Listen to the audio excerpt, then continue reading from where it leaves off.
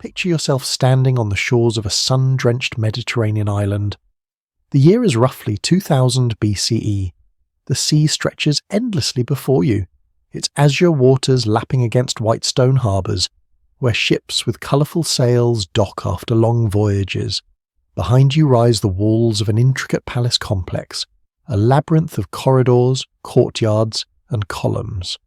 This is Crete, home to Europe's first advanced civilization, the Minoans, and the cradle of what would become Greek civilization. The story of ancient Greece begins not on the mainland, but on these islands scattered across the Aegean Sea. The Minoans, named after their legendary king Minos, built a maritime empire based on trade rather than conquest. Their sailors navigated the Mediterranean, exchanging olive oil, wine, and exquisite pottery for metals, ivory, and exotic goods from Egypt and the Near East. In their palace at Knossos, walls were adorned with vibrant frescoes depicting dolphins, bulls, and elegant court figures. Women wore open-fronted dresses exposing their breasts, fashion choices that would shock later Greek societies. Unlike the warrior cultures that would follow, Minoan cities lacked defensive walls. The sea was their protection, their ships their strength. But around 1600 BCE, disaster struck. The massive volcano on the nearby island of Tira, modern Santorini, erupted with apocalyptic force. Ash darkened skies hundreds of miles away. Tsunamis battered coastal settlements. The Minoan civilization never fully recovered from this catastrophe, leaving them vulnerable to a new power rising on the Greek mainland, the Mycenaeans. The Mycenaeans were a warrior people, Indo-European speakers who had migrated into Greece around 2000 BCE, where Minoan palaces were open and airy. Mycenaean citadels perched on hilltops behind massive stone walls so impressive that later Greeks believed only the mythical Cyclops could have built them. From these fortresses, kings who called themselves Wainaks ruled over territories dotted with villages. Their tombs overflowed with gold masks, bronze weapons, and amber beads, testifying to their wealth and far-reaching connections. These Mycenaeans expanded throughout the Aegean, eventually taking control of Crete itself. Their powerful fleet dominated the eastern Mediterranean. Their merchants traded as far as Sicily and the Black Sea. Their warriors raided distant shores. Names of their kingdoms, Mycenae, Pylos, Thebes, Athens, would echo through Greek history for millennia to come. It was during this Mycenaean age that many of the stories later immortalized by Homer likely took place. The legendary Trojan War probably occurred around 1250 BCE, when a coalition of Mycenaean kings may have attacked the wealthy city of Troy on the coast of modern Turkey. Whether fought over trade routes, tribute, or a kidnapped queen named Helen, this conflict would be transformed by oral tradition into Greece's defining epic. But like the Minoans before them, the Mycenaeans faced their own collapse. Around 1200 BCE, a perfect storm of disasters struck the eastern Mediterranean. Drought, earthquakes, internal rebellions, and invasions by mysterious sea peoples unraveled the Bronze Age world. Mycenaean palaces burned. Their complex writing system, called Linear B, was forgotten. Trade networks shattered. Greece entered what scholars call a dark age,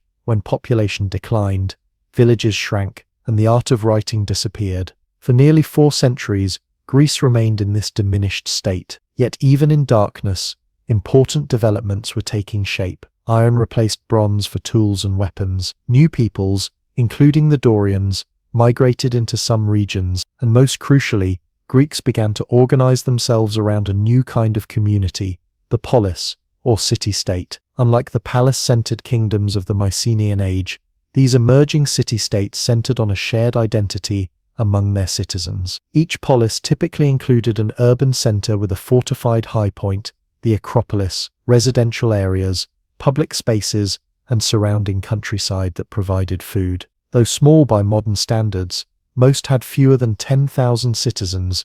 These communities fostered intense loyalty and distinct local cultures. By the 8th century BCE, Greece was awakening from its long slumber. Population grew, farmers produced more food, craftsmen created new styles of pottery decorated with geometric patterns. Most significantly, Greeks adopted and adapted the Phoenician alphabet, creating the first truly accessible writing system in their history. No longer a specialized skill for palace scribes, writing could now be learned by merchants, aristocrats, and poets. This era of renewal also saw Greeks venturing outward again. Facing limited farmland and growing populations, communities sent out groups of citizens to establish colonies around the Mediterranean. From Spain to the Black Sea, these colonial foundations spread Greek culture, language, and trade networks. Some, like Syracuse in Sicily or Byzantium on the Bosporus, would become powerful cities in their own right. Meanwhile, on the Greek mainland, competition between emerging city-states drove innovation and cultural development.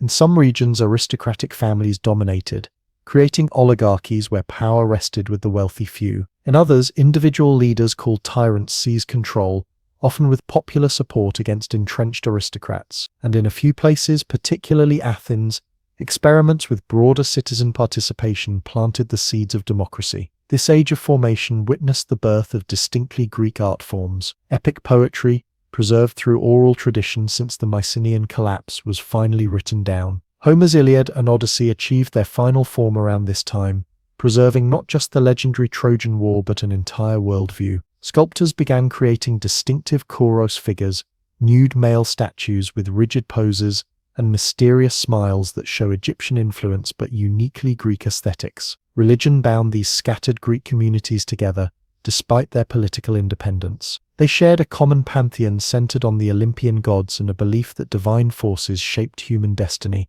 Great sanctuaries like Delphi and Olympia became meeting grounds where Greeks from different city-states gathered for festivals, athletic competitions, and consultation with oracles. The Olympic Games, first recorded in 776 BCE, brought athletes from across the Greek world to compete for olive wreaths and glory. By 600 BCE, Greece had entered what historians call the Archaic period, a time of rapid development in art, architecture, economics, and politics. Black figure pottery depicted elaborate mythological scenes. Monumental stone temples replaced wooden shrines. Poets like Sappho and Archilochus explored personal emotions in their verses. And in Greek colonies in Ionia, western Turkey, thinkers began questioning traditional explanations about the natural world, seeking rational rather than mythological causes, the first stirrings of philosophy. Yet this cultural flourishing occurred against a backdrop of intensifying competition.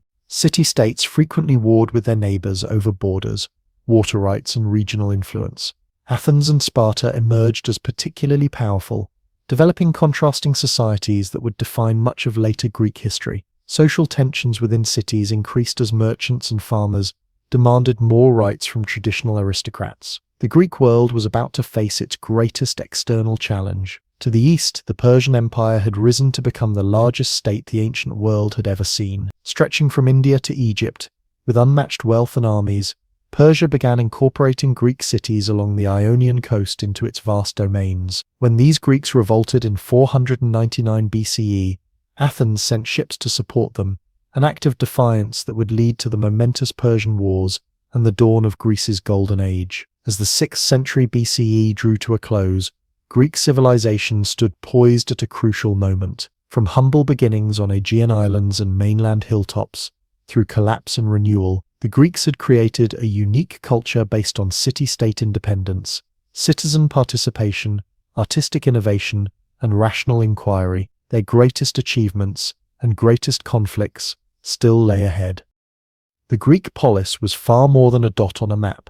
It was a revolutionary concept that transformed human society. Unlike the vast empires of Persia or Egypt ruled by god-kings and sprawling bureaucracies, the Greek world fractured into hundreds of independent, self-governing communities. Each polis maintained its own government, laws, military forces, religious festivals, and fierce sense of identity. While sharing language, religion, and broader cultural practices, Greeks identified first and foremost as citizens of their particular city-state, as Athenians, Spartans, Corinthians, or Thebans. Most city-states followed a similar physical pattern, despite varying greatly in size and landscape. At the highest point stood the Acropolis, a fortified hilltop containing temples and religious sanctuaries, visible from miles around as the sacred heart of the community. Below stretched residential neighborhoods with narrow, winding streets and modest homes built around central courtyards for light and air. The Agora served as the civic center, a vibrant marketplace surrounded by government buildings, courts, and covered walkways called stoas where philosophers taught and citizens socialized. Beyond the urban core lay the countryside, the chora, where farmers cultivated wheat, barley, olives, and grapes on terraced hillsides and fertile plains to feed the city. Yet the polis wasn't merely a physical space, but represented a profound political idea that a community should govern itself through the participation of its citizens rather than submit to the dictates of a distant monarch. This revolutionary concept of citizenship transformed those who held it. A citizen belonged to the polis, and the polis belonged to him, for it was almost exclusively men who held full political rights. This mutual relationship created obligations and privileges unlike anything in earlier societies. No two city-states exemplified the different possibilities of the polis system better than Athens and Sparta, rival powers whose contrasting societies would fascinate Greeks of their time and observers ever since. Athens, nestled between mountains and sea in the region of Attica, evolved the world's first democratic government through a series of reforms. The pivotal figure in this transformation was Cleisthenes, who in 508 BCE reorganized Athenian society to break the power of aristocratic clans. He created artificial tribes that mixed people from different regions and social backgrounds, forcing citizens to identify with the polis as a whole rather than traditional family networks. The resulting Athenian democracy operated through three main institutions. The Assembly Ecclesia met on the Pnyx Hill, where any citizen could speak and vote on policies, wars, and treaties. A council of 500 bulul, chosen by lot, prepared business for the assembly and handled day-to-day governance. Courts composed of citizen jurors, sometimes thousands for important cases, rendered verdicts without judges or lawyers. This system gave ordinary Athenians direct control over their city's destiny, though political rights remained limited to adult males born to Athenian parents, perhaps 30,000 men out of a total population of 300,000. Across the Peloponnesian Peninsula, Sparta developed a radically different society focused on military prowess. Following reforms attributed to the semi-legendary lawgiver Lycurgus, Sparta transformed itself into what historians call a garrison state. Male citizens, known as Spartiates, lived solely to fight. From age 7, boys were removed from their homes and subjected to a brutal training regimen called the agoge, where they learned warfare, endurance, and absolute obedience. They ate in communal messes, slept on reed mats, and received regular beatings to toughen them. At 20, they joined military barracks. Even after marriage, a Spartan man lived with his wife only occasionally until age 30. This extraordinary military focus required an unusual social structure. Sparta's agricultural land was divided among citizen families and worked by a subjugated population called helots, essentially state-owned serfs descended from conquered peoples. These helots vastly outnumbered their Spartan masters, creating constant fear of rebellion. Each year, Sparta's leaders formally declared war on the helots, allowing them to be killed without religious pollution. Young Spartans sometimes conducted night raids called the Cryptia, murdering any helots found outside after dark to maintain terror and control. Between citizens and helots stood a middle class of periokoi, dwellers around, who were free but lacked political rights. These craftsmen, merchants, and farmers provided essential economic services that citizen soldiers disdained. Sparta's government balanced elements of monarchy, 2 hereditary kings, oligarchy, a council of elders, and limited democracy, an assembly of citizens. 5 elected officials called ephors held extraordinary power, including authority over the kings themselves. While Athens celebrated artistic achievement, intellectual exploration, and the pleasures of private life, Sparta scorned luxury and individualism. When an Athenian noted that Sparta had no defensive walls, King Agesilaus pointed to his soldiers and replied, "These are the walls of Sparta." The great Athenian dramatist Euripides would never have flourished in Sparta, where poetry and music served only to glorify the state and inspire warriors. Even their currency, heavy iron spits rather than valuable silver, was designed to discourage commerce and accumulation of wealth. Between these extremes of Athens and Sparta, most Greek city-states developed mixed systems of government. Some remained under traditional aristocracies, where noble families dominated political life. Others experienced periods of tyranny, ruled by individuals who seized power, often with popular support against entrenched elites. Though tyrant later acquired negative connotations, many early tyrants were reform-minded rulers who built public works, sponsored festivals, and expanded citizen rights. Regardless of government type, the economies of most city-states centered on agriculture. The typical citizen owned a small farm worked by his family and perhaps a few slaves. He grew grains for bread, olives for oil, and grapes for wine, the Mediterranean triad that sustained Greek life. Many households maintained modest flocks of sheep or goats for wool, milk, and occasional meat. On market days, farmers brought surplus produce to the agora, trading for pottery, tools, and other necessities. Greek terrain, with its mountains and limited arable land, could not support large populations. This scarcity drove competition between communities and spurred maritime trade. By the 5th century BCE, Athens in particular had developed elaborate commercial networks, importing grain from the Black Sea region, timber from Macedonia, and luxury goods from throughout the Mediterranean. Specialized craftsmen produced fine pottery, textiles, and metalwork for export. Banking systems developed to facilitate long-distance trade, with money changers and lenders operating from tables trapeza in the agora, the origin of our word bank. Beneath the political and economic structures of the polis lay a complex social hierarchy. At the top stood adult male citizens with rights to vote, own property, and speak in courts. Below them were resident foreigners called metics, who paid special taxes for the privilege of living and working in the city, but held no political rights, despite their often substantial economic contributions. At the lowest levels were slaves, comprising perhaps 1/3 of the population in cities like Athens. These enslaved people served as household servants, agricultural laborers, and workers in mines and workshops. Women in most city-states, Sparta being a notable exception, lived highly restricted lives. Though not technically slaves, Athenian women were legal minors throughout their lives, always under the guardianship of a male relative. They could not vote, attend the assembly, serve on juries, or own substantial property. Their primary roles centered on household management and childbearing, producing sons who would become citizens. Respectable women rarely appeared in public spaces, instead occupying the women's quarters, gynaikion, within their homes. Outside this domestic sphere, religious festivals provided their main opportunity for public participation. Yet despite these limitations, the household oikos remained central to polis identity and success. The ideal citizen managed his household prudently, raised children who respected tradition, participated actively in civic affairs, and fought bravely when called to war. This integration of private and public virtue distinguished Greek citizenship from modern conceptions that separate family life from political engagement. Daily life in the polis followed rhythms dictated by season and custom. Citizens rose with the sun and conducted business in the cool morning hours. At midday, many returned home for the main meal, often a simple fare of bread, olives, cheese, and wine, followed by an afternoon rest during the Mediterranean heat. Early evening might find them at the gymnasium, originally training grounds for military service that evolved into centers for athletic practice, intellectual discussion, and male socialization. There, citizens exercised naked.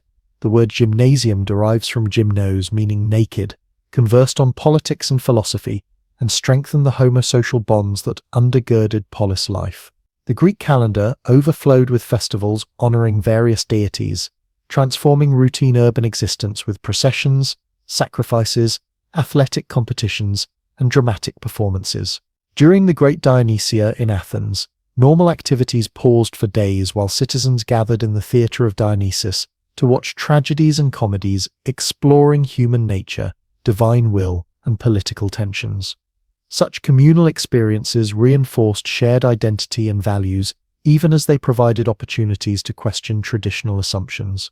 This intricate balance between individual liberty and collective identity made the polis a uniquely dynamic form of human organization. Though small by modern standards, Athens at its height contained perhaps 300,000 people, including slaves and foreigners, while many city-states numbered only a few thousand citizens. These communities produced cultural, artistic, and intellectual achievements far beyond their size. Yet the same independence that fueled their creativity also prevented Greeks from uniting against common threats, leaving them vulnerable to eventual conquest. As the 5th century BCE dawned, the diverse city-states of Greece faced an existential challenge from the mighty Persian Empire to the east. Their response would define the classical age and set the stage for Athens' brief but extraordinary golden era. The Persian threat loomed not just over territory and resources, but over the very concept of citizen self-governance that made the polis unique in human history. The coming conflict would test whether these small, quarrelsome communities could set aside their differences long enough to preserve their revolutionary experiment in freedom.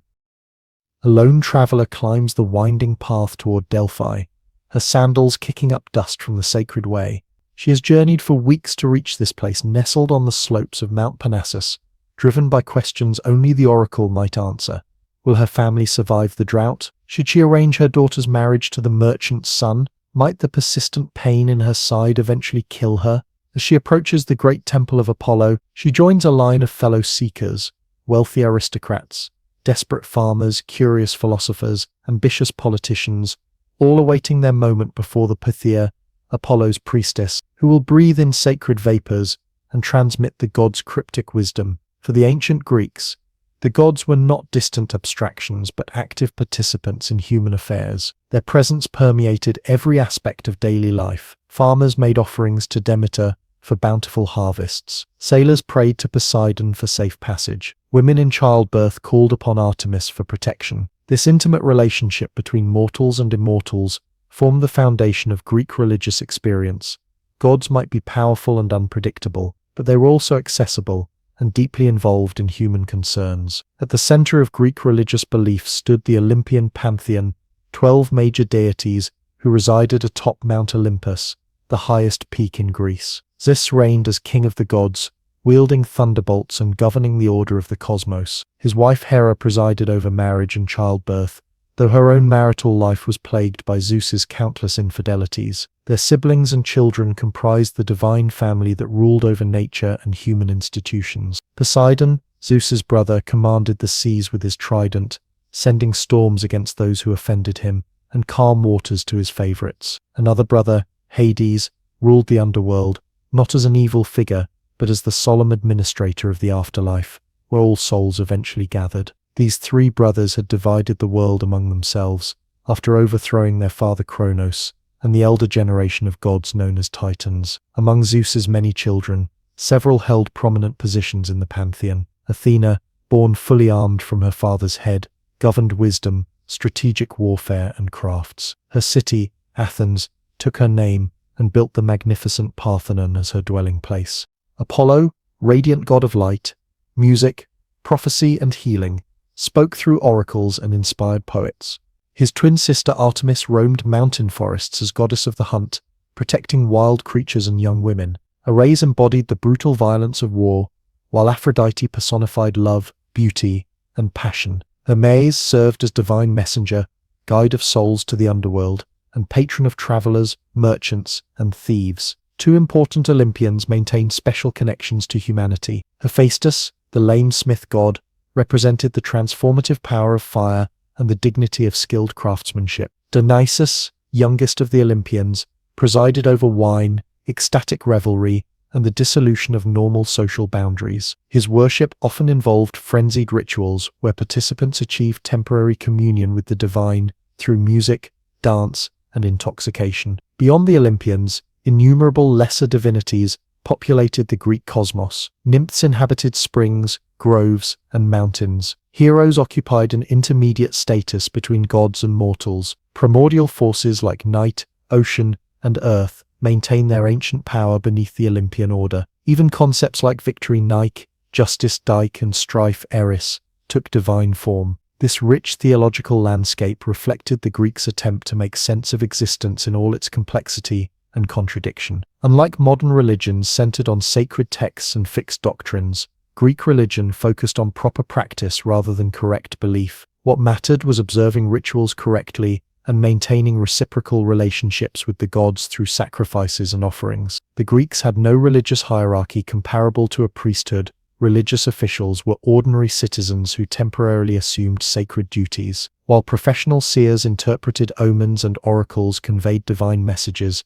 No authority dictated what individuals must believe about cosmic matters. Religious practice involved both public and private dimensions. Each polis maintained official cults honoring its patron deities, with elaborate calendars of festivals and sacrifices performed on behalf of the entire community. Magnificent temples housed cult statues and treasuries, but weren't primarily places of worship.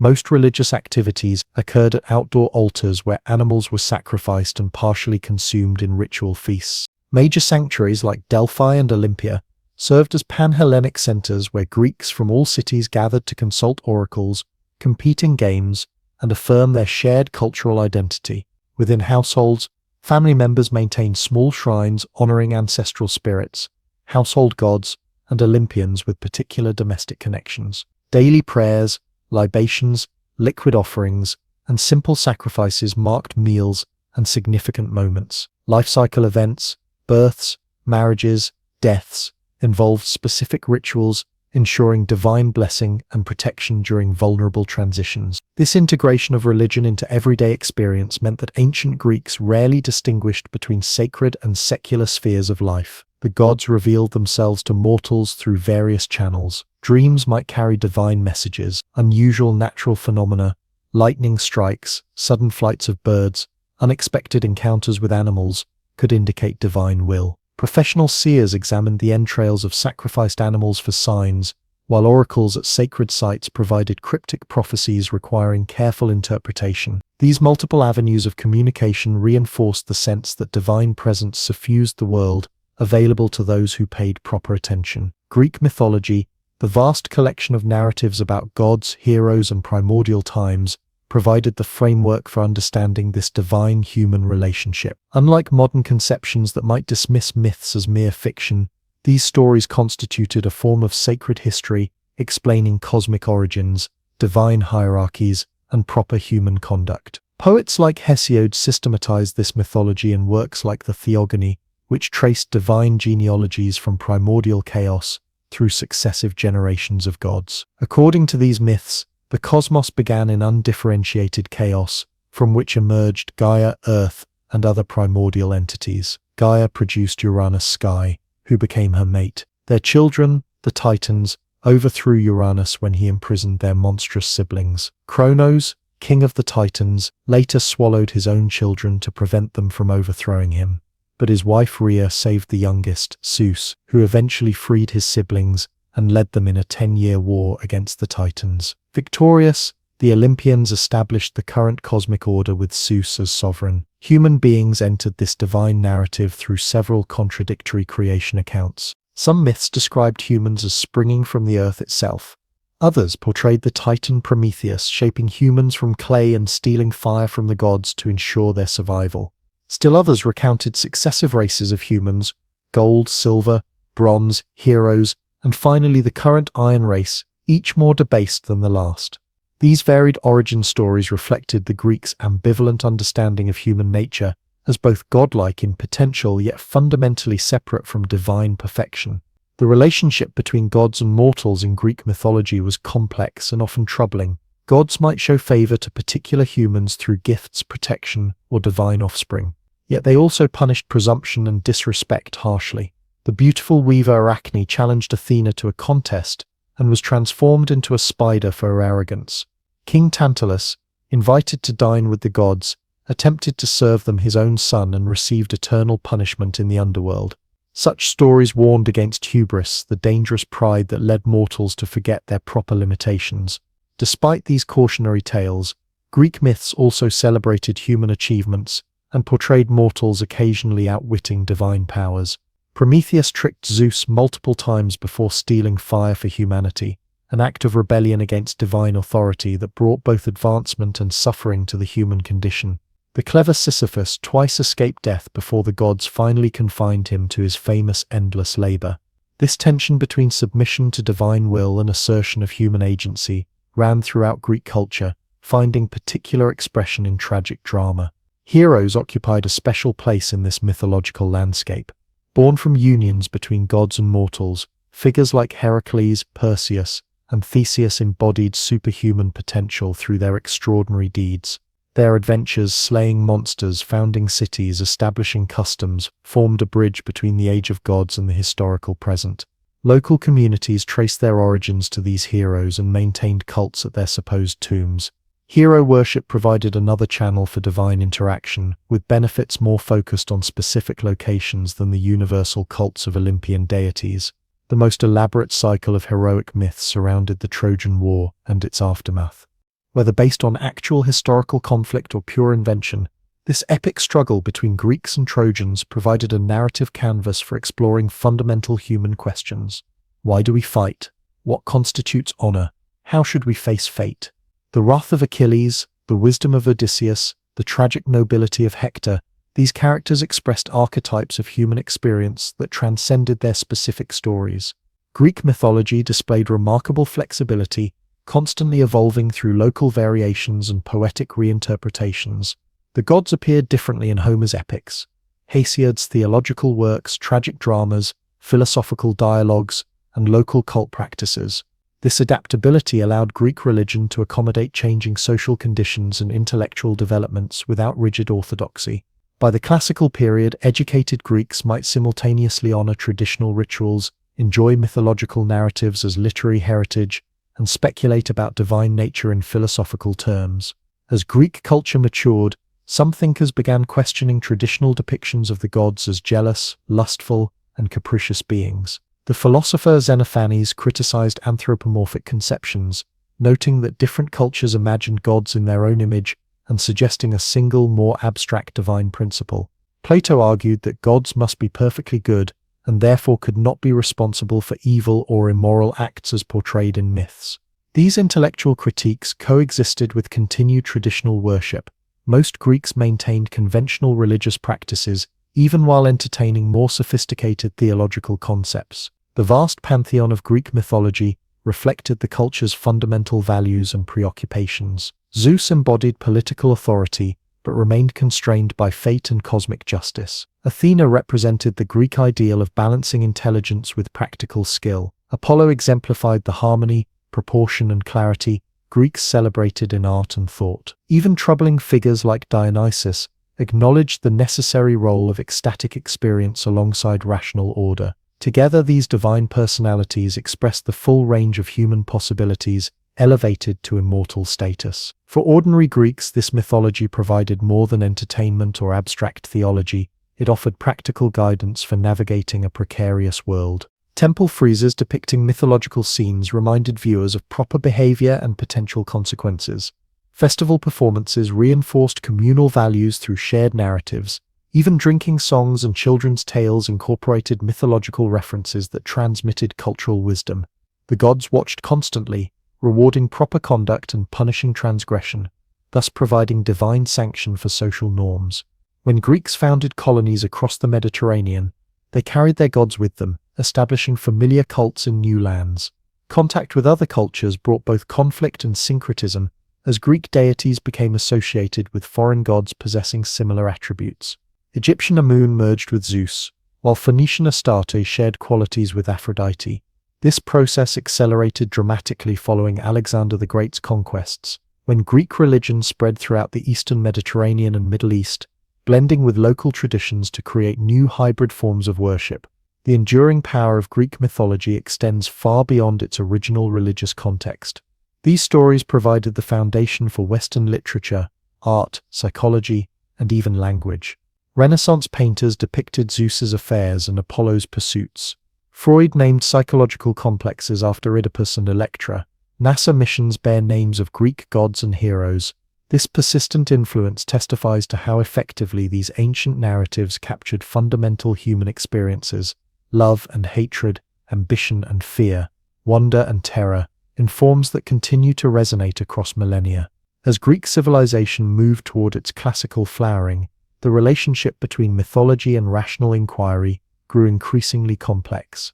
The same culture that maintained elaborate rituals honoring the Olympians also produced natural philosophers who sought material explanations for phenomena previously attributed to divine action. The tension between mythic and rational worldviews would become a defining feature of Greek intellectual life, generating both creative friction and profound insights into human understanding. Yet even as philosophical speculation advanced, the ancient gods maintained their hold on Greek imagination and daily practice, embodying truths about existence that transcended literal belief. gather around as the blind poet begins his tale. His voice, weathered by years of wandering from court to court, still rings clear in the torchlit hall. Noble listeners recline on couches, wine cups in hand, as he invokes the muse to help him recall the ancient stories. His skilled fingers pluck the lyre, weaving melody with words. Tonight he will tell once more of godlike Achilles and his devastating wrath, of clever Odysseus struggling homeward across wine-dark seas. These are not mere entertainments, but sacred cultural memories, chronicles of an age when heroes walked the earth and gods frequently intervened in human affairs. The epics attributed to Homer, the Iliad and the Odyssey, stand as the cornerstone of Greek literary tradition. Composed during the 8th century BCE, after centuries of oral transmission, they captured the collective memory of an earlier heroic age. For the ancient Greeks, these were not fictional fantasies, but semi-historical accounts of their ancestors from a time when men were mightier and closer to the gods.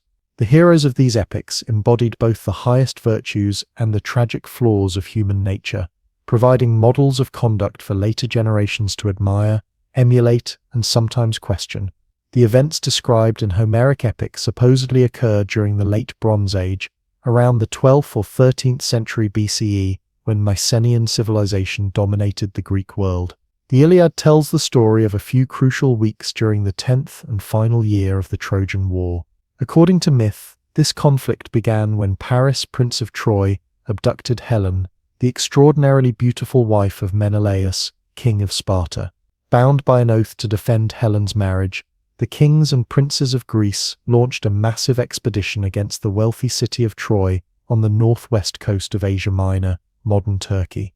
After 9 years of inconclusive fighting, the Iliad opens with a quarrel between the greatest Greek warrior, Achilles, and the expedition's leader, Agamemnon. When Agamemnon takes a captive woman from Achilles, the enraged hero withdraws from battle, bringing disaster upon the Greek forces. The poem explores the terrible consequences of Achilles' wrath as his closest friend Patroclus dies in combat, prompting Achilles to return to the battlefield with unstoppable fury. The Iliad culminates not in the fall of Troy, but in a moment of profound humanity. Achilles meeting with the Trojan king Priam to return the body of his son Hector, whom Achilles had killed and dishonored in his grief-fueled rage. The Odyssey picks up after Troy's eventual defeat, following the 10-year journey of Odysseus, as he struggles to return home to Ithaca, where the Iliad explores themes of war, honor, and mortality. The Odyssey examines homecoming, identity, and the reintegration of the warrior into society. Odysseus faces fantastic obstacles, one-eyed Cyclops, enchanting sirens, divine obstacles sent by the vengeful Poseidon, while his faithful wife Penelope fends off aggressive suitors who assume her husband dead. Through cunning, endurance, and occasional divine help, Odysseus finally reclaims his household, re-establishing order in both family and kingdom. Beyond their narrative power, these epics established fundamental values for Greek culture. They portrayed an aristocratic warrior society where excellence in battle brought glory Cleos that survived beyond physical death. The hero's highest goal was to win imperishable fame through great deeds that would be celebrated in song for generations. This pursuit of glory could lead to both magnificent achievement and catastrophic hubris. The epics acknowledged human greatness while recognizing its limitations against fate and divine power, a tension that would later find its fullest expression in Greek tragedy. The Homeric heroes operated according to a complex honor code.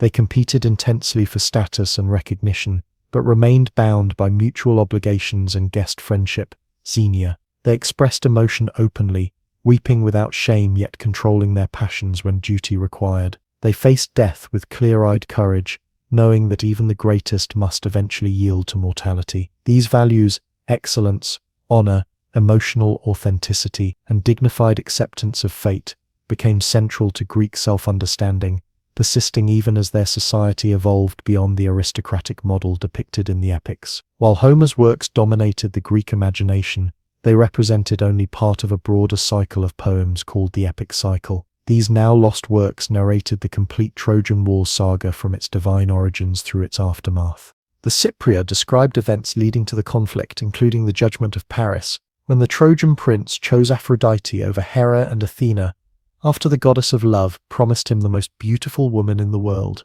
The Aethiopis told of events after Hector's death, including the arrival of Amazon warriors and Achilles' final battle. The Little Iliad and Sack of Troy recounted the famous stratagem of the wooden horse that finally breached Troy's impregnable walls. The Returns and Telegony described the troubled homecomings of various Greek heroes and Odysseus's final adventure. Beyond the Trojan cycle, other epic traditions preserved tales of earlier generations of heroes. The Theban cycle related the tragic story of Oedipus and the War of the Seven against Thebes. The voyage of Jason and the Argonauts, in search of the Golden Fleece, featured prominently in both poetry and visual art. Most ambitious was Hesiod's catalogue of women, which systematically traced the divine ancestry of heroic lineages throughout the Greek world, providing a mythological framework for understanding relationships between different communities. Heroes were not merely legendary figures in Greek culture, but objects of religious veneration. Many communities maintained shrines at supposed graves of heroes,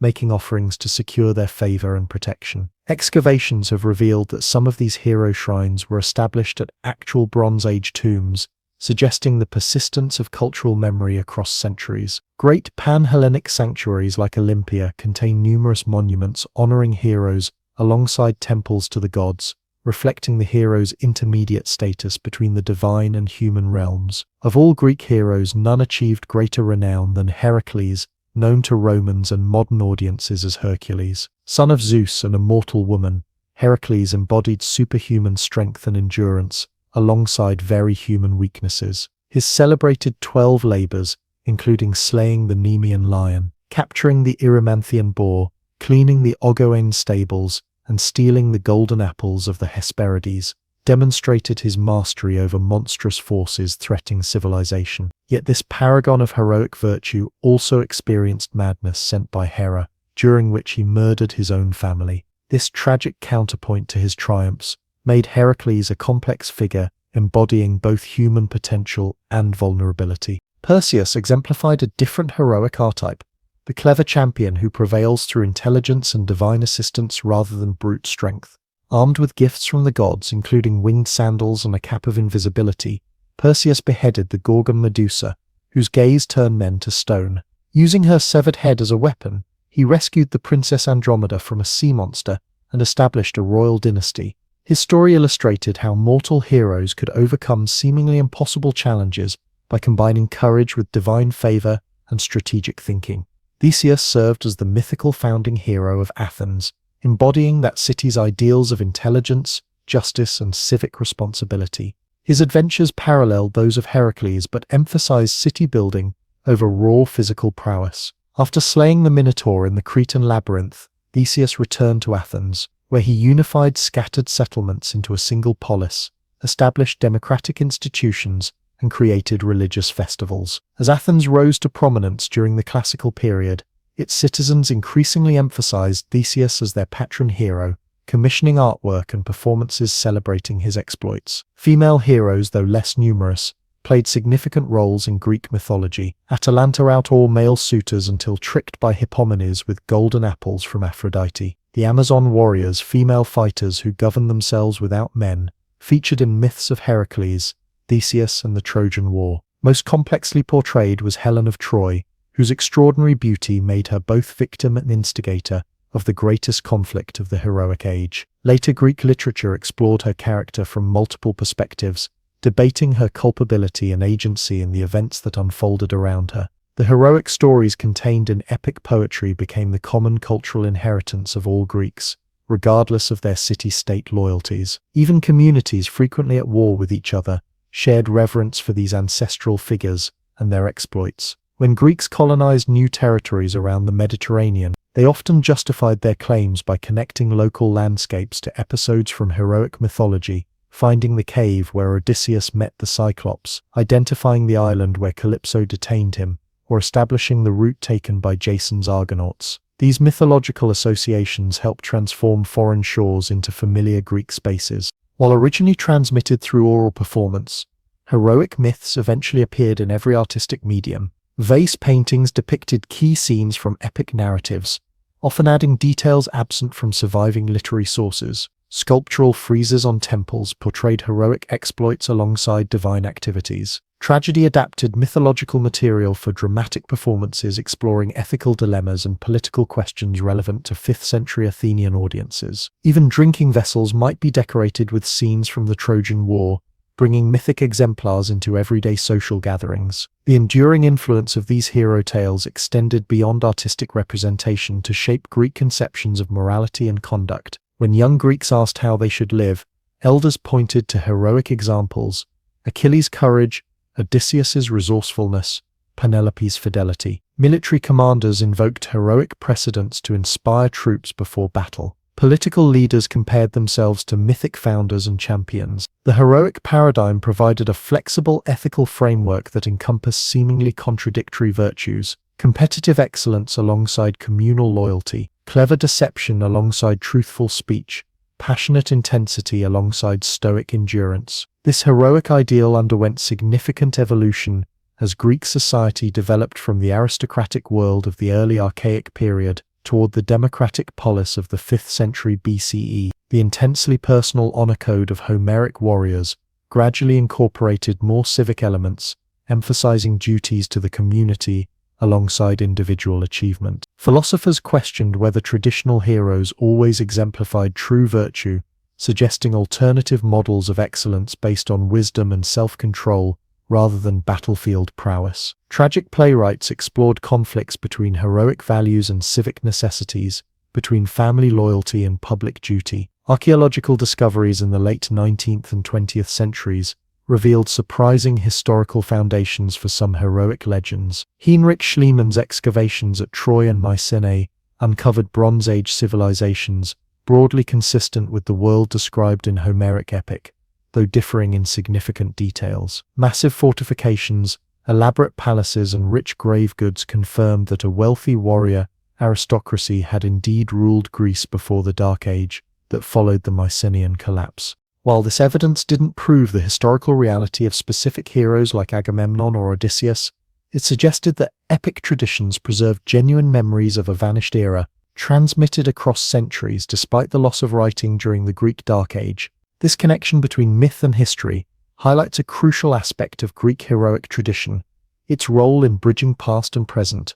For classical Greeks, the Age of Heroes existed in an intermediate temporal space between the primordial time of the gods' origin myths and their own historical present. Heroes belonged to a past distant enough to possess supernatural qualities, yet recent enough to serve as ancestors for contemporary communities. This mythic historical dimension allowed Greeks to connect their present circumstances to sacred patterns established in ancestral times, lending divine significance to current conflicts and alliances. The heroic world depicted in epic provided not just role models, but cautionary tales. Alongside admirable qualities, heroes displayed dangerous flaws: Achilles' rage, Ajax's stubbornness, Agamemnon's arrogance. Their stories illustrated how even the greatest individuals remained vulnerable to fate, divine caprice, and their own weaknesses. When tragedy developed as a literary form in 5th century Athens, playwrights drew upon these inherent tensions in heroic mythology. Sophocles' Ajax portrayed the mental collapse of a mighty warrior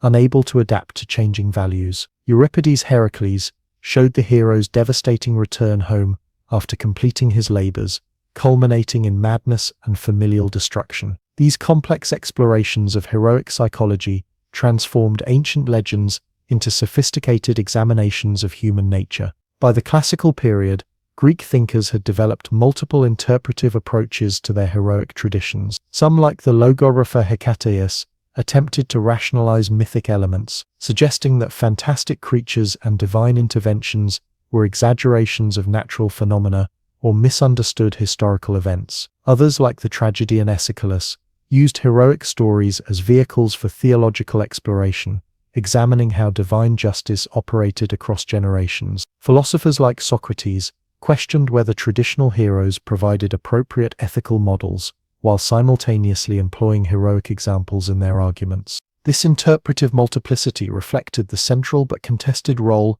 heroic paradigms played in Greek cultural self-definition. As Greek civilization spread throughout the Mediterranean world following Alexander the Great's conquests, heroic traditions traveled alongside other cultural practices. Local elites from Egypt to Afghanistan adopted Greek heroic imagery and narratives, sometimes merging them with indigenous traditions. Roman culture enthusiastically embraced Greek heroic mythology, adapting the stories to reflect their own values, transforming clever Odysseus into the dutiful Aeneas, who embodied Roman pietas, devotion to family, gods, and state. Even as philosophical schools like Stoicism and Epicureanism proposed alternative ethical frameworks, heroes remained potent cultural symbols throughout the Hellenistic and Roman periods. The tales of Greek heroes have displayed remarkable resilience across 3 millennia, continuing to inspire art, literature, psychology, and popular culture into the present day. Hollywood films recreate the wrath of Achilles and the labors of Heracles for modern audiences. Contemporary novelists retell the Trojan War from previously marginalized perspectives. Psychological theorists draw upon figures like Oedipus and Narcissus to illuminate human development. This persistent relevance testifies to how effectively these ancient narratives captured fundamental patterns of human experience: the quest for identity, the struggle against limitations, the tension between individual greatness and social responsibility, the confrontation with mortality. For the ancient Greeks themselves, the Age of Heroes represented a lost golden era of greater possibilities and closer divine connection. Yet the stories also affirmed continuity between that mythic past and historical present. Heroic bloodlines flowed into contemporary aristocratic families. Heroic values, though evolved, still shaped civic ethics. Heroic achievements established patterns that current leaders might emulate, though never quite equal. As Greek civilization moved toward its classical flowering in the 5th century BCE, this rich heroic tradition provided both inspiration and material for its greatest intellectual achievements. They shaped philosophical investigations that would apply rational analysis to questions of virtue, knowledge, justice, and the good life previously addressed through mythic narratives. In the bustling port city of Miletus on the Ionian coast of Asia Minor, a man named Thales gazed at the world around him with questions burning in his mind. Unlike his predecessors who explained natural phenomena through myths of divine action, Thales sought explanations based on observation and reasoning. What fundamental substance, he wondered, might underlie the apparent diversity of nature? After careful consideration, he proposed water as the primal element from which all things derived. Though this conclusion may seem naive to modern minds, his approach, seeking natural rather than supernatural explanations, marked a revolutionary shift in human thought. With Thales and his intellectual heirs in 6th century BCE Aesonia, a new form of inquiry emerged that the Greeks would call philosophia, the love of wisdom. This novel approach to understanding reality would transform how humans conceived their place in the cosmos. By questioning traditional assumptions, proposing explanations based on observable evidence, and subjecting ideas to rational scrutiny, these early thinkers laid the foundations for both scientific investigation and abstract reasoning that continue to shape human knowledge today. What distinguished philosophical thinking from earlier modes of understanding? While myth explained the world through stories of divine beings acting from understandable motives, Zeus hurling thunderbolts in anger, Demeter withdrawing vegetation in grief, philosophy sought consistent principles operating independently of divine whim. Where religious tradition relied on ancient authority, philosophy demanded reasons and evidence. Where poetry evoked emotional response to life's mysteries, philosophy aimed for clarity through precise definition and logical argument. This critical, questioning stance toward received wisdom would become the hallmark of Greek intellectual culture. The earliest philosophers, known as pre-Socratics because they preceded Socrates, focused primarily on cosmological questions. What is the basic substance of reality? How did the ordered cosmos emerge? What causes natural phenomena like earthquakes, eclipses, or seasonal changes? Their theories, though often speculative, represented genuine attempts to discover regular patterns behind apparent chaos, the first steps toward what we would now recognize as scientific inquiry. Following Thales, his student Anaximander proposed an abstract principle called the apeiron, the boundless or indefinite, as the source of all things, suggesting that particular substances emerge from and return to this unlimited origin. Another Milesian, Anaximenes, identified air as the fundamental element, capable of transforming into other substances through condensation and rarefaction. These thinkers sought not only to identify basic materials, but to understand processes of change and stability in the natural world. In nearby Ephesus, the enigmatic Heraclitus emphasized constant flux as a universal principle, famously declaring that one cannot step into the same river twice. He spoke of cosmic fire as both the primary substance and the driving force behind perpetual transformation. Yet within this ceaseless change, Heraclitus discerned an underlying pattern or principle he called logos, a rational structure governing all existence. This concept of an intelligible order beneath apparent chaos would become central to Western philosophical tradition. Taking a radically different approach, Parmenides of Elea in southern Italy developed the first purely abstract metaphysical system. Through rigorous logical argument, he concluded that true reality must be eternal, unchanging, and indivisible. The world of multiplicity and change that we perceive, he argued, cannot be fundamentally real but must represent some form of illusion. This stark opposition between appearance and reality would become a persistent theme in Western philosophy, influencing thinkers from Plato to modern times. Responding to Parmenides' challenge, later pre-Socratics developed more sophisticated theories to reconcile the evidence of change with logical demands for continuity. Empedocles proposed 4 eternal elements: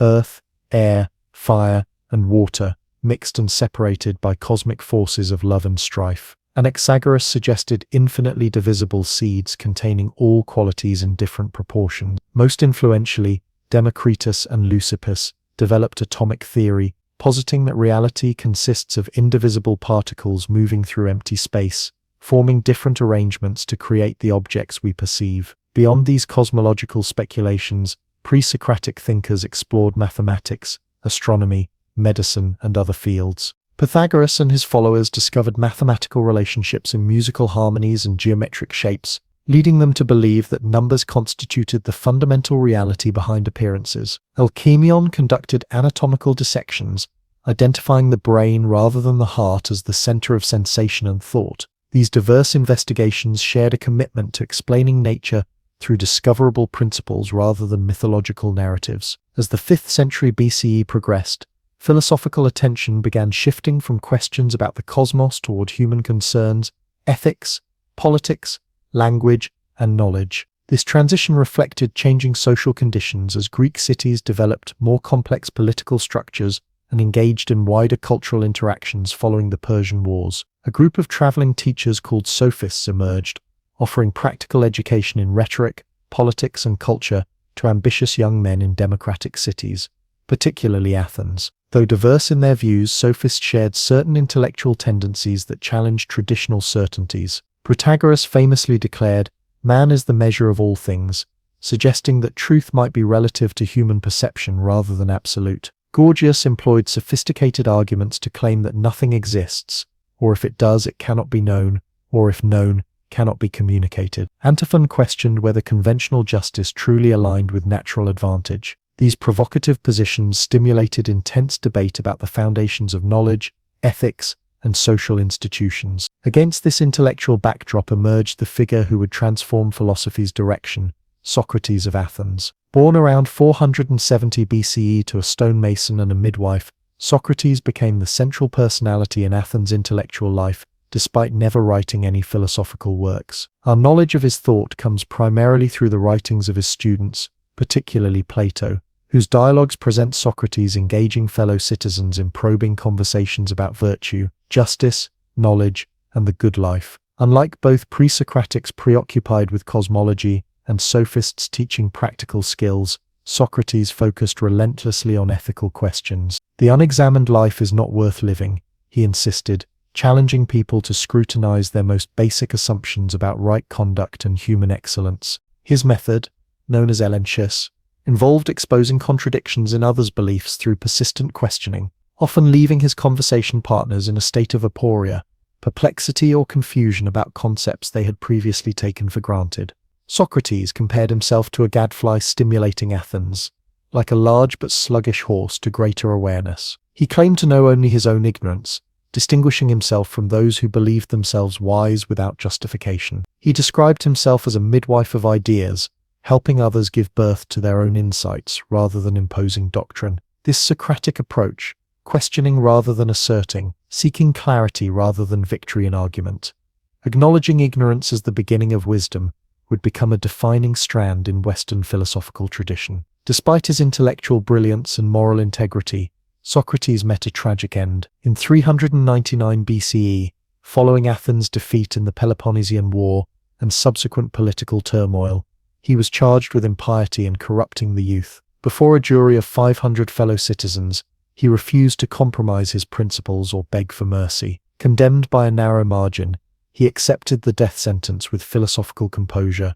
drinking hemlock while discussing the soul's immortality with friends. His execution represents one of history's most famous collisions between philosophical integrity and political authority. Socrates' death profoundly influenced his most brilliant student, Plato, who transformed his teacher's oral questioning into written dialogues of extraordinary literary and philosophical sophistication. Born to an aristocratic Athenian family around 428 BC, Plato established the Academy, history's first formal philosophical school, where students studied mathematics, astronomy, and dialectic as preparation for philosophical inquiry. During his long career, Plato developed complex theories about knowledge, reality, ethics, politics, and human psychology that would shape Western thought for millennia. Plato's most famous philosophical contribution, the theory of forms, responded to problems raised by both pre-Socratics and sophists. Against Heraclitus's flux and Protagoras' relativism,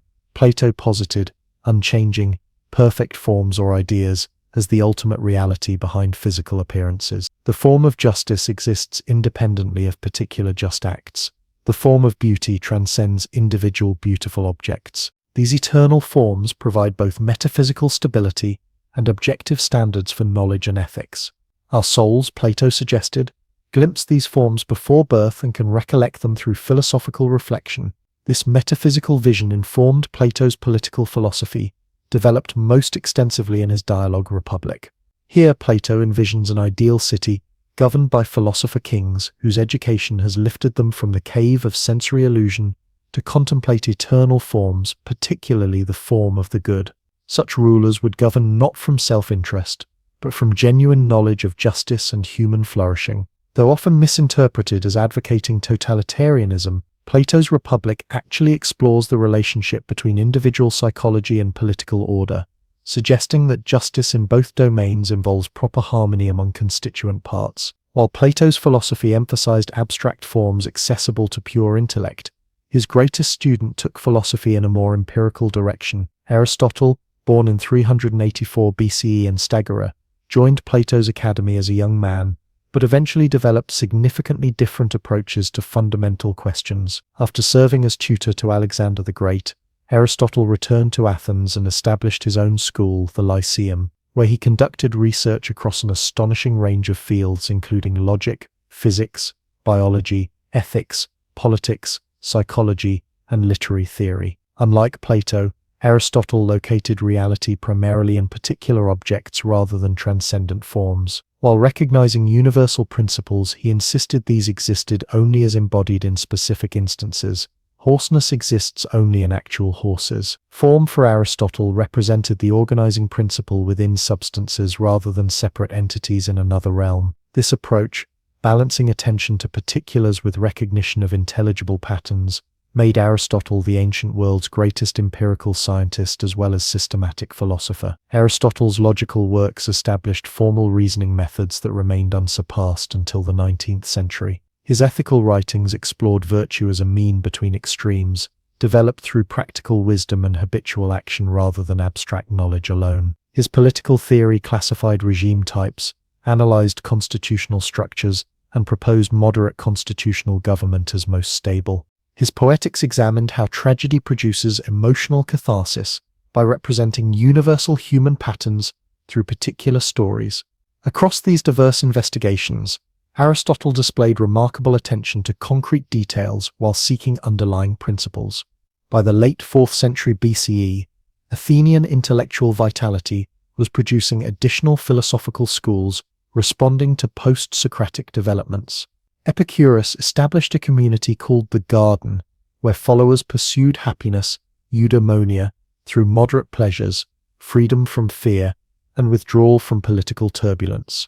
Contrary to later misrepresentations, Epicurean pleasure meant not indulgence but tranquility achieved through simple living, friendship, and philosophical contemplation. Their materialist physics, based on modified atomic theory, aimed to dispel fears of divine punishment or supernatural intervention. Meanwhile, Zeno of Citium taught in the painted colonnade Stoa Poikile that gave Stoicism its name. Stoics identified virtue alone as the sole good, viewing external circumstances, wealth, health, reputation, as ultimately indifferent to true happiness. Their ethics emphasized living according to nature, accepting what lies beyond personal control while taking responsible action where possible. Stoic psychology analyzed how mistaken judgments cause harmful emotions, developing techniques for maintaining rational tranquility amid life's vicissitudes. Their physics envisioned the cosmos as a living, rational organism, permeated by divine reason logos. Other significant schools included the Cynics, whose founder Diogenes famously lived in extreme simplicity, rejecting social conventions to pursue virtue through self-sufficiency. Skeptics following Pyrrho suspended judgment about all beliefs, finding peace by acknowledging the limitations of human knowledge. The academy itself evolved through several phases, eventually adopting skeptical methods under leaders like Arcesilaus and Carneades. This proliferation of philosophical approaches gave educated Greeks multiple options for intellectual allegiance and personal guidance. What united these diverse schools despite their differences? All inherited Socrates' focus on ethics as central to philosophical inquiry. All developed comprehensive worldviews integrating theories about reality, knowledge, and proper human conduct. All established continuing traditions where teachers passed methods and doctrines to students across generations, and all aimed at eudaimonia, flourishing or happiness, through philosophical understanding rather than conventional success. Philosophy had become not merely an intellectual exercise but a complete way of life. As Alexander's conquests spread Greek culture throughout the Eastern Mediterranean and beyond, philosophical schools established branches in new cultural centers like Alexandria, Antioch, and Rhodes. These institutions facilitated cross-cultural intellectual exchange, bringing Greek philosophical methods into contact with Egyptian, Persian, Jewish, and eventually Roman traditions.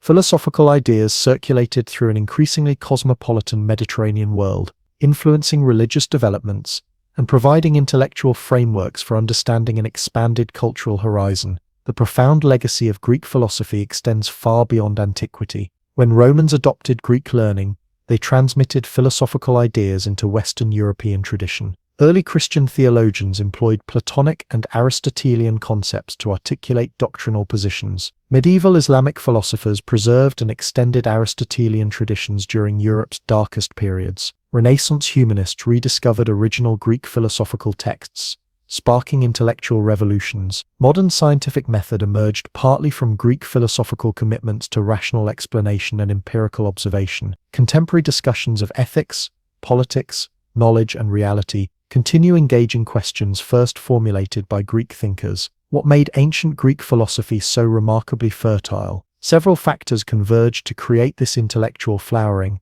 Political fragmentation into competitive city-states fostered diverse approaches rather than enforced orthodoxy. Relative freedom of speech allowed challenges to traditional views, especially in democratic Athens. Cultural confidence following the Persian Wars encouraged bold intellectual ventures. Literacy and prosperity provided leisure for abstract thinking, and the Greek language itself, with its rich vocabulary and flexible syntax, proved exceptionally well suited for expressing subtle distinctions and complex arguments.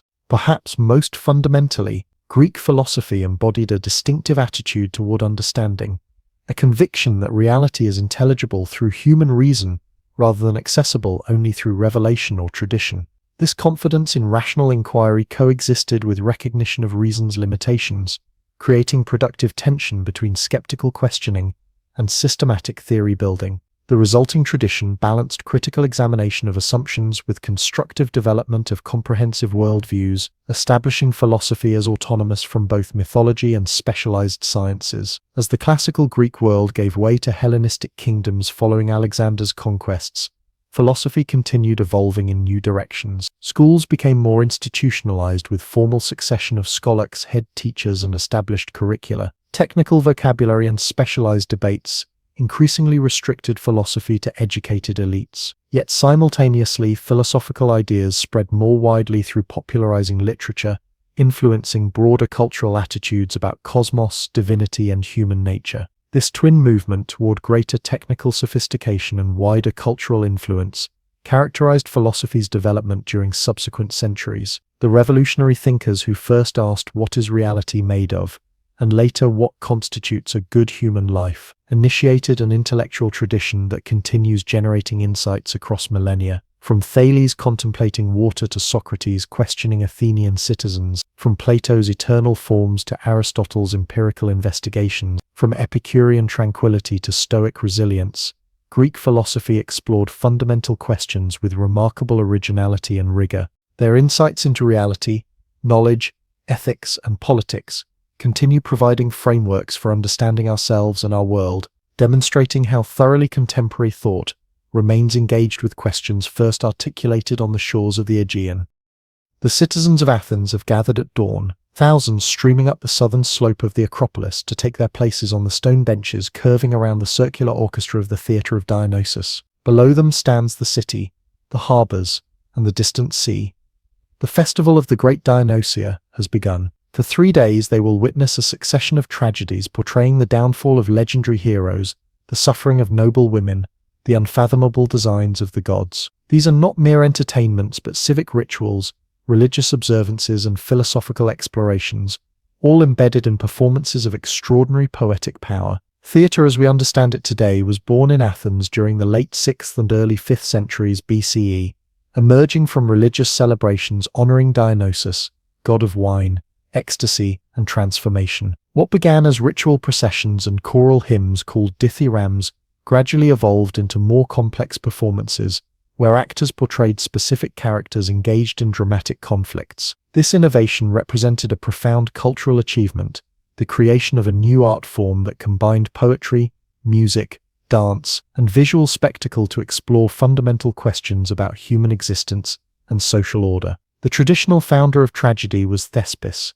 who first separated an individual actor from the chorus to create dialogue, the essential ingredient of drama. By the early 5th century BCE, basic elements of Greek tragedy had coalesced.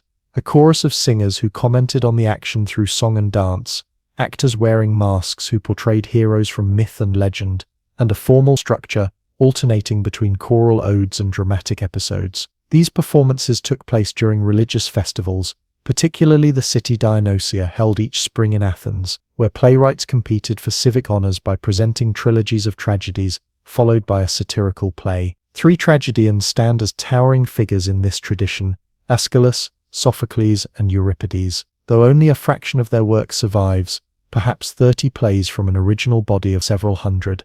These texts reveal the extraordinary depth and sophistication achieved within a relatively brief flowering of dramatic art. Each playwright brought distinct perspectives and innovations to the evolving form, while addressing perennial questions about justice, fate, religious obligation, and human suffering. Aeschylus, the earliest of the great tragedians, transformed theatre by introducing a second actor, allowing for true dramatic conflict rather than simply alternation between soloist and chorus. Born around 525 BCE, Aeschylus fought at Marathon against the Persians before turning to dramatic composition. His approach to tragedy emphasized cosmic justice operating across generations, with human characters caught in patterns of transgression and retribution that revealed divine purpose. His language employed bold metaphors and complex imagery, creating an atmosphere of solemn grandeur appropriate to his theological vision. Aeschylus's masterpiece, the Orestia trilogy, remains our only complete tragic trilogy from ancient Athens. It traces the curse afflicting the house of Atreus through 3 connected plays. Agamemnon portrays the king's murder by his wife Clytemnestra upon returning from Troy.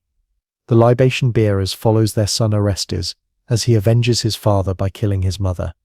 And Eumenides resolves this cycle of bloodshed through divine intervention and the establishment of Athens' homicide court on the Areopagus. This progression from personal vengeance to civic justice reflected Athens' own evolution from tribal custom to legal institutions, suggesting that human suffering might ultimately serve the development of more just social arrangements. Sophocles, slightly younger than Aeschylus, introduced further innovations, including a third actor and more fully developed characters with complex psychological depth. Born around 496 BCE to a wealthy Athenian family, Sophocles held various public offices alongside his dramatic career, embodying the ideal of the citizen artist. His tragedies typically focus on heroic individuals whose exceptional qualities, strength of will, unwavering conviction, profound insight, ultimately lead to their isolation and destruction when these same traits become excessive or misapplied. Unlike Aeschylus's cosmic perspective,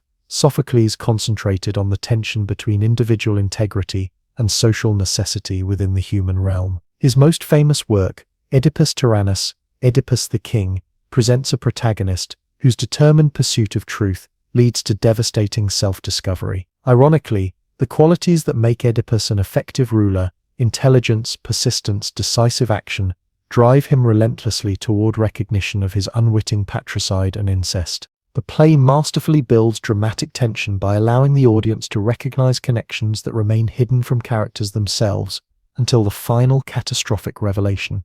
This tragic irony, where spectators understand implications unseen by characters, became a hallmark of Sophoclean dramaturgy. Sophocles often explored the conflict between divine law and human authority. In Antigone, his heroine defies King Creon's edict by performing funeral rites for her brother, declaring that unwritten divine laws take precedence over temporary human decrees.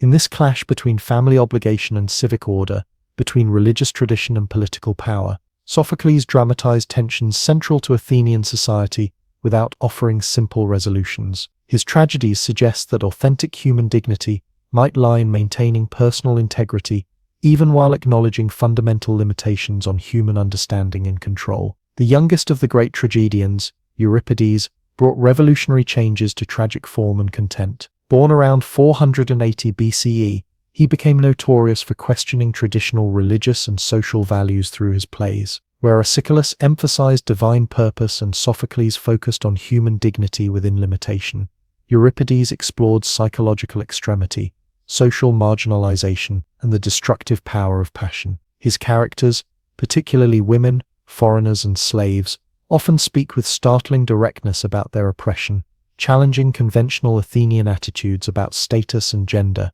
His theatrical innovations included more realistic dialogue, complex female protagonists, and dramatic prologues that established background information directly rather than revealing it gradually through the action. Euripides' Medea exemplifies his radical approach. Its protagonist, a foreign princess, abandoned by her Greek husband Jason, articulates the restricted position of women in Greek society before taking terrible revenge by killing her own children. Unlike earlier tragic heroes destroyed by cosmic forces or internal flaws, Medea acts with chilling rationality while fully aware of her actions' moral implications. Bacchae, one of Euripides' final works, depicts the destructive frenzy unleashed when King Pentheus attempts to suppress Dionysian worship. The play's shocking violence and ambiguous religious message reflect both fascination and anxiety about ecstatic states that suspend rational control, a theme particularly relevant to theatre itself as a Dionysian art form.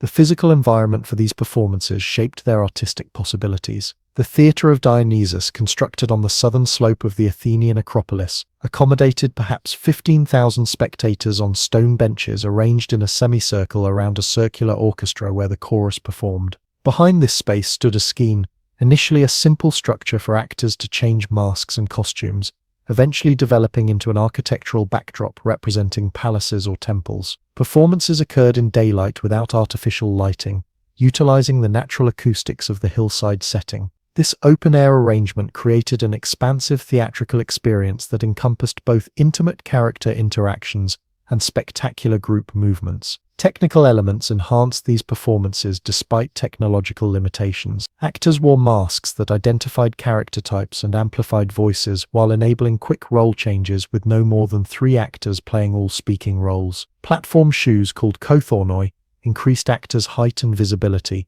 A crane device, Mechana, allowed actors portraying gods to fly into the performance area, famously satirized as Deus Ex Machina, Dio God from the machine, when used too conveniently to resolve plot complications. Wheeled platforms revealed interior scenes or displayed tableaux of violence that Greek theatrical convention avoided showing directly. Beyond these physical aspects, Greek tragedy operated within established conventions that shaped audience expectations. Plots typically drew from mythology, focusing on legendary heroes and royal households whose elevated status made their downfall particularly significant. Action usually observed unity of place and time, depicting events occurring in a single location during a single day. Violence happened off-stage, reported by messengers or revealed through tableau rather than enacted directly. The chorus remained present throughout, offering collective commentary that provided emotional, ethical, and theological perspectives on unfolding events. What made tragedy so central to Athenian civic life?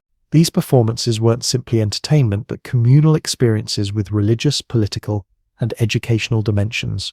They took place during festivals honoring Dionysus, maintaining sacred associations even as their content became increasingly secular. The city government funded productions through a system called choregia, where wealthy citizens served as producers handling expenses as part of their civic responsibility.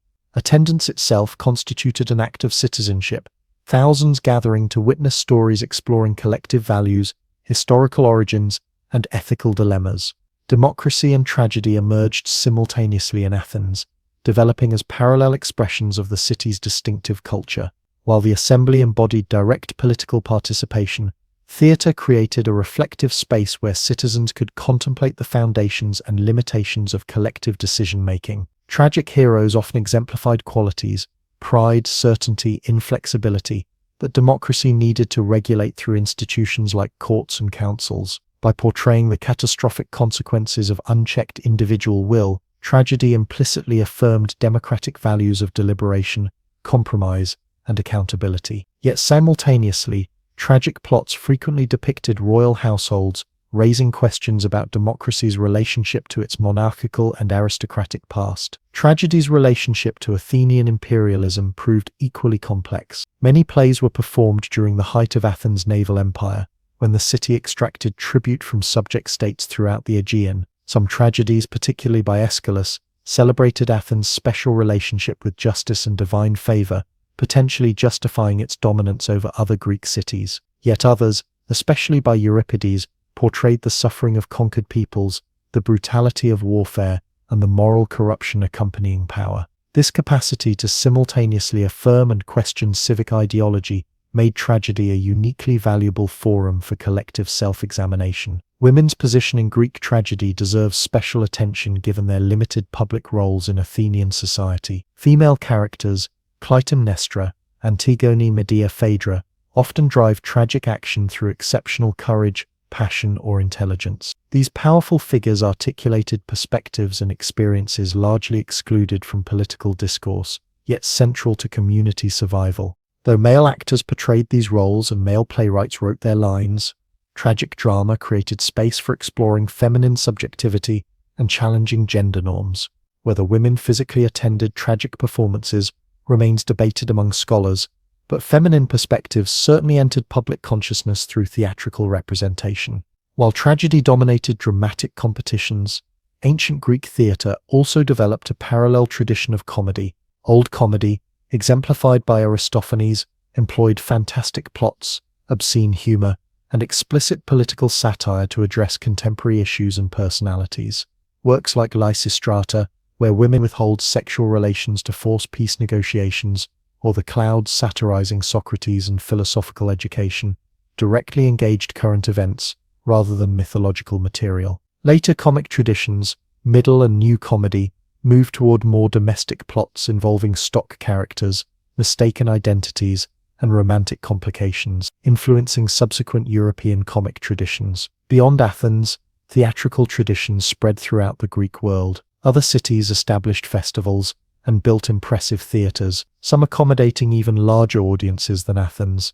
The theatre at Epidaurus, renowned for its exceptional acoustics, seated approximately 14,000 spectators. During the Hellenistic period following Alexander's conquests, theatre became increasingly professionalized, with touring companies performing established classical works alongside new compositions. This broader dissemination transformed theatre from a specifically Athenian institution into a pan-Hellenic and eventually Mediterranean-wide cultural practice. The physical legacy of Greek theatre survives in dozens of ancient theatre structures scattered across the Mediterranean world. Their distinctive architectural form, semicircular seating facing a circular orchestra with scenic building beyond, established a pattern that Roman and subsequent European theatre would modify but never abandon. The ruins at Epidaurus, Syracuse, Delphi, Pergamon, and numerous other sites testify to theatre's central place in Greek civic and religious life, while continuing to host performances for modern audiences, connecting contemporary theatrical practice to its ancient origins. Textually, our understanding of Greek drama depends on manuscripts preserved through Byzantine scholarship and fortunate historical accidents. From an original corpus of perhaps several hundred tragedies, only 32 complete plays survive, 7 by Aeschylus, 7 by Sophocles, and 18 by Euripides. While representing just a fraction of ancient dramatic literature, these texts have exerted enormous influence on subsequent Western cultural traditions. Renaissance humanists rediscovered and translated these works, inspiring European dramatists from Shakespeare to Racine. Modern directors continue finding contemporary relevance in ancient material, reinterpreting these plays for new audiences facing their own political conflicts, ethical dilemmas, and social transformations. What gave Greek tragedy its enduring power? Beyond its formal innovations and poetic brilliance, tragedy explored tensions fundamental to human experience: individual desire versus social necessity, human agency versus divine determination, inherited guilt versus personal responsibility, rational understanding versus irrational emotion. By presenting characters of exceptional quality facing impossible choices, tragic drama examined both the heights of human possibility and the inescapable limitations of mortal existence. Through public performance, these explorations became collective experiences where communities confronted their deepest values and most troubling questions. Aristotle, analyzing tragedy in his Poetics a century after its golden age, identified catharsis, the purification or purgation of emotions, as tragedy's distinctive effect. By arousing pity and fear through witnessing noble figures suffer, tragedy allowed audiences to experience these emotions safely while achieving greater understanding of human vulnerability. This emotional engagement wasn't merely therapeutic, but potentially educational, developing emotional intelligence alongside intellectual comprehension. Tragedy thus served as both aesthetic experience and ethical training, cultivating the emotional discernment necessary for effective citizenship and meaningful human relationships. Modern interpretations have expanded upon Aristotle's analysis. Friedrich Nietzsche saw tragedy emerging from the creative tension between Apollonian order and Dionysian ecstasy, rational form containing and channeling irrational energy. Sigmund Freud found in Oedipus a mythic expression of universal psychological patterns, while Carl Jung interpreted tragic figures as archetypes of collective human experience. Feminist critics have examined tragedy's complex representation of gender relations, while post-colonial approaches investigate its treatment of foreigners and cultural others. These diverse readings testify to tragedy's rich interpretive possibilities and continued capacity to illuminate human experience across cultural boundaries. As Greek civilization moved toward its classical apogee in 5th century Athens, the development of tragic drama represented one of its most distinctive achievements, emerging from religious ritual yet addressing civic concerns, combining aesthetic sophistication with philosophical depth. Greek tragedy created a space where communities could contemplate their deepest uncertainties while affirming shared values. Through powerful poetry and embodied performance, these ancient plays explored human vulnerability, divine mystery, and social responsibility in ways that continue to resonate across millennia. A messenger runs the final stretch toward Athens, his legs trembling with exhaustion. He has covered nearly 26 miles from the coastal plain of Marathon, bearing news that will echo through millennia. As he reaches the city's assembly, he gasps out a single word before collapsing: victory. The year is 490 BCE, and against overwhelming odds, Athens has defeated the mighty Persian Empire on the battlefield. This astonishing triumph, and the even more remarkable Greek resistance that would follow a decade later, represents one of history's most consequential military struggles, a conflict that preserved Greek independence, with it the cultural and political experiments that would help shape Western civilization. The confrontation between the Persian Empire and the Greek city-states emerged from a complex web of political, cultural, and economic tensions that had been building for decades. By the early 5th century BCE, the Persian Empire stood as the world's dominant power, stretching from the Indus River to the Mediterranean, from Egypt to the Black Sea. Under rulers like Darius this vast state developed sophisticated administrative systems, imperial highways, standardized coinage, and efficient taxation, creating unprecedented wealth and military power. By contrast, the Greek world remained fragmented into fiercely independent city-states, united by language and culture, but politically divided and often engaged in bitter rivalries. Contact between these different worlds had increased steadily as Greeks established colonies along the Anatolian coast of modern Turkey, an area the Persians called Ionia. These Greek cities had fallen under Persian control by the mid-6th century BCE, becoming tribute-paying subjects of the empire while maintaining some internal autonomy. For a time, this arrangement proved mutually beneficial. Greek cities prospered through trade, while Persian governors maintained regional stability. Yet tensions simmered beneath the surface, particularly as Greek-speaking elites in these cities grew increasingly restive under foreign rule. The spark that ignited open conflict came in 499 BCE, when several Ionian Greek cities revolted against Persian control, encouraged by the ambitious Aristagoras of Miletus. Desperate for support, Aristagoras sailed to mainland Greece seeking allies. Sparta, the greatest military power among the Greek states, declined involvement in this distant conflict.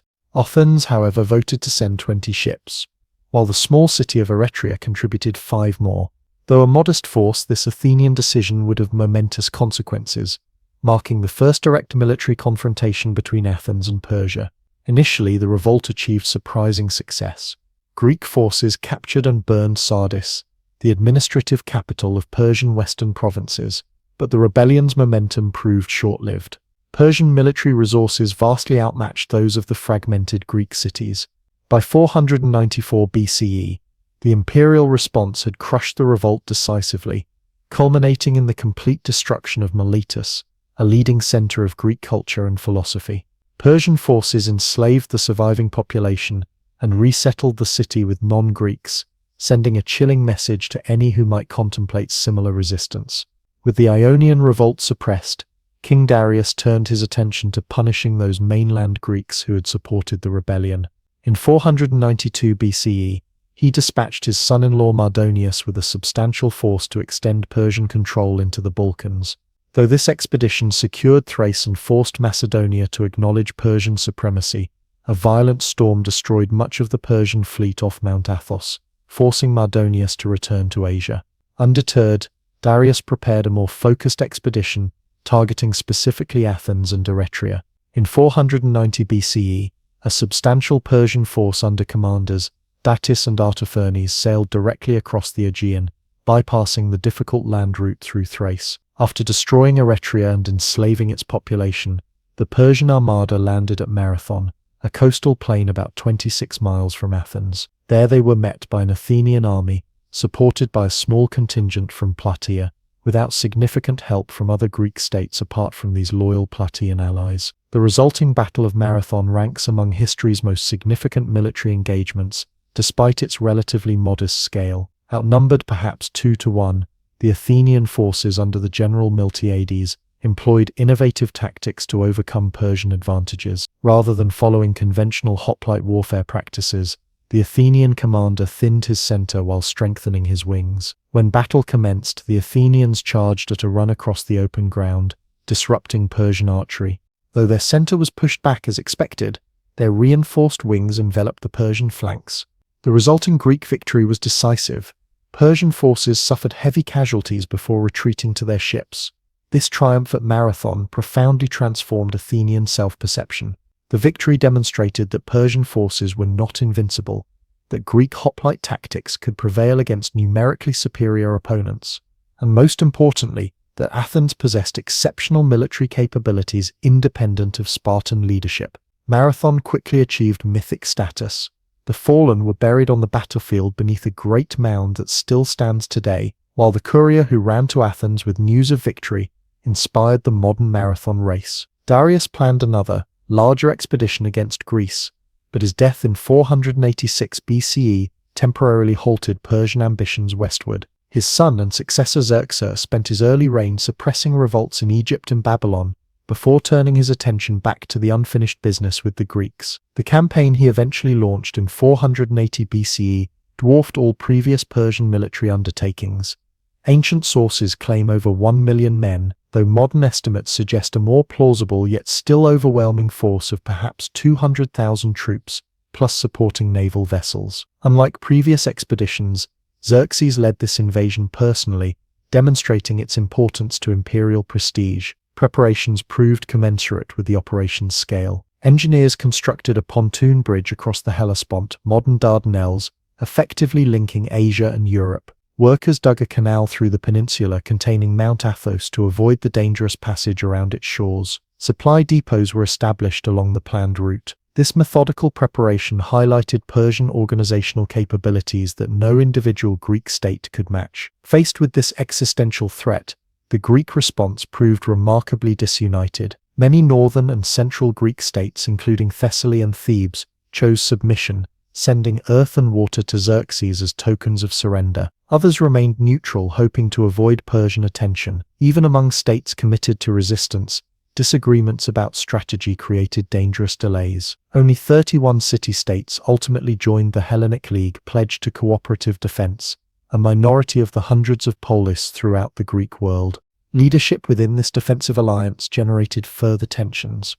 Sparta held the prestigious command position both on land and sea, reflecting its military reputation, but Athens contributed the largest naval contingent, a newly built fleet of nearly 200 triremes representing an extraordinary mobilization of Athenian resources. This awkward power-sharing arrangement functioned despite persistent strains between the democratic Athenians and the oligarchic Spartans, united temporarily by their shared existential crisis. The first significant confrontation occurred at the narrow pass of Thermopylae, where a small Greek force under Spartan king Leonidas attempted to block the Persian advance, while the Greek fleet engaged Persian ships nearby at Artemisium. For 3 days, the heavily outnumbered Greeks held their position against repeated Persian assaults, when a local traitor revealed a mountain path allowing Persian forces to outflank the Greek position. Leonidas dismissed most contingents but remained with his 300 Spartans and some Thespians and the bands, fighting to the death in one of history's most famous last stands. Though militarily a defeat, Thermopylae achieved enormous symbolic importance. The Spartans' sacrifice demonstrated absolute commitment to resistance, establishing an inspirational example for other Greeks. Leonidas's reported response when told Persian arrows would blacken the sun, "Then we shall fight in the shade," exemplified the laconic wit and courage that made Sparta legendary. Even Xerxes grudgingly acknowledged the exceptional quality of these opponents, reportedly remarking that he had many men but few soldiers of such caliber. With Thermopylae fallen, the Persian army advanced into central Greece, capturing and burning Athens after its population evacuated to the nearby island of Salamis and other safe locations. This destruction of Greece's greatest city, including religious sanctuaries atop the Acropolis, represented both practical retribution for Athenian defiance and potent psychological warfare against remaining resistance. The Persian Empire had demonstrated its overwhelming power. Greek independence appeared doomed. At this darkest moment, however, the course of the war dramatically reversed through an extraordinary naval engagement in the strait between Salamis and the mainland. The Athenian leader Themistocles, through both persuasion and strategic deception, convinced the allied Greek fleet to make its stand in these narrow waters rather than retreating to the Peloponnese as many commanders preferred. He then manipulated the Persians into attacking under unfavorable conditions where their numerical advantage became a liability. The resulting Battle of Salamis in late September 480 BCE demonstrated the effectiveness of Greek naval tactics when properly employed. Persian ships, crowded into the confined strait, found themselves unable to maneuver effectively against the more nimble Greek triremes operated by experienced crews. Greek ships, though fewer in number, could ram their opponents and withdraw in coordinated movements, while Persian vessels interfered with each other in the chaos. By day's end, perhaps 200 Persian ships had been destroyed or captured with minimal Greek losses. Salamis transformed the strategic situation entirely. Though Xerxes still commanded overwhelming land forces, his naval losses compromised his supply lines and communication with Asia. Fearing potential attacks against his bridges across the Hellespont, Xerxes retreated to Asia with most of his army, leaving his general Mardonius with a still formidable force to continue operations the following spring. This partial Persian withdrawal gave the Greeks crucial breathing space while boosting their confidence immeasurably divine favor seemed to have shifted toward their cause. The final decisive engagement came the following summer at Plataea in 479 BCE, where the largest hoplite army ever assembled, perhaps 40,000 Greeks including 5,000 Spartans, confronted Mardonius's remaining Persian forces. After nearly 2 weeks of cautious maneuvering, a series of misunderstandings triggered a disorganized battle that nevertheless ended in comprehensive Greek victory. Mardonius died in the fighting, and Persian survivors retreated from mainland Greece permanently. On the same day,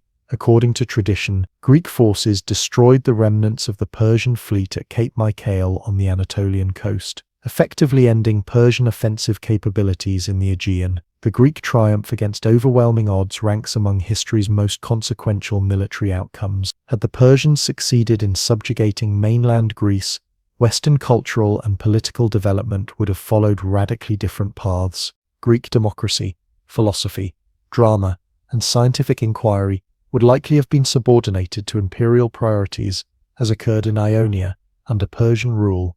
The distinctive Greek path, characterized by political fragmentation, intense competition, and intellectual freedom, would have been dramatically altered or extinguished entirely. What explains this remarkable Greek success against the world's greatest empire? Several factors contributed to the outcome. Geography favored the defenders, with mountain passes like Thermopylae allowing small forces to impede much larger armies. Greek hoplite warfare, organized around heavily armored infantry, fighting in disciplined phalanx formation, proved highly effective against Persian troops, more lightly equipped for mobility across their vast empire. Greek ships designed specifically for ramming tactics in confined waters outperformed Persian vessels better suited to open seas and troop transport. Beyond these material factors, motivational differences played crucial roles. Greeks fought for their homes, families, and independence, especially the Athenians, whose cities' very existence hung in the balance. Many Persian troops, drawn from across the empire, had no personal stake in conquering distant Greece. The decentralized Greek command structure, though creating coordination challenges, allowed battlefield initiative and adaptation in ways the more hierarchical Persian system sometimes prevented. The war's psychological impact on Greek self-understanding proved immense and long-lasting. Before the conflict, Greeks had viewed Persian culture with considerable admiration, adopting Eastern luxury goods, artistic motifs, and even political concepts. After their victory, Greek identity increasingly defined itself in opposition to barbarian Asia. The triumph validated distinctive Greek practices, citizen armies over imperial conscripts, participatory government over absolute monarchy, reasoned debate over unquestioning obedience. This self-definition, through contrast with the other, produced both creative energy and troubling prejudice. At its best, it encouraged critical examination of social institutions rather than passive acceptance of tradition. At its worst, it fostered dismissive attitudes toward non-Greek cultures regardless of their actual achievements. This complex legacy of cultural pride, mingled with ethnocentrism, would later shape Alexander's ambivalent relationship with Persian civilization and influence Greco-Roman attitudes toward the wider world. For individual Greek states, the war's outcome transformed both external relations and internal politics. Athens emerged with enormously enhanced prestige, having contributed decisively to victory through both strategic leadership and material resources. The seemingly divine validation of their recent democratic reforms strengthened popular government while connecting it to imperial ambition. Athens would soon transform the anti-Persian alliance into an Athenian-led naval empire, extracting tribute from fellow Greeks, a development Sparta watched with growing alarm. Sparta, though officially victorious as overall commander of Greek forces, experienced more ambiguous results. Their reputation for military excellence remained intact, but new questions arose about their willingness to operate beyond the Peloponnese. While Athens looked outward toward maritime opportunities following the war, Sparta turned increasingly inward, focusing on controlling its Helot population and managing its Peloponnesian alliance. These diverging trajectories would eventually lead to the devastating Peloponnesian War that ended Greece's classical golden age. The war left tangible memorials throughout the Greek world. Battlefield monuments commemorated the fallen, including the famous epitaph at Thermopylae, "Go tell the Spartans, stranger passing by, that here obedient to their laws we lie." Treasury buildings at Pan-Hellenic sanctuaries, displayed spoils taken from Persian forces. In Athens, deliberate ruins on the Acropolis were preserved as reminders of Persian sacrilege. Visible for decades before the Periclean building program replaced them with the Parthenon and other classical structures, explicitly celebrating Athenian triumph and subsequent greatness. Literary and artistic responses to the conflict shaped cultural memory for generations. Aeschylus, who fought at Marathon, dramatized the Persian defeat at Salamis in his tragedy, The Persians, extraordinarily portraying the enemy's suffering with genuine compassion. Herodotus devoted his groundbreaking historical work primarily to explaining this momentous conflict, creating the first comprehensive narrative history in Western tradition. Painters decorated public buildings with scenes of Greeks vanquishing Persians, while sculptors incorporated Persian figures into temple friezes, transforming recent events into mythic expressions of civilization's victory over chaos. Direct conflict between Persia and the Greek mainland ended after Plataea and Mycale, but interaction between these civilizations continued along their frontiers. Greek cities in Ionia formally regained independence through the Peace of Calais in 449 BCE, though Persian cultural and economic influence remained strong in the region. Greek mercenaries increasingly served in Persian armies, while Persian gold frequently influenced Greek politics through strategic subsidies to different factions. The boundaries between Greek and Persian worlds remained permeable, despite the ideological emphasis on their differences. The Persian Wars exemplify how military outcomes, though shaped by material factors, often produce consequences far exceeding their immediate strategic results. What began as a punitive expedition against two minor cities that had supported a regional revolt ultimately transformed Mediterranean geopolitics, while establishing narratives about East-West conflict that would resonate through European history. The Greek victory preserved political and intellectual independence for developments that would fundamentally shape Western civilization, demonstrating how contingent historical moments can determine long-term cultural trajectories. As the mid-5th century BCE approached, Athens prepared to convert its new prestige and naval power into a maritime empire controlling the Aegean. Sparta retreated into increasingly rigid conservatism while watching Athenian ambitions with growing concern. The Persian threat had temporarily united these dissimilar societies, but their underlying differences in government values and interests would soon resurface with devastating consequences. The shared triumph over Persia thus contained seeds of the internal conflict that would eventually undermine Greek independence, demonstrating the fragility of unity achieved through external threat alone. Tonight, on Digging into History, we journey through the shadows of time to explore the twilight of empires and the dawn of a new era, the Middle Ages, a 1,000-year span that shaped the foundations of our modern world, beginning with one of history's most pivotal transitions, the collapse of the mighty Roman Empire and the uncertain birth of medieval Europe. Picture yourself standing on the stone walls of Rome in the year 410 CE. For nearly 8 centuries, Rome had stood undefeated, the eternal city at the heart of the greatest empire the Western world had ever known. Stretching from the misty hills of Britain to the sands of North Africa, from the Atlantic shores to the lands beyond the Euphrates, Roman power seemed as permanent as the marble columns of its forums and temples. But on this day, something unthinkable happens. The city gates open and the Visigoths, Germanic warriors led by their king Alaric, march through the streets of Rome. For the first time in 800 years, foreign invaders walk the Seven Hills. The psychological impact of this moment ripples across the Mediterranean world. How could Rome, the unconquerable, fall? The truth is that Rome's decline had been underway for generations. Like an ancient oak hollowed from within, the empire still cast an impressive shadow while its core weakened. The causes were numerous and complex. The empire had grown too vast to govern effectively. Economic troubles mounted as silver content in Roman coins was reduced, triggering inflation. Tax burdens crushed the working classes while wealthy landowners found ways to avoid paying their share. Military pressures intensified along the borders. Tribes and peoples that Romans dismissed as barbarians, the Goths, Vandals, Franks, Saxons and Huns, were themselves being pushed westward by population movements in Central Asia. These peoples were not simply wild hordes as Roman writers portrayed them. They had their own sophisticated cultures, skilled metalworking, impressive martial traditions, and complex social systems. Many had served in Roman armies and knew Roman tactics well. By the late 300s CE, these external pressures coincided with internal Roman power struggles. Emperors rarely died peacefully in their beds. Most were assassinated or overthrown, and civil wars between rival claimants drained resources needed for border defense. The empire attempted a desperate reorganization under Emperor Diocletian, who split the realm into western and eastern halves for more efficient governance. While the eastern half, centered on Constantinople, would endure for another 1,000 years as the Byzantine Empire, the western half entered a spiral of decline. As central authority weakened, local Roman elites began making their own arrangements with incoming Germanic leaders. Rather than catastrophic destruction, many regions experienced a gradual transformation. Germanic kings often tried to preserve Roman administrative systems, adopted Roman titles, and sometimes even ruled in the name of the distant emperor.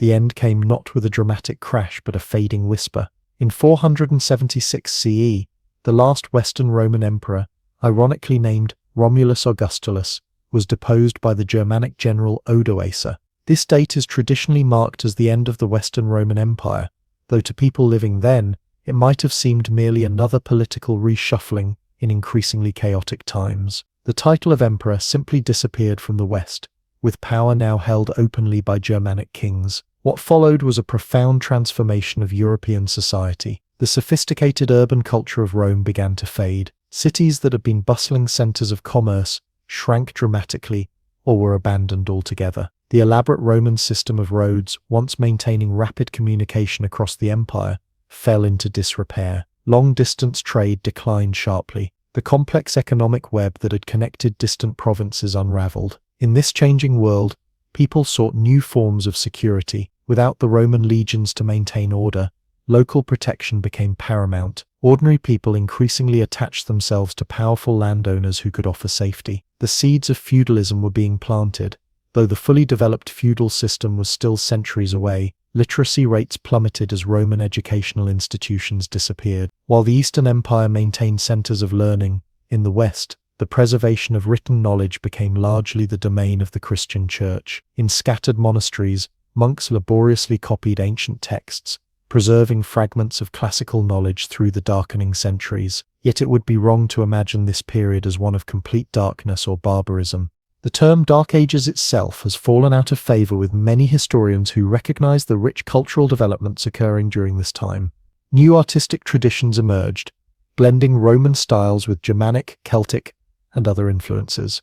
Brilliant illuminated manuscripts were created in monasteries. The foundations of Romanesque architecture were laid. For ordinary people, daily life changed, but not always for the worse. The crushing tax burdens of the late Roman Empire were lifted. While trade networks contracted, most communities developed more self-sufficient local economies. The collapse of central authority meant that in many regions, local customs and traditions that had been suppressed under Roman rule could re-emerge. The migration period brought new peoples, languages, and cultural practices to the former Roman territories. The map of Europe was being redrawn. In Britain, Anglo-Saxon settlers established kingdoms that would eventually form England. In Gaul, the Franks under Clovis created the foundation of what would become France. The Visigoths settled in Spain, while the Ostrogoths, and later the Lombards, ruled Italy. These new kingdoms maintained varying degrees of Roman influence. In some areas, Roman law continued to be followed alongside Germanic legal traditions. Latin remained the language of administration and the church, gradually evolving into the Romance languages we know today. Christianity, which had become the official religion of the empire in its final century, continued to spread, though often blending with local beliefs and practices. Perhaps most significantly, this period saw the emergence of a distinctly European identity separate from the Mediterranean world. As the political unity of the old empire fractured, three major cultural spheres began to take shape: the Byzantine East, preserving Greek traditions; the Islamic world, which would soon emerge from Arabia; and Western Christendom, developing its own unique synthesis of Roman, Christian, and Germanic elements. The story of this transition is not simply one of decline. It represents a crucial pivot in human history, the end of the ancient world, and the first steps toward medieval Europe. The institutions and ideas that would define European civilization for the next 1,000 years were taking root in this seemingly chaotic period. The old Roman elite, with their villas and urban lifestyles, gradually transformed into a new aristocracy based on landholding and military service. The Christian Church stepped into the vacuum left by imperial administration, becoming not just a religious institution, but a political and cultural force. Monasteries became centers of learning, agriculture, and technology. For those living through these tumultuous times, the changes must have seemed both frightening and full of possibility. Old certainties disappeared, but new opportunities emerged. The world was being remade, though none could have foreseen the distinctive civilization that would eventually arise from these foundations. As night falls on the Roman world, we see not just an ending but a beginning. The flickering torches of medieval Europe are being lit one by one, casting new shadows and illuminating new paths forward. The 1,000-year journey of the Middle Ages has begun, a journey that will take us through castle halls and monastery scriptoria, village fields and cathedral naves, to the eventual reawakening of the Renaissance. This twilight period between ancient and medieval worlds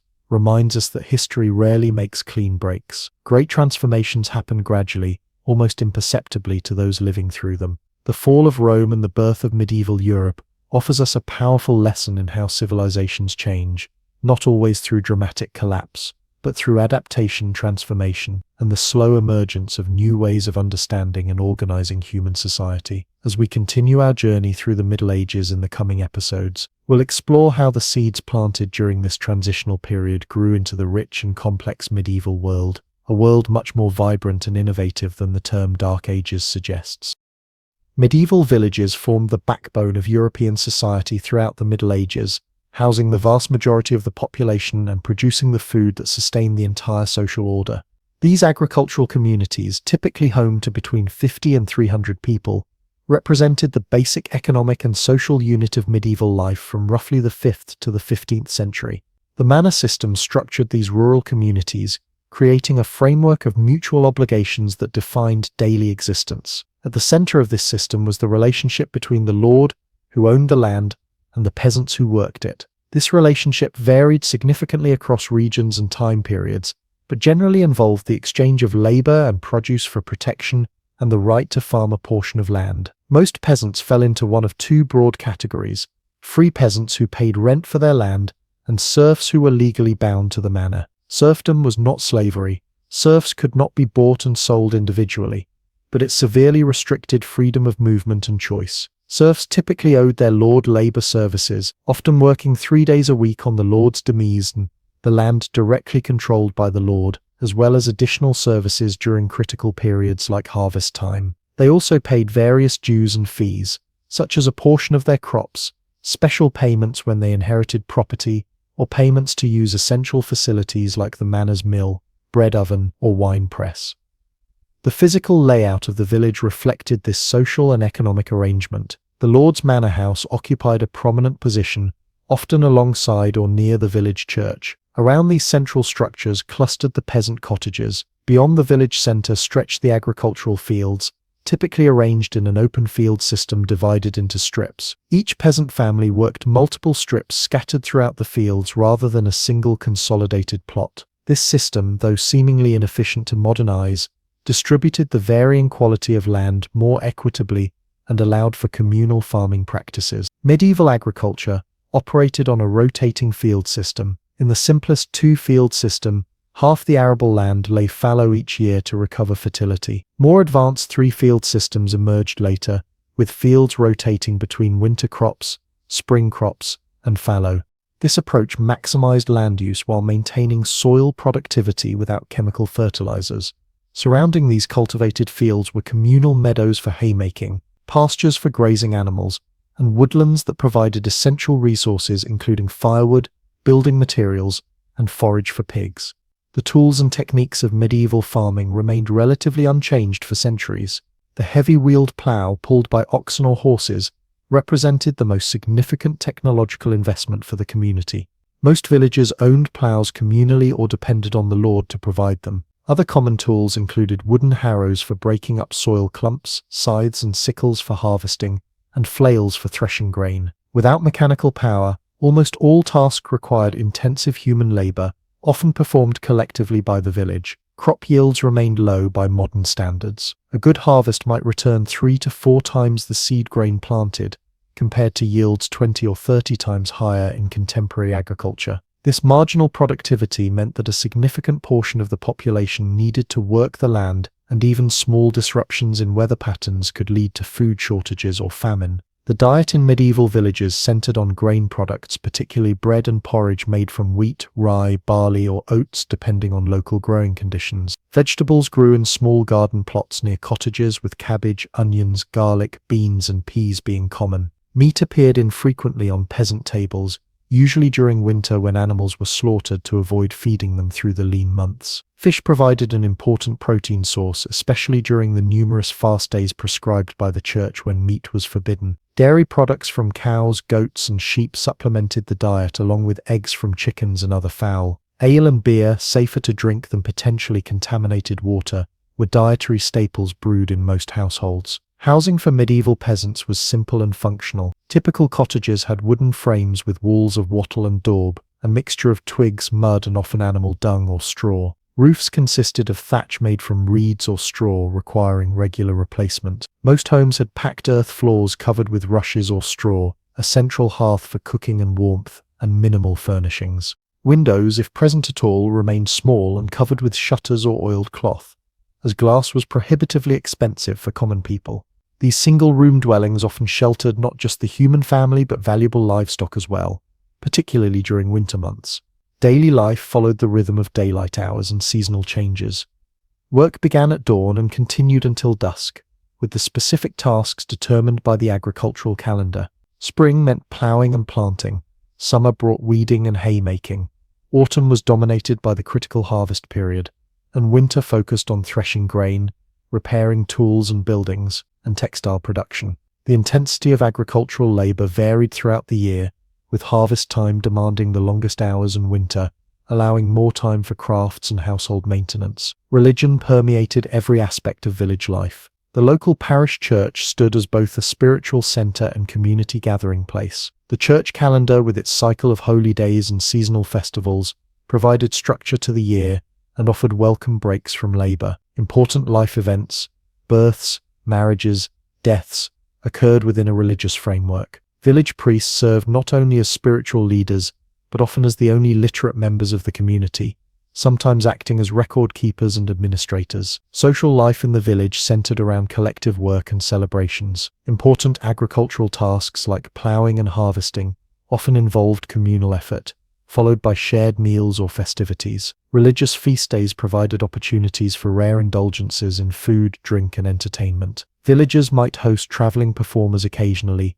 but more commonly created their own amusements through storytelling, music, dancing, and games. These collective activities reinforced community bonds essential for survival in a challenging environment. Village administration typically occurred through several overlapping systems. The manor court, presided over by the lord or his steward, handled matters related to agricultural obligations, land transfers, and minor disputes. Many villages also maintained their own customary decision-making bodies where senior male householders would address issues of common concern, such as the timing of planting or harvesting, maintenance of shared resources, and the resolution of conflicts. Women, while excluded from formal governance, exercised significant practical authority over household management, food processing, textile production, and certain agricultural tasks. Life expectancy remained short, with perhaps half of all children dying before reaching adulthood. Those who survived childhood might live into their 50s or 60s, though many succumbed earlier to accidents, disease, or complications from childbirth. Medical care came primarily from local healers using herbal remedies, with formal physicians available only to the wealthy. Against this backdrop of hardship, the village community provided crucial support networks, with neighbors assisting each other during illness, old age, or after the death of a provider. Despite its challenges, medieval village life maintained remarkably stable communities over centuries. The limited mobility of peasants, especially serfs, meant that families often remained in the same location for generations, creating deep connections to both place and community. This stability fostered strong local identities, distinctive dialects, and regional customs that contributed to the rich cultural tapestry of medieval Europe. The village economy operated primarily on a subsistence basis, with most production intended for local consumption. However, specialized crafts developed in many communities, with blacksmiths, carpenters, millers, brewers and other artisans providing essential services. As the Middle Ages progressed, increasing specialization and trade expanded the economic horizons of village life, gradually connecting rural communities to wider regional markets. This manor-based village system began to transform in the later Middle Ages due to multiple factors. The catastrophic population decline following the Black Death of the 14th century created labor shortages that increased peasant bargaining power. Growing commerce and the rise of towns offered alternative livelihoods. Legal changes gradually undermined serfdom, with many peasants commuting their labor services to cash payments. By the end of the medieval period, the strictly manorial village had evolved significantly in many regions, though elements of the system persisted in some areas into early modern times. The medieval village represented far more than a simple economic arrangement for food production. It constituted a complete social world that shaped individual identity, provided security through mutual obligation, and created enduring cultural patterns.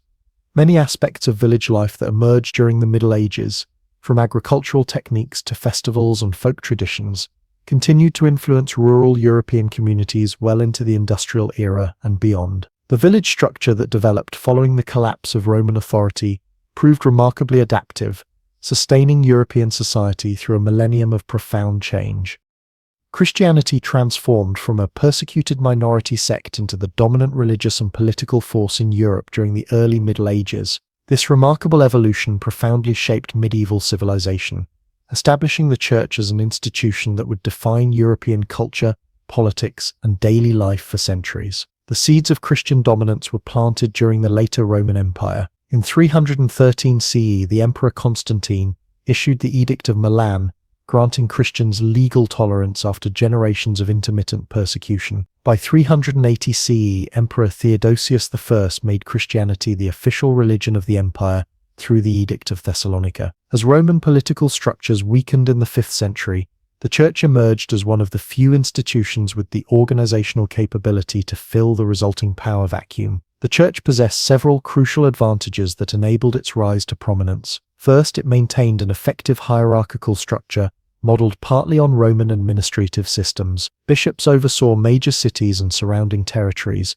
with archbishops supervising larger regions. The Bishop of Rome, the Pope, gradually asserted primacy over the Western Church, though this authority developed unevenly and faced persistent challenges. Second, the Church preserved literacy and administrative expertise during a period when these skills were disappearing from secular society. As Roman educational institutions collapsed, cathedral schools and later monasteries became the primary centers for learning. Clerics formed a specialized class of literate administrators who could read, write, maintain records, and understand Roman law. These skills made churchmen indispensable to emerging kingdoms struggling to establish effective governance. Third, Christianity offered a unifying ideological framework for a fragmenting Europe. The universal message of Christianity transcended tribal and political boundaries, providing common religious practices and moral teachings across diverse regions. As Germanic kingdoms replaced Roman authority,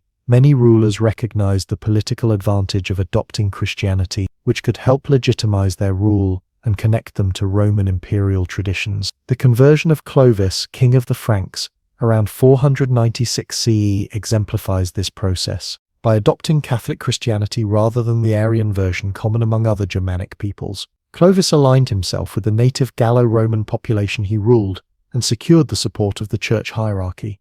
Similar conversions occurred across Europe, often beginning with royal courts and gradually spreading to the general population. Monasticism emerged as a particularly influential movement within the expanding church. The monastic ideal began with desert hermits in Egypt and Syria during the 3rd and 4th centuries, who sought spiritual perfection through asceticism and withdrawal from worldly concerns. This individual pursuit evolved into communal monasticism, where groups of monks or nuns lived together under formal rules governing all aspects of life. In Western Europe, Benedictine monasticism became the dominant form following the creation of the Rule of Saint Benedict in the 6th century. This practical guide for monastic communities emphasized moderation, communal worship, physical labor, and intellectual pursuits. Benedictine monasteries spread across Europe, often established through royal or noble patronage, becoming centers of religious devotion, agricultural innovation, and cultural preservation. Monasteries performed several vital functions in medieval society. They served as spiritual powerhouses, with monks and nuns engaged in constant prayer thought to benefit the broader Christian community. They operated as economic centers, managing large agricultural estates and introducing improved farming techniques. Perhaps most crucially for later cultural development, monasteries preserved and transmitted knowledge through their scriptoria, where monks painstakingly copied religious and secular texts. The Carolingian period, approximately 750–900 CE, marked a significant enhancement of church power and cultural influence. Charlemagne, crowned emperor by Pope Leo III in 800 CE, actively supported the church while using it to strengthen his governance. His educational reforms, implemented largely through monasteries and cathedral schools, stimulated what historians call the Carolingian Renaissance, a period of increased intellectual activity and manuscript production. Charlemagne's imperial project linked political authority directly to church support, establishing a pattern that would characterize medieval politics for centuries. Subsequent rulers found their legitimacy dependent on proper religious consecration, usually through coronation by high church officials. This arrangement created enduring tensions over the proper relationship between secular and religious authority, culminating in the dramatic investiture controversy of the 11th and 12th centuries. The Church's power operated on multiple levels throughout medieval society. At the highest level, the papacy increasingly claimed authority over kings and emperors, asserting the supremacy of spiritual power over temporal rule. Pope Gregory VII's conflict with Emperor Henry IV in the late 11th century exemplifies this struggle, with Gregory temporarily forcing the emperor to humiliating penance at Canossa in 1077. While papal claims to universal authority were never fully realized in practice, they nevertheless required monarchs to negotiate with church leadership rather than simply dominate it. At regional levels, bishops functioned as major political figures, often controlling substantial territories as prince-bishops with both spiritual and temporal authority. Bishops frequently served as royal advisors, diplomats, and administrators, further blurring the line between church and state. Important cathedral towns developed into centers of learning, culture, and governance,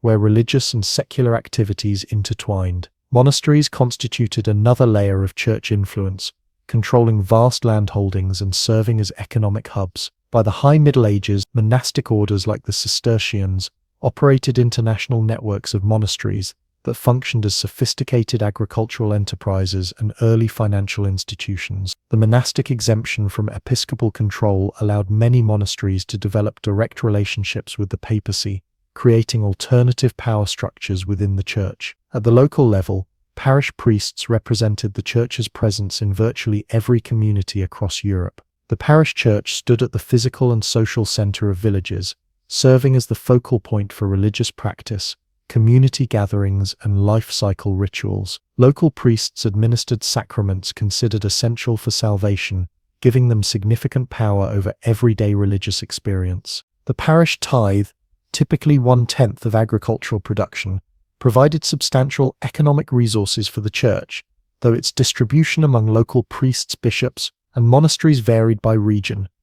The church shaped medieval intellectual life through its near monopoly on formal education. Cathedral schools, typically attached to major churches and supervised by bishops, trained clergy and some laymen in subjects derived from classical learning. The traditional liberal arts curriculum consisted of the trivium, grammar, rhetoric, logic, and quadrivium, arithmetic, geometry, astronomy, music, providing a framework for understanding the world. By the 12th century, some cathedral schools evolved into the first universities, beginning with Bologna, specializing in law and Paris theology. Medieval intellectual activity operated within a Christian framework that sought to harmonize classical knowledge with religious truth. Scholars like Thomas Aquinas, 1225 to 1274, systematically incorporated Aristotelian philosophy into Catholic theology, demonstrating that faith and reason could complement rather than contradict each other.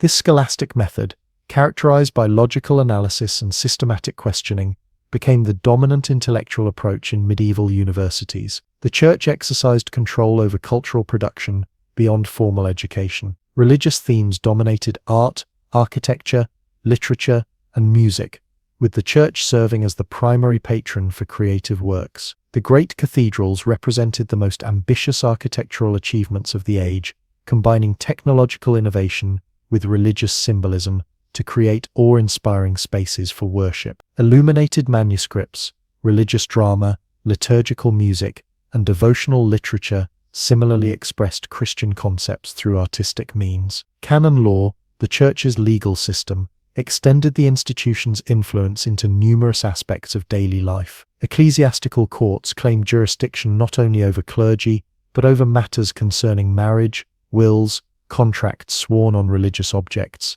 and various moral offenses. These courts operated alongside secular legal systems, sometimes competing with them for jurisdiction. Canon law influenced the development of secular legal systems through its sophisticated procedural rules and emphasis on intent, rather than simply outcome, in determining guilt. The Church regulated moral behavior through the sacrament of confession and the system of penance. The Fourth Lateran Council in 1215 made annual confession mandatory for all adult Christians, giving priests regular opportunities to shape moral understanding and behavior.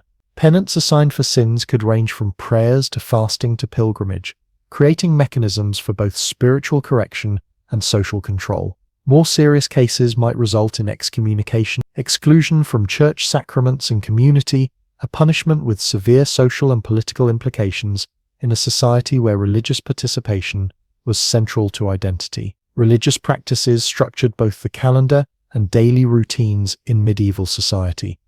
The liturgical year, with its cycle of feasts and fasts, determined work patterns and celebrations. Major feast days like Christmas and Easter provided communal celebrations that reinforced both religious beliefs and social bonds. Saints' days, which varied by region, created localized religious identities and offered additional breaks from labor. Daily prayer cycles, most elaborate in monasteries, but observed in simpler forms by lay people, marked the passing of hours in an era before mechanical clocks became common. Popular devotion often centered on saints, who served as specialized intercessors with God and protectors of communities. Relics, physical remains or possessions of saints, attracted pilgrims and served as focal points for regional religious practices. Major pilgrimage sites like Santiago de Compostela in Spain, Canterbury in England, and Rome itself connected local communities to broader Christian networks through established pilgrimage routes that facilitated cultural exchange. The medieval church was not monolithic, despite its hierarchical structure. Reform movements regularly emerged to address perceived corruption or spiritual complacency. The Cluniac reforms beginning in the 10th century revitalized Benedictine monasticism by emphasizing stricter adherence to rules and independence from secular control. The Cistercian order, founded in 1098, sought to restore simplicity and manual labor to monastic life. Mendicant orders like the Franciscans and Dominicans, established in the early 13th century, broke from traditional monastic isolation to work directly among urban populations, combining preaching with voluntary poverty. Heretical movements also challenged church orthodoxy throughout the medieval period. Groups like the Cathars in southern France and the Lollards in England questioned fundamental church teachings and practices, often advocating simpler forms of Christianity closer to apostolic ideals. The church responded with persuasion through preaching campaigns, but also with force when necessary, developing inquisitorial procedures to identify and suppress heresy. The Albigensian Crusade, 1209 to 1229, against the Cathars demonstrated the Church's willingness to use military power against internal religious threats. The Church's economic power was substantial, derived from diverse sources including land ownership, tithes, fees for services, donations, and commercial activities. By some estimates, the Church controlled between 1/5 and 1/3 of the land in Western Europe during the High Middle Ages. This economic base supported elaborate building projects, institutional maintenance, charitable activities, and provided income for clergy at all levels. While church teaching emphasized charity and criticized greed, economic practices often reflected pragmatic accommodation to financial realities. The church operated the period's largest charitable institutions, maintaining hospitals, hospices for travelers, almshouses for the poor, and orphanages. Monasteries in particular were obligated to provide hospitality to travelers and assistance to the needy. These charitable activities addressed social welfare needs in the absence of secular government programs though their coverage was inevitably incomplete and unevenly distributed. By the later Middle Ages, the power and wealth of the Church generated increasing criticism from both religious reformers and secular authorities. The Western Schism, 1378 to 1417, when rival popes simultaneously claimed authority, damaged church prestige, and intensified calls for structural reform. Renaissance humanism encouraged critical examination of religious texts and traditions. These tensions, combined with political conflicts and theological disagreements, eventually contributed to the Protestant Reformation in the 16th century, which would fracture the religious unity of Western Europe. The medieval church thus stood as an institution of remarkable complexity and profound influence. It provided spiritual guidance and sacramental services while functioning as a political power, economic force, educational system, legal authority, and cultural patron. Despite numerous reforms, controversies, and challenges to its authority, the Church remained the most stable and far-reaching institution throughout the medieval period, fundamentally shaping European civilization in ways that continue to resonate in modern society. The transition from the classical world to the medieval period witnessed one of history's most significant intellectual transformations. As Roman political structures collapsed across Western Europe, vast repositories of ancient knowledge faced an uncertain fate. The story of what was lost, what survived, and how knowledge was preserved during the early Middle Ages reveals much about this pivotal historical transition and challenges simplistic narratives about a complete intellectual collapse. Roman civilization had developed sophisticated systems for creating, storing, and transmitting knowledge. Public libraries existed in major cities throughout the empire, with Rome itself housing nearly 30 public libraries by the 4th century CE. The most famous libraries of the ancient world, such as the Library of Alexandria in Egypt and the libraries of Pergamum in Asia Minor, contained hundreds of thousands of scrolls covering subjects from mathematics and astronomy to medicine, philosophy, and literature. These institutions served as centers of research and intellectual exchange, supporting a culture that valued learning and written knowledge. Education in the Roman world followed a structured progression, with elementary schools teaching basic literacy and numeracy, grammar schools providing instruction in literature and language, and rhetorical schools offering advanced training in public speaking and argumentation. This educational system produced a substantial literate class of administrators, lawyers, and cultured elites who consumed and sometimes created written works. In major urban centers, professional scribes copied texts for commercial distribution, while wealthy individuals maintained private libraries as symbols of status and learning. The crisis of the 3rd century, with its political instability, economic difficulties, and military pressures, began to strain this intellectual infrastructure. Urban decline reduced the population that could support specialized cultural institutions. Economic challenges made the luxury of education and book collection increasingly difficult to maintain. The gradual shift from papyrus scrolls to parchment codices, the ancestor of modern books, affected both the storage and production of written works, as parchment was more expensive but more durable than papyrus. As Western Roman authority fragmented in the 5th century, the fate of classical knowledge varied significantly by region and subject matter. In some areas, particularly those experiencing violent disruption, libraries were destroyed or abandoned. The maintenance of public libraries required stable governance and economic resources that were increasingly scarce. Without institutional support, the skilled personnel needed to catalog, preserve, and copy texts disappeared. The complex knowledge ecosystem that had sustained classical learning began to unravel. The decline in literacy accelerated the loss of knowledge. As formal educational institutions disappeared and governance shifted to Germanic rulers with different cultural traditions, the proportion of the population able to read Latin decreased dramatically.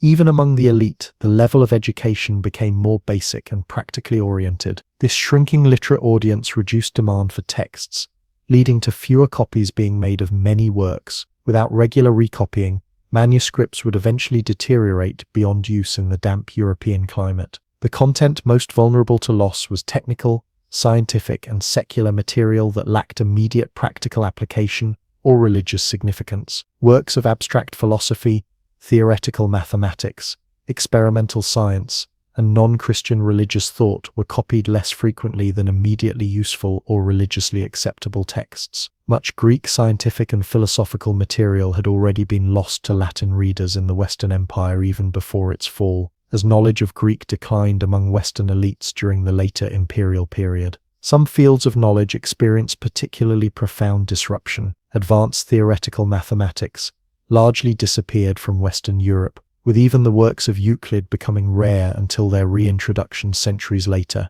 Medical knowledge regressed from the sophisticated empirical approaches of physicians like Galen to more limited and often superstition-based practices. Architectural techniques for constructing complex structures like domes and large-span arches were partially lost, not to be fully recovered until the High Middle Ages. Yet the narrative of loss requires important qualifications. First, the Eastern Roman Empire, Byzantine Empire maintained much greater continuity with classical learning. Constantinople preserved functioning libraries, educational institutions, and a literate bureaucratic class. Greek scientific and philosophical works continued to be copied and studied in the Byzantine world, providing a reservoir of knowledge that would later flow back to Western Europe during the 12th century Renaissance, and again during the 15th century, with the fall of Constantinople. Second, the Islamic world emerged as a major center for preserving and advancing classical knowledge. As Muslim armies conquered former Roman territories in North Africa,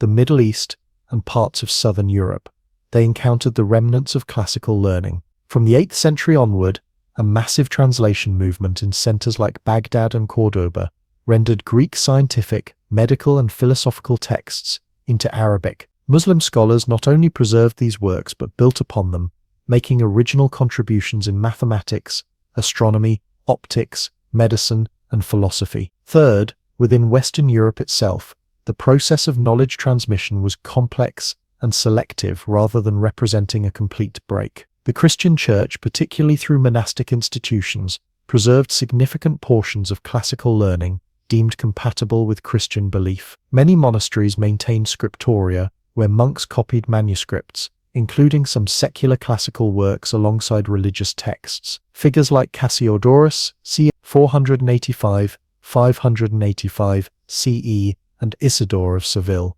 ca. 560–636 CE, consciously worked to preserve elements of classical learning within a Christian framework. The survival of classical texts in the West followed patterns reflecting both practical needs and ideological considerations. Works directly useful for church administration and religious education received priority. Texts by Latin authors considered morally acceptable to Christian sensibilities, such as Virgil and Cicero, continued to be copied for their stylistic value in teaching Latin. Some philosophical works, particularly those by Plato and later Neoplatonists, whose ideas could be harmonized with Christian theology, maintained limited circulation. The educational curriculum narrowed but did not disappear entirely. The 7 liberal arts, grammar, rhetoric, logic, arithmetic, geometry, astronomy, and music, provided a framework derived from classical education that structured medieval learning. These subjects were increasingly approached through simplified compilations and handbooks rather than original classical texts.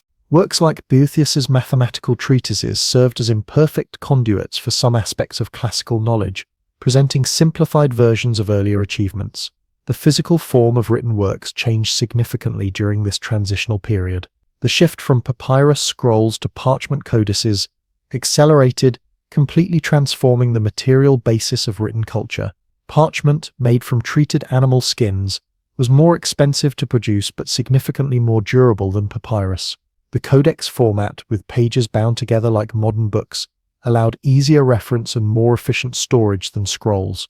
This technological transition, while eventually beneficial for knowledge preservation, may have contributed to short-term losses, as older works on deteriorating papyrus were not always transferred to the new medium. Writing itself transformed, with the development of new scripts optimized for different purposes. The Carolingian minuscule, developed during Charlemagne's educational reforms in the late 8th and early 9th centuries, provided a clear, standardized script that improved legibility and efficiency in book production. This script would later influence the development of our modern lowercase alphabet. The visual presentation of knowledge thus evolved alongside its content, with medieval manuscripts developing distinctive formats with decorated initials, marginal annotations, and eventually sophisticated illustration programs. The social context for intellectual activity changed dramatically as monastic communities and cathedral schools replaced the civic institutions of the Roman world. Learning became more explicitly connected to religious purposes,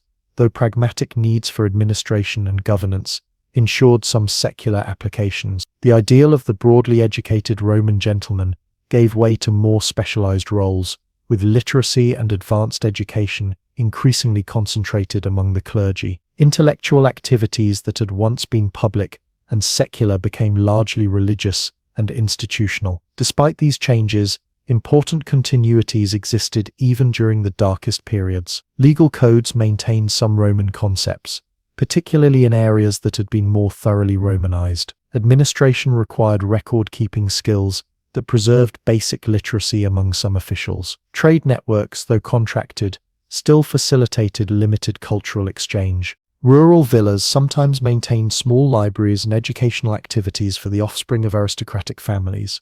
These threads of continuity provided channels through which fragments of classical knowledge could persist.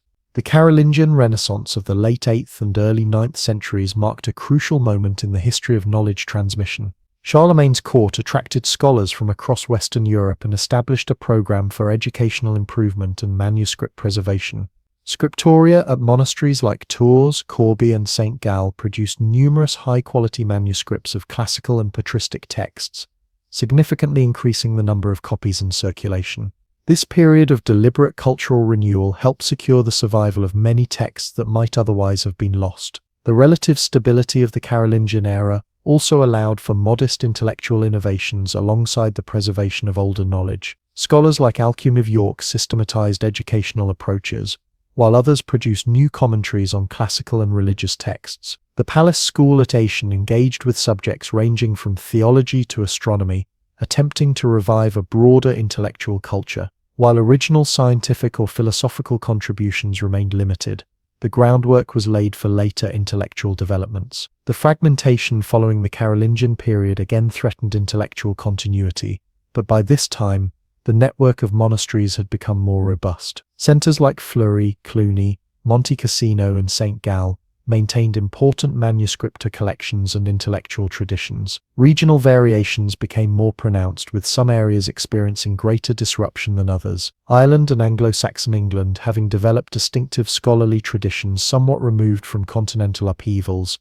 sometimes preserved texts that had disappeared elsewhere. The 10th century, once viewed as an especially dark period intellectually, has been reassessed by modern historians who recognize continued scholarly activity in monastic centers and emergent cathedral schools. Manuscripts continued to be copied, and some original works were composed, particularly in fields like music theory, where Guido of Arezzo developed the staff notation system that evolved into modern musical notation. Even in this challenging period, intellectual activity persisted, though on a reduced scale compared to either Roman or later medieval times. The 11th and 12th centuries witnessed a decisive intellectual turning point, driven by several converging factors. Increased political stability and economic growth provided resources for cultural pursuits. Urbanization created new contexts for learning outside traditional monastic settings.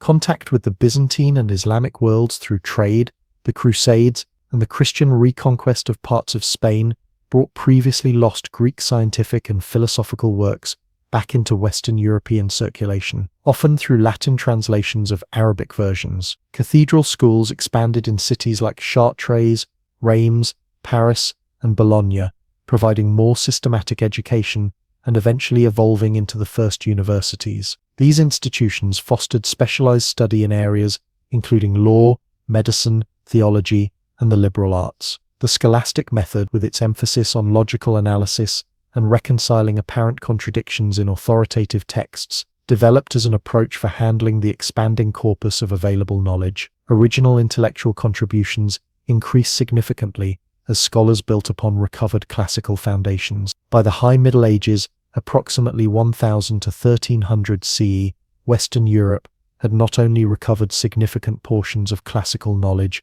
but had begun to advance beyond it in certain areas. Gothic architecture surpassed Roman building techniques in creating soaring, light-filled structures. Universities produced original works in natural philosophy, theology, and logic. New literary forms emerged, distinct from classical models. The intellectual world of medieval Europe had evolved into something neither entirely classical nor primitively simple, but rather a complex synthesis with its own distinctive characteristics. The journey of knowledge through the early medieval period reveals important lessons about cultural transmission and the fragility of intellectual achievements. No simple narrative of either complete loss or seamless continuity adequately captures the complex reality. Knowledge was lost selectively, preserved partially, and transformed significantly according to the priorities and possibilities of a changing world. The institutions supporting intellectual activity proved more vulnerable than the desire for knowledge itself, which found new, if reduced, channels of expression. What emerged from this period of intellectual transformation was not simply a diminished version of classical learning, but the foundations of a new intellectual culture. Medieval scholars ultimately created frameworks for reconciling faith with reason, for organizing and extending knowledge, and for educating new generations that would eventually lead to the intellectual flowering of the High Middle Ages and lay groundwork for the Renaissance. The story of knowledge during the so-called Dark Ages thus represents not just loss and preservation, but also adaptation and gradual renewal, demonstrating both the vulnerability and the resilience of human intellectual traditions during periods of profound social change. Feudalism emerged as the dominant political, military, and social system of medieval Europe, creating a complex web of personal relationships, obligations, and power structures that defined the medieval world from roughly the 9th through the 15th centuries. At its center stood two powerful symbols: the castle, representing military power and local authority, and the king, embodying the principle of centralized governance. Together, these elements formed a social order fundamentally different from both the Roman administrative state that preceded it and the nation-states that would eventually replace it. The feudal system developed largely in response to the challenges of the early medieval period. As Carolingian authority fragmented following the death of Charlemagne and subsequent Viking, Magyar, and Saracen raids intensified across Europe, centralized government proved increasingly incapable of providing basic security. Local communities turned to powerful individuals who could offer protection, creating the conditions for a more decentralized political arrangement based on personal bonds rather than abstract state institutions. At its theoretical core, feudalism rested on a series of reciprocal relationships centered around land tenure and military service. Kings, claiming ultimate authority over their realms, granted large territories fiefs to great lords in exchange for military support, counsel, and various ceremonial obligations. These great lords, in turn, subdivided portions of their lands to lesser nobles who swore similar oaths of fealty to them. This cascade of land grants and personal loyalty created a pyramid-like structure with the king at its apex and layers of increasingly numerous but less powerful vassals below. The ceremony of homage formalized these relationships. A vassal would kneel before his lord, place his hands between the lord's hands, and swear an oath of fealty, promising military service, typically 40 days per year, attendance at the lord's court to provide counsel, and financial aid in certain circumstances, like the ransoming of the lord if captured in battle, the knighting of the lord's eldest son, or the marriage of the lord's eldest daughter. The lord in turn promised protection, justice, and maintenance of the vassal's rights to his lands. Land grants under this system took various forms. The most significant was the fief, also called a feudum or fee, an inheritable estate granted in return for specified services. While technically the lord retained ultimate ownership, in practice a vassal's rights to his fief became increasingly secure over time, passing from father to son with only ceremonial renewal of homage. Other forms of land tenure existed alongside this system, including allodial lands owned outright, rare but significant, and various arrangements for non-noble landholders. Castles served as the physical manifestation of feudal power, combining military, administrative, and symbolic functions. Early medieval fortifications were relatively simple structures, often wooden motte and bailey constructions, consisting of a raised earthwork motte topped with a wooden tower and surrounded by a larger enclosed courtyard, bailey protected by a wooden palisade, ditch. These fortifications could be constructed relatively quickly and provided effective defense against the limited siege technology of the era. By the 11th and 12th centuries, wooden castles gave way to stone constructions with increasingly sophisticated defensive features. Square stone keeps, thick curtain walls, projecting towers, and carefully designed gatehouses with drawbridges and portcullises created layered defenses that could withstand extended sieges. The development of concentric castle designs, with multiple rings of walls, represented the pinnacle of medieval defensive architecture, before the widespread adoption of gunpowder weapons rendered them obsolete. Beyond their military function, castles served as centers of local administration, where lords exercised jurisdiction, collected revenues, and maintained records. They functioned as economic hubs for surrounding territories, housing workshops, storage facilities, and sometimes markets. As residential complexes, they accommodated not just the lord's family, but an entire household, including servants, administrators, guards, and specialized workers. By the later Middle Ages, comfort and display increasingly balanced defensive considerations, with larger windows, more elaborate great halls, and private chambers reflecting the castle's evolution from pure fortification to aristocratic residence. Kings occupied a unique and often paradoxical position within this feudal framework. In theory, medieval kings held supreme authority over their realms as God's appointed rulers, with coronation ceremonies emphasizing their sacred status. In practice, early medieval kings often controlled directly only their personal domains, relying on the cooperation of powerful vassals to exercise authority throughout their theoretical realms. This tension between claimed universal authority and limited practical power defined medieval kingship. Royal power rested on several foundations. First, kings maintained special legal status as the ultimate source of justice and law.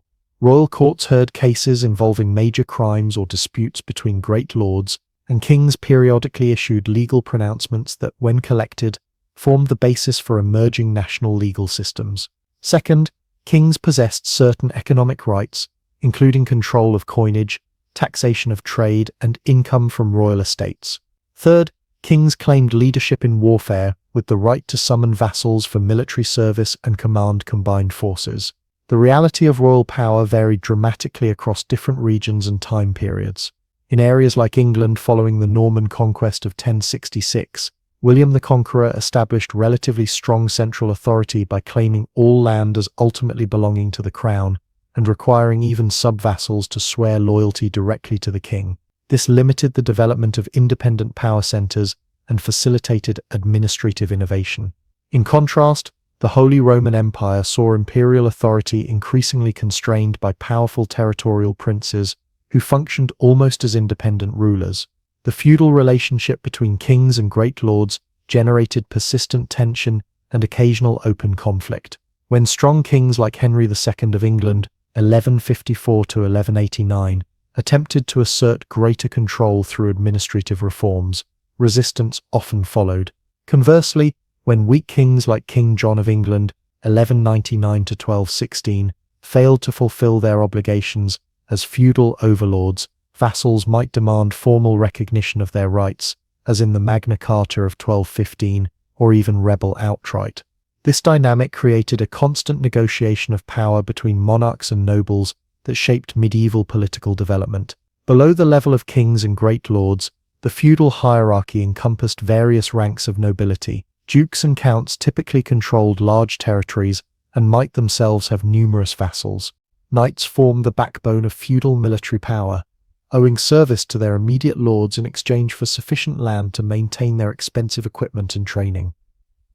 By the 12th century, knighthood had developed from a purely military role into a distinct social class with its own codes of behavior, creating effectively a lower nobility that distinguished itself from non-noble free persons. The complexity of actual feudal relationships often diverged from the theoretical model. A single nobleman might be vassal to multiple lords for different territories, creating potential conflicts of loyalty. Fiefs could be divided among heirs or combined through marriage, gradually shifting patterns of landholding and power. Cash payments increasingly substituted for direct military service, especially as professional armies became more common. These variations and adaptations allowed the feudal system to persist while evolving to meet changing circumstances. The castle's role as a center of local power reflected the decentralized nature of feudal governance. Each lord exercised considerable autonomy within his territory, administering justice through manorial courts, collecting revenues from dependent peasants,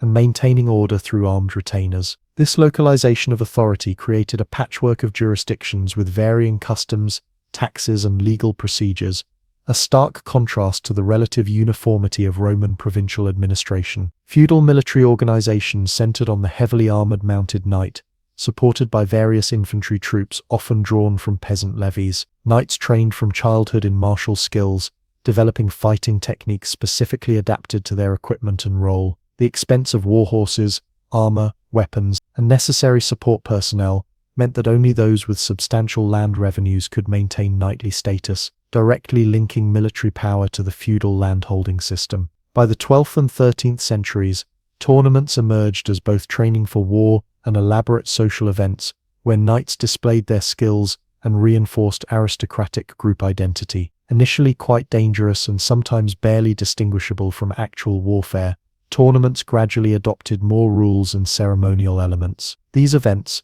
along with hunting and feasting, formed important contexts for building the social networks that underpinned feudal political relationships. The development of heraldry, systematic use of distinctive symbols on shields, banners, and seals reflected the needs of a society organized around personal relationships rather than abstract institutions. Heraldic identifiers helped distinguish heavily armored knights in battle and tournaments, while symbolizing family lineages and territorial claims. The increasingly elaborate system of heraldic rules and symbols demonstrated the feudal elite's concern with displaying social status and ancestral connections. Below the military aristocracy, the feudal social order encompassed various groups with different legal statuses and obligations. Free peasants held land in exchange for rent or services, but maintained personal liberty and certain legal rights. Serfs occupied an intermediate position between freedom and slavery, legally bound to their manorial lord and land, but possessing some customary protections. Townspeople operated somewhat outside the strictly agricultural feudal framework, developing their own governance structures and legal rights through charters granted by lords or kings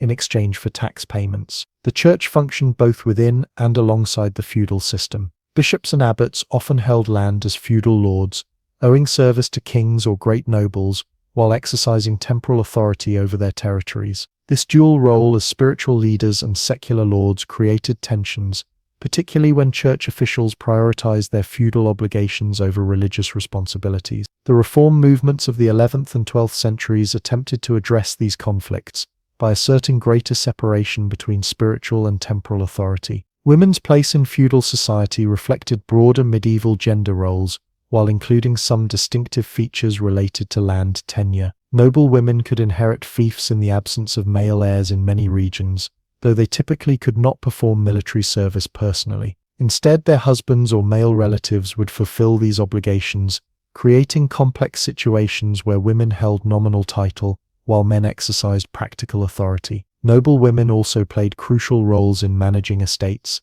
especially when male relatives were absent on crusade, pilgrimage, or royal service. The feudal system, as a comprehensive social and political order, reached its fullest development in the 12th and 13th centuries, particularly in regions like northern France, England, and the German territories. Other parts of Europe adopted feudal elements to varying degrees, adapting them to local conditions. The Byzantine Empire maintained more centralized administrative structures derived from Roman models. Italy's urban commercial centers developed alternative power structures based on wealth rather than landholding. Iberian kingdoms modified feudal arrangements to accommodate the military needs of the Reconquista against Muslim territories. By the 14th century, the classic feudal model began a long, uneven transformation. Several factors contributed to this change.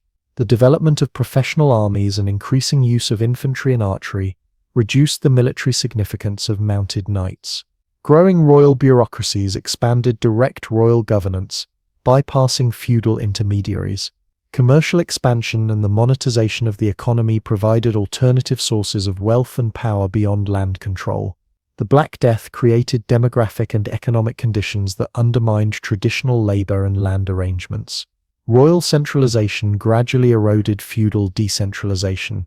Innovative kings established more effective taxation systems, professional legal courts, and standing armies that reduced dependence on feudal levies.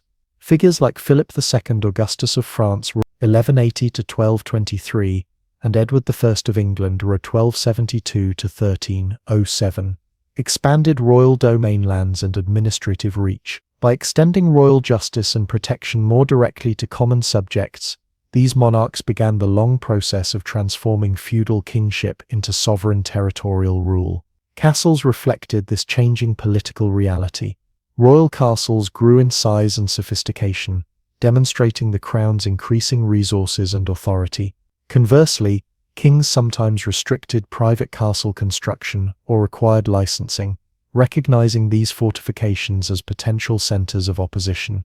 The transition from medieval to early modern state formation often involved the deliberate destruction of noble castles to eliminate alternative power centers, as in Cardinal Richelieu's policy in 17th century France.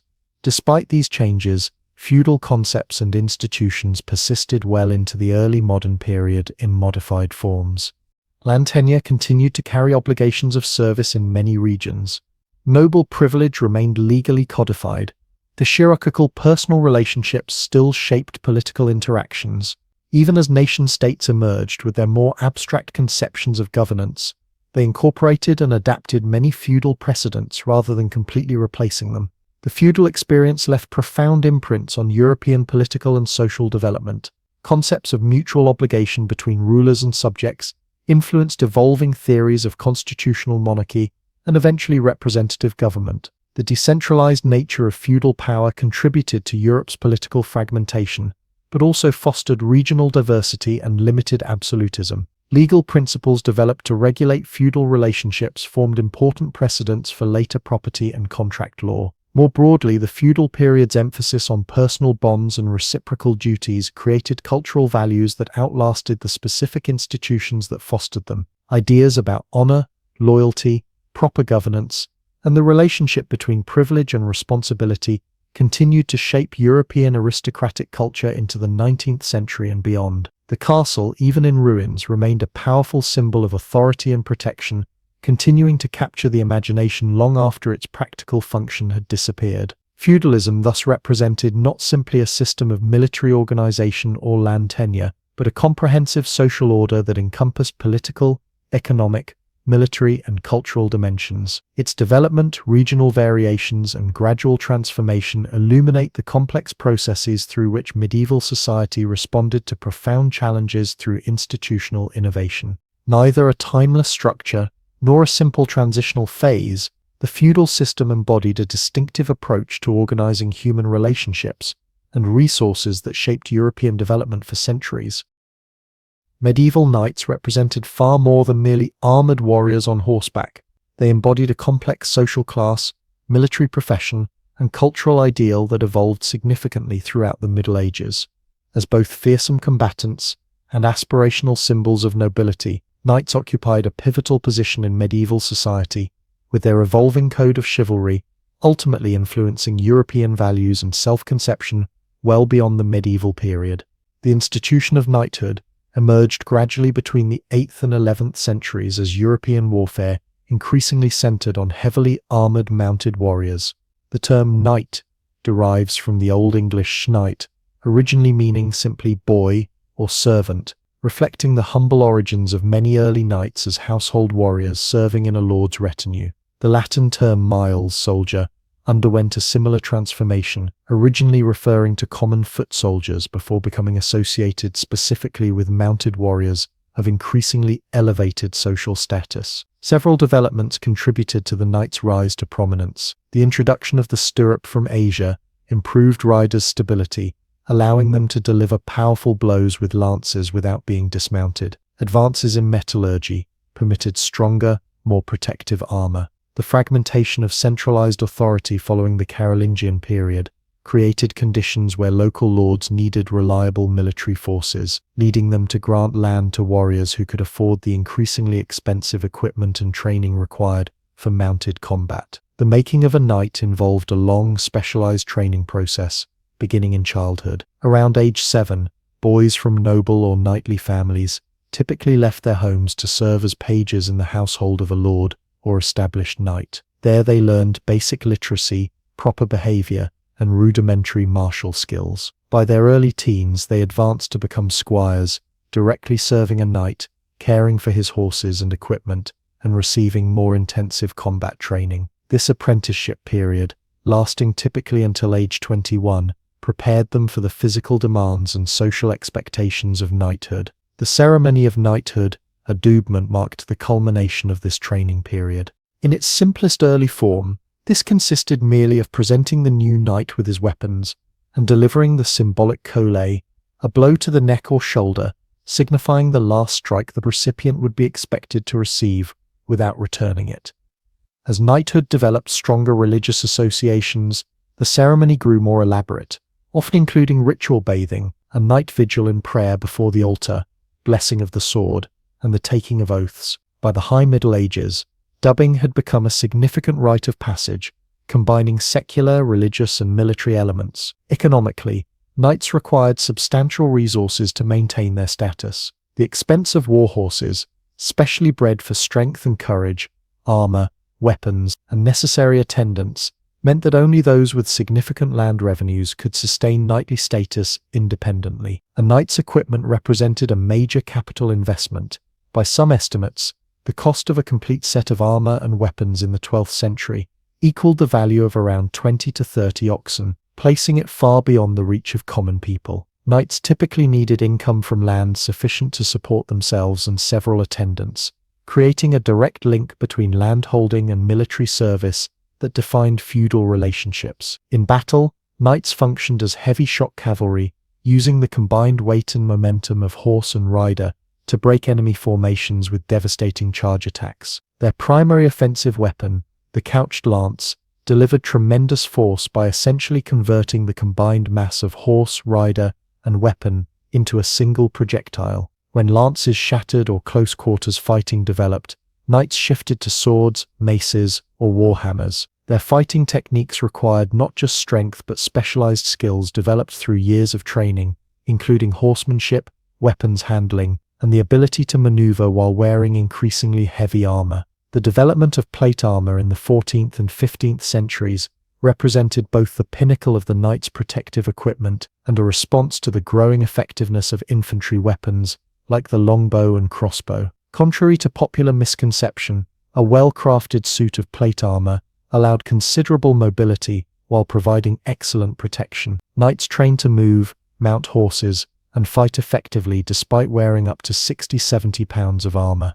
The substantial investment in such equipment further underscored the knight's elite status and the growing separation between heavily armored cavalry and other combatants. Beyond the battlefield, knights performed crucial roles in medieval governance and society. As local representatives of authority, they often served as administrators, tax collectors, and judges on behalf of greater lords or kings. Knights typically participated in their lord's court, providing counsel and witnessing legal transactions. Many royal administrative positions eventually drew their holders from the knightly class, creating paths for social advancement through service to the crown. This administrative function grew increasingly important as medieval governance became more complex and specialized. The social status of knights evolved significantly throughout the medieval period. Early knights were often of relatively humble birth, trusted warriors rewarded with land for their service. By the 12th and 13th centuries, knighthood had become more closely associated with nobility, forming effectively a lower tier of the aristocracy.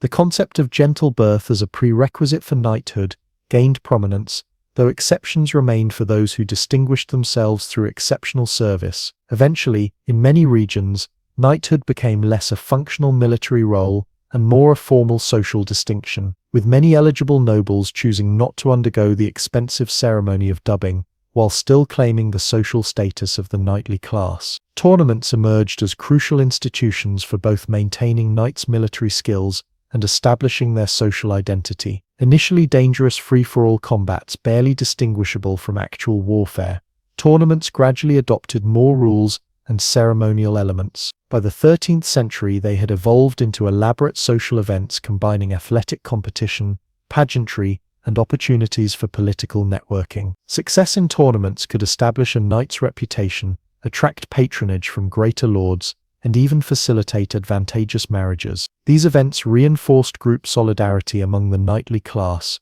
while providing controlled outlets for competitive violence. Chivalry developed as both a practical ethical code for warriors and an increasingly elaborate cultural ideal. The term derives from the French chivalry, horsemanship, initially referring simply to the techniques of mounted combat before expanding to encompass a broader set of values and behaviors expected of knights. In its earliest forms, chivalry focused primarily on military effectiveness and loyalty to one's lord, pragmatic virtues necessary for feudal military organization. By the 12th century, three main influences had begun to transform this basic warrior code into a more complex ethical system. The Church sought to channel and Christianize knightly violence through movements like the Peace of God and Truce of God, which protected non-combatants and limited warfare during holy periods. Religious elements increasingly emphasized the knight's role as a defender of the church and the weak. Second, royal courts promoted ideals of refined behavior and service to the crown, encouraging knights to demonstrate not just prowess, but also courtesy, generosity, and wisdom. Third, the emerging literature of courtly love, exemplified by the romances of Chrétien de Troyes, added new dimensions of service to ladies, refined emotions, and quest narratives to the chivalric ideal. The resulting chivalric code encompassed multiple, sometimes contradictory expectations. Military virtues remained central: prowess in combat, courage, loyalty to one's lord, and generosity to followers. Religious elements emphasized defending the church, protecting the weak, and maintaining justice. Courtly components stressed refined manners, eloquent speech, knowledge of music and poetry, and proper service to ladies. This multifaceted ideal created inherent tension, as knights were expected to be both fierce warriors and gentle courtiers, loyal vassals and independent heroes, devout Christians and ambitious competitors. Literary works played a crucial role in articulating and disseminating chivalric ideals. The Matter of Britain, Arthurian legends; The Matter of France, Charlemagne and his paladins; and The Matter of Rome, classical heroes, provided narrative frameworks exploring chivalric themes. Works like The Song of Roland emphasized martial prowess and sacrificial loyalty, while Arthurian romances added complex themes of love, spiritual quest, and internal conflict. These stories presented idealized models that real knights might aspire to emulate, though the literary ideal often diverged significantly from historical practice. The codification of chivalry reached its most developed form in works like Ramon Lull's Book of the Order of Chivalry, c. 1275, and Geoffroy de Charny's Book of Chivalry, c. 1350. These texts attempted to systematize chivalric values and provide practical guidance for knights. They emphasized the religious dimension of knighthood, presenting it as a sacred calling comparable to priesthood. Such works demonstrate how chivalry had evolved from a simple warrior code into a complex ethical system with religious, social, and cultural dimensions, serving as both a practical guide for behavior and an aspirational ideal. In practice, historical knights varied widely in their adherence to chivalric ideals. Chronicles and court records reveal numerous examples of knights engaging in banditry, extortion, and brutality towards civilians, despite chivalry's emphasis on protecting the weak. Even celebrated figures like William Marshall, 1146–1219, often considered an exemplar of chivalry, balanced idealism with pragmatic self-interest throughout his career. The gap between chivalric theory and practice remained substantial, with the code functioning more as an aspirational ideal than a consistently observed set of rules. The relationship between knights and women represents a particularly complex aspect of chivalric culture. The ideal of service to ladies, popularized through courtly literature, established a theoretical respect for noble women. However, this literary convention coexisted with legal and social systems that severely limited women's autonomy. Female characters in chivalric literature often functioned more as symbolic prizes or moral tests for male heroes than as fully developed individuals. Nevertheless, the cultural association between knighthood and protection of women did provide some noble women with limited means to claim protection and exercise influence within the constraints of medieval gender norms. The Crusades significantly impacted the development of knighthood and chivalric ideals. These religious military expeditions offered knights opportunities to fulfill both martial and spiritual aspects of their calling simultaneously. Military religious orders like the Knights Templar and Knights Hospitaller represented the most complete fusion of warrior and religious ideals, with members taking monastic vows while remaining active combatants. The cross-cultural encounters facilitated by the Crusades also influenced European knightly culture, with some elements of Eastern military practices, equipment, and even literary motifs being incorporated into Western chivalric traditions. Heraldry emerged as an important visual expression of knightly identity, originally serving the practical purpose of identifying heavily armored warriors in battle.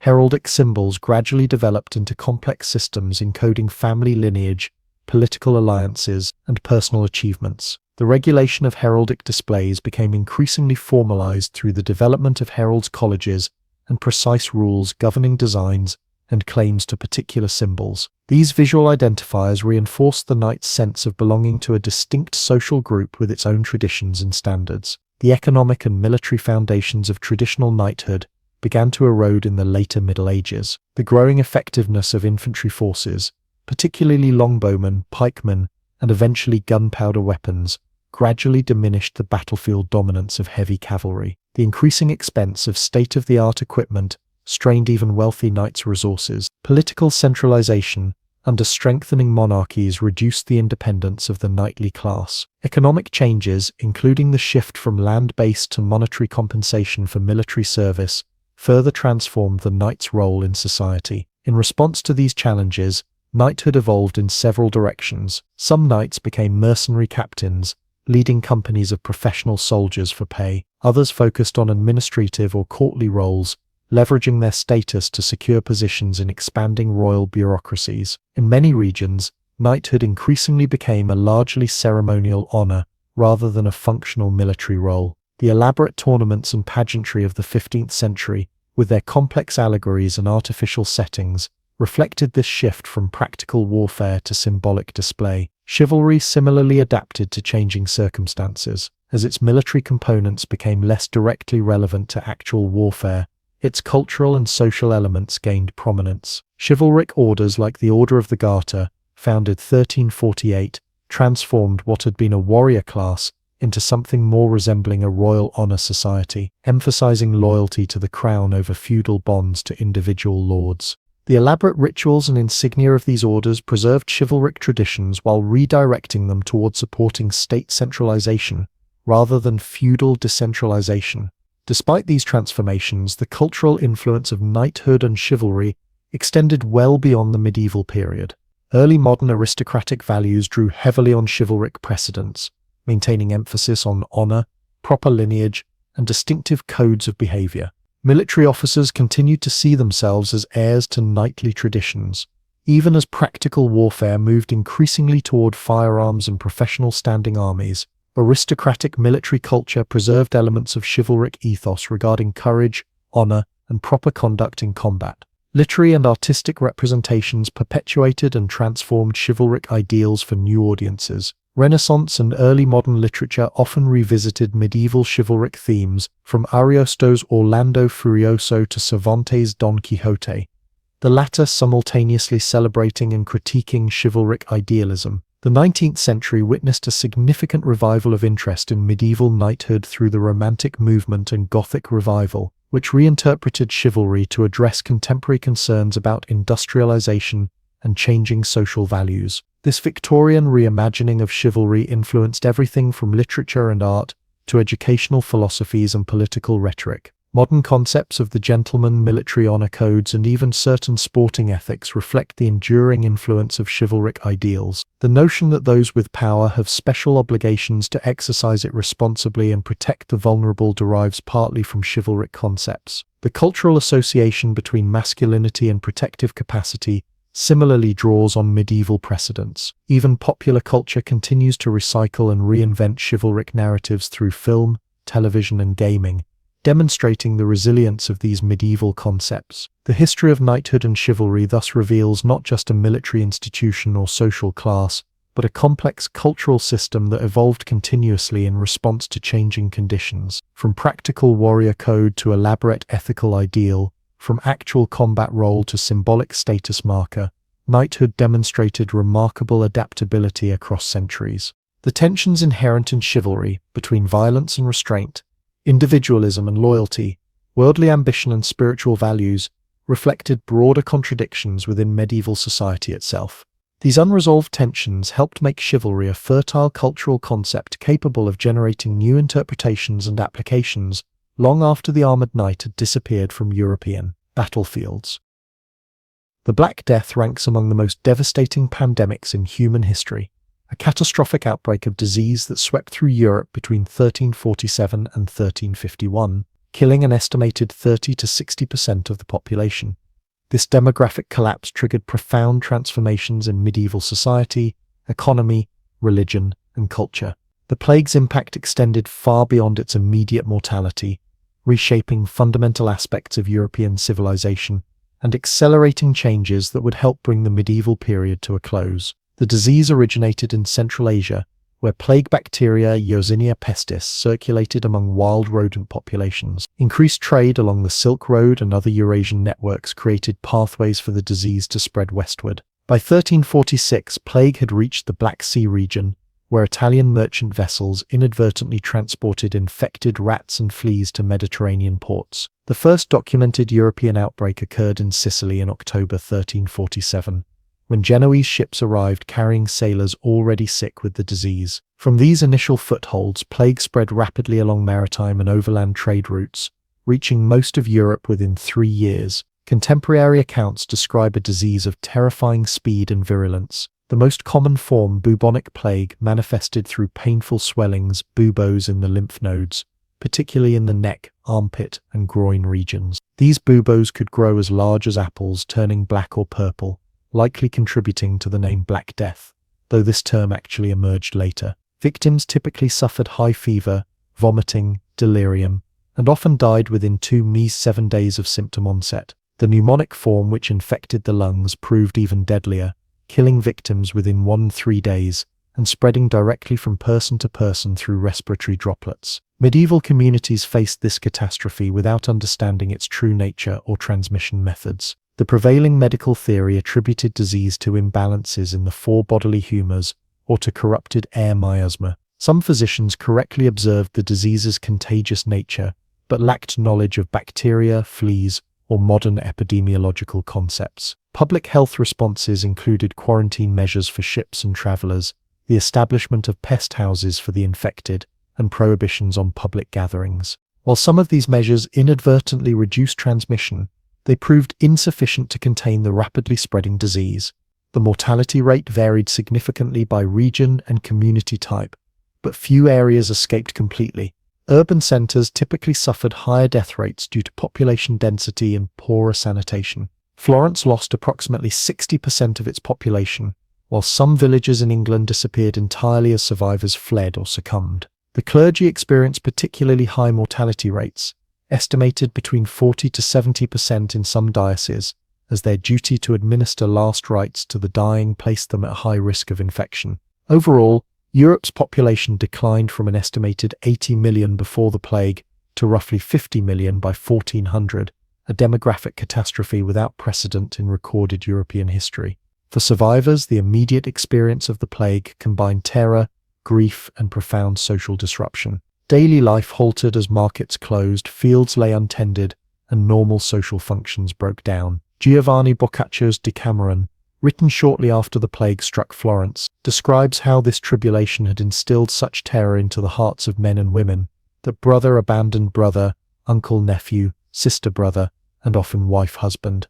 Nay, what is more extraordinary and almost incredible, fathers and mothers refused to visit or tend their very children. While some communities rallied together, others fractured under the pressure, with the breakdown of normal burial practices particularly traumatic as bodies accumulated faster than they could be properly interred. Medieval people struggled to comprehend why God would permit such devastation. Religious interpretations generally viewed the plague as divine punishment for human sin, leading to increased religious fervor expressed through public penances, donations to churches, and pilgrimages. The flagellant movement represented an extreme manifestation of this impulse, with groups traveling from town to town, publicly whipping themselves to atone for humanity's sins and appease divine wrath. Church authorities eventually condemned these unsanctioned displays, concerned about their challenge to ecclesiastical authority and sometimes violent anti-Semitism. Indeed, the plague triggered some of the worst persecution of minorities in medieval Europe.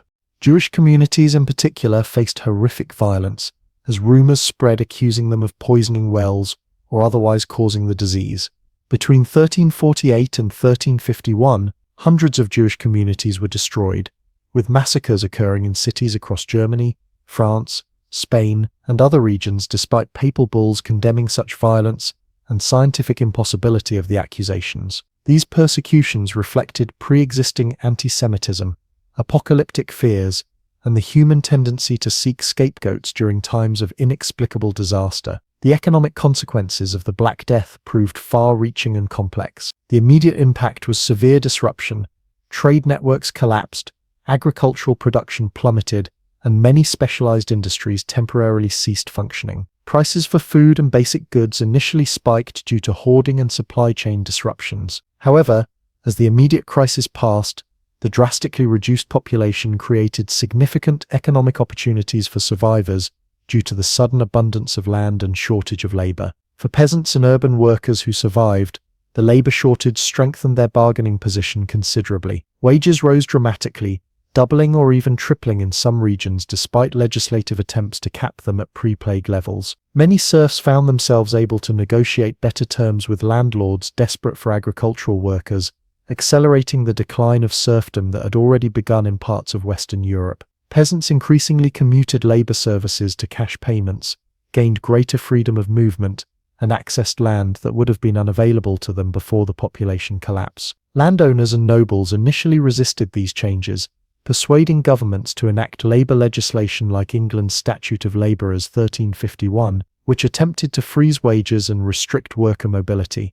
These efforts largely failed in practice, as labourers could simply move to areas offering better conditions. Some landlords adapted by converting labour-intensive grain fields to sheep pasture, requiring fewer workers while producing valuable wool for the textile industry. Others leased their lands for cash rents rather than managing them directly. These adjustments gradually transformed agricultural organisation throughout Europe. The plague also significantly impacted patterns of consumption and production. With fewer people possessing greater per capita wealth, demand shifted toward higher quality goods and luxuries among those who survived. Industries producing fine textiles, metalwork, and other specialty items recovered relatively quickly. The urban cloth industry, particularly in Flanders and northern Italy, underwent technological innovations to address labor shortages. Construction initially collapsed but then rebounded to produce the ornate, late Gothic churches and civic buildings that still distinguish many European cities. The demographic disaster affected different social groups in varying ways. The aristocracy generally maintained their landholdings but faced declining revenues as they paid higher wages and accepted lower rents. Some noble families died out entirely due to plague mortality, leading to inheritance disputes and property consolidation. The urban patriciate, wealthy merchants and civic leaders, often increased their power as city governments had to fill positions left vacant by plague victims. Artisans with specialized skills could command premium wages, while many women temporarily gained access to trades and occupations normally restricted to men due to the labor shortage. Religious institutions experienced significant disruption beyond clergy mortality. Many monasteries lost so many members that they struggled to maintain their daily routines and economic activities. Donations for prayers and masses for the dead enriched some religious establishments, while others suffered from reduced income from their agricultural estates. The need to rapidly replace deceased priests led to the ordination of younger, less educated clergy, potentially reducing the overall quality of pastoral care. These challenges contributed to growing criticism of the Church in the late 14th and 15th centuries. Intellectual and cultural responses to the plague reflected attempts to comprehend its meaning and incorporate the traumatic experience into existing worldviews. Medical treatises sought to explain the disease through miasma theory or astrological influences. Religious texts emphasized preparation for death and proper spiritual attitudes towards suffering. The memento mori, you'll remember that you will die, theme became increasingly prominent in art and literature. with images of death personified as a skeleton or decomposing corpse, reminding viewers of mortality's inevitability. The Dance of Death, or Danza Macabre, emerged as a distinctive artistic genre, depicting death leading people from all social classes, pope, emperor, peasant, child, in a dance to the grave, emphasizing death's universality and the ultimate equality of all humans, despite worldly status. Similar themes appeared in morality plays and poetry. These works didn't merely express morbid fascination, but helped communities process collective trauma and reflect on proper priorities in life given its fragility. Psychological effects, though difficult to quantify, likely included widespread trauma, survivors' guilt, and shifts in religious sentiment. Some contemporary accounts describe increased hedonism, eating, drinking, and sexual license, as people faced uncertain futures. Others note intensified religious devotion through increased donations, church attendance, and the foundation of new charitable institutions. Both responses probably occurred simultaneously in different individuals and communities, reflecting diverse coping mechanisms for processing catastrophic loss. Over the longer term, the plague may have contributed to cultural shifts that anticipated Renaissance and early modern attitudes. The scarcity of skilled individuals meant that talent became more valuable and potentially more independent of traditional institutions. Some historians have suggested that the increased value of human capital contributed to greater emphasis on individual achievement. The reminder of life's brevity may have encouraged more immediate pursuit of worldly accomplishments, rather than exclusive focus on the afterlife, though this remains debated among scholars. The plague's political impact varied by region but generally accelerated existing trends towards state centralization. The immediate chaos sometimes strengthened rulers who could maintain order, while the longer-term fiscal changes from the demographic collapse forced innovations in governance and taxation. England and France, engaged in the 100 Years' War, developed more sophisticated administrative systems, partly in response to post-plague fiscal challenges. In the Holy Roman Empire, the plague contributed to political fragmentation as local authorities took stronger independent action during the crisis. Religious authority faced new challenges following the plague. The Church's inability to prevent or explain the catastrophe satisfactorily led some to question aspects of ecclesiastical teaching. The strain on church institutions from personnel losses and financial pressures reduced their effectiveness temporarily.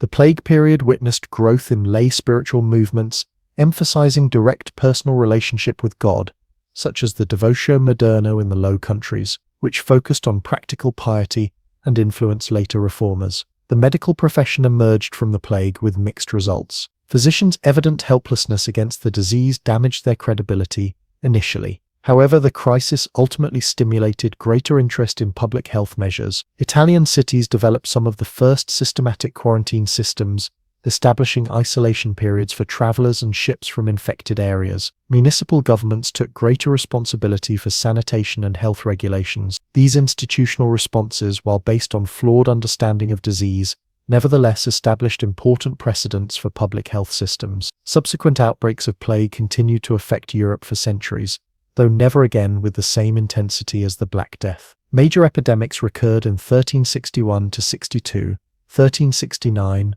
1374–75, 1390, and 1400, with additional outbreaks in each century through the 17th. These later plagues, sometimes called pestis secunda and pestis tertia, maintained demographic pressure and reinforced the cultural and economic changes initiated by the first wave. The cumulative effect kept European population below its pre-1347 level until the 16th century in most regions. Recent historical and scientific research has modified some traditional understandings of the Black Death. DNA analysis of skeletal remains from plague cemeteries has confirmed Yersinia pestis as the pathogen responsible, ending earlier debates about the disease's identity. Archaeological evidence has provided new insights into burial practices and community responses. Economic historians have developed more nuanced views of the plague's role in ending serfdom, seeing it as accelerating rather than causing this transition. Cultural historians have identified greater continuity in artistic and literary themes across the plague divide than previously recognized. The Black Death stands as a pivotal moment in European history, dramatically demonstrating human vulnerability to disease while revealing the resilience of social institutions and cultural frameworks in adapting to catastrophic change. Rather than simply destroying medieval civilization, the plague transformed it, accelerating some pre-existing trends while redirecting others. The resulting social mobility, economic reorganization, and cultural responses helped shape the late medieval world and influence developments that would characterize the transition to early modern Europe. Perhaps most significantly, the plague experience left an enduring imprint on European collective memory and cultural attitudes toward mortality, suffering, and social solidarity during crisis. The ways communities either fragmented or cohered under extreme pressure revealed both the fragility and strength of social bonds. The spiritual and philosophical questions raised by such vast, seemingly random mortality forced reconsideration of humanity's relationship with the divine and with nature. These profound reflections emerging from Europe's darkest hours contributed to cultural and intellectual developments that would help define subsequent centuries. Tonight on Digging into History, we explore the brutal beginnings of human conflict. Long before missiles and machine guns, our ancestors fought with stones and bronze, marking the first chapters in our long relationship with warfare. The story of combat begins not with armies, but with small bands of hunters. Picture a scene from 30,000 years ago. A group of early humans crouch in tall grass, gripping sharpened sticks and crude stone weapons. They are not hunting animals, but preparing to raid a neighboring clan. This is warfare in its most primal form, motivated by territory, resources, and survival. Archaeological evidence tells us these early conflicts were small-scale but deadly. At sites like Jebel Sahaba in Sudan, archaeologists discovered a cemetery dating back 12,000 years with many skeletons showing clear signs of violent death. Stone projectiles embedded in bones and skulls crushed by blunt weapons. These findings paint a picture of regular organized violence long before written history began. As humans settled into agricultural communities around 10,000 years ago, the nature of conflict evolved. Now there were permanent settlements to attack and defend. The first walls appeared not as decorative boundaries but as protection against human threats. At Jericho, one of the oldest continually inhabited cities in the world, massive stone walls and a tower were constructed around 8000 BCE. These were not simple barriers, but sophisticated defences protecting stored food and water sources from rival groups. The weapons themselves tell a fascinating story of human ingenuity. Early stone tools were adapted for combat. Hand axes became weapons, and specialized hunting tools like spear throwers gave fighters greater range and power.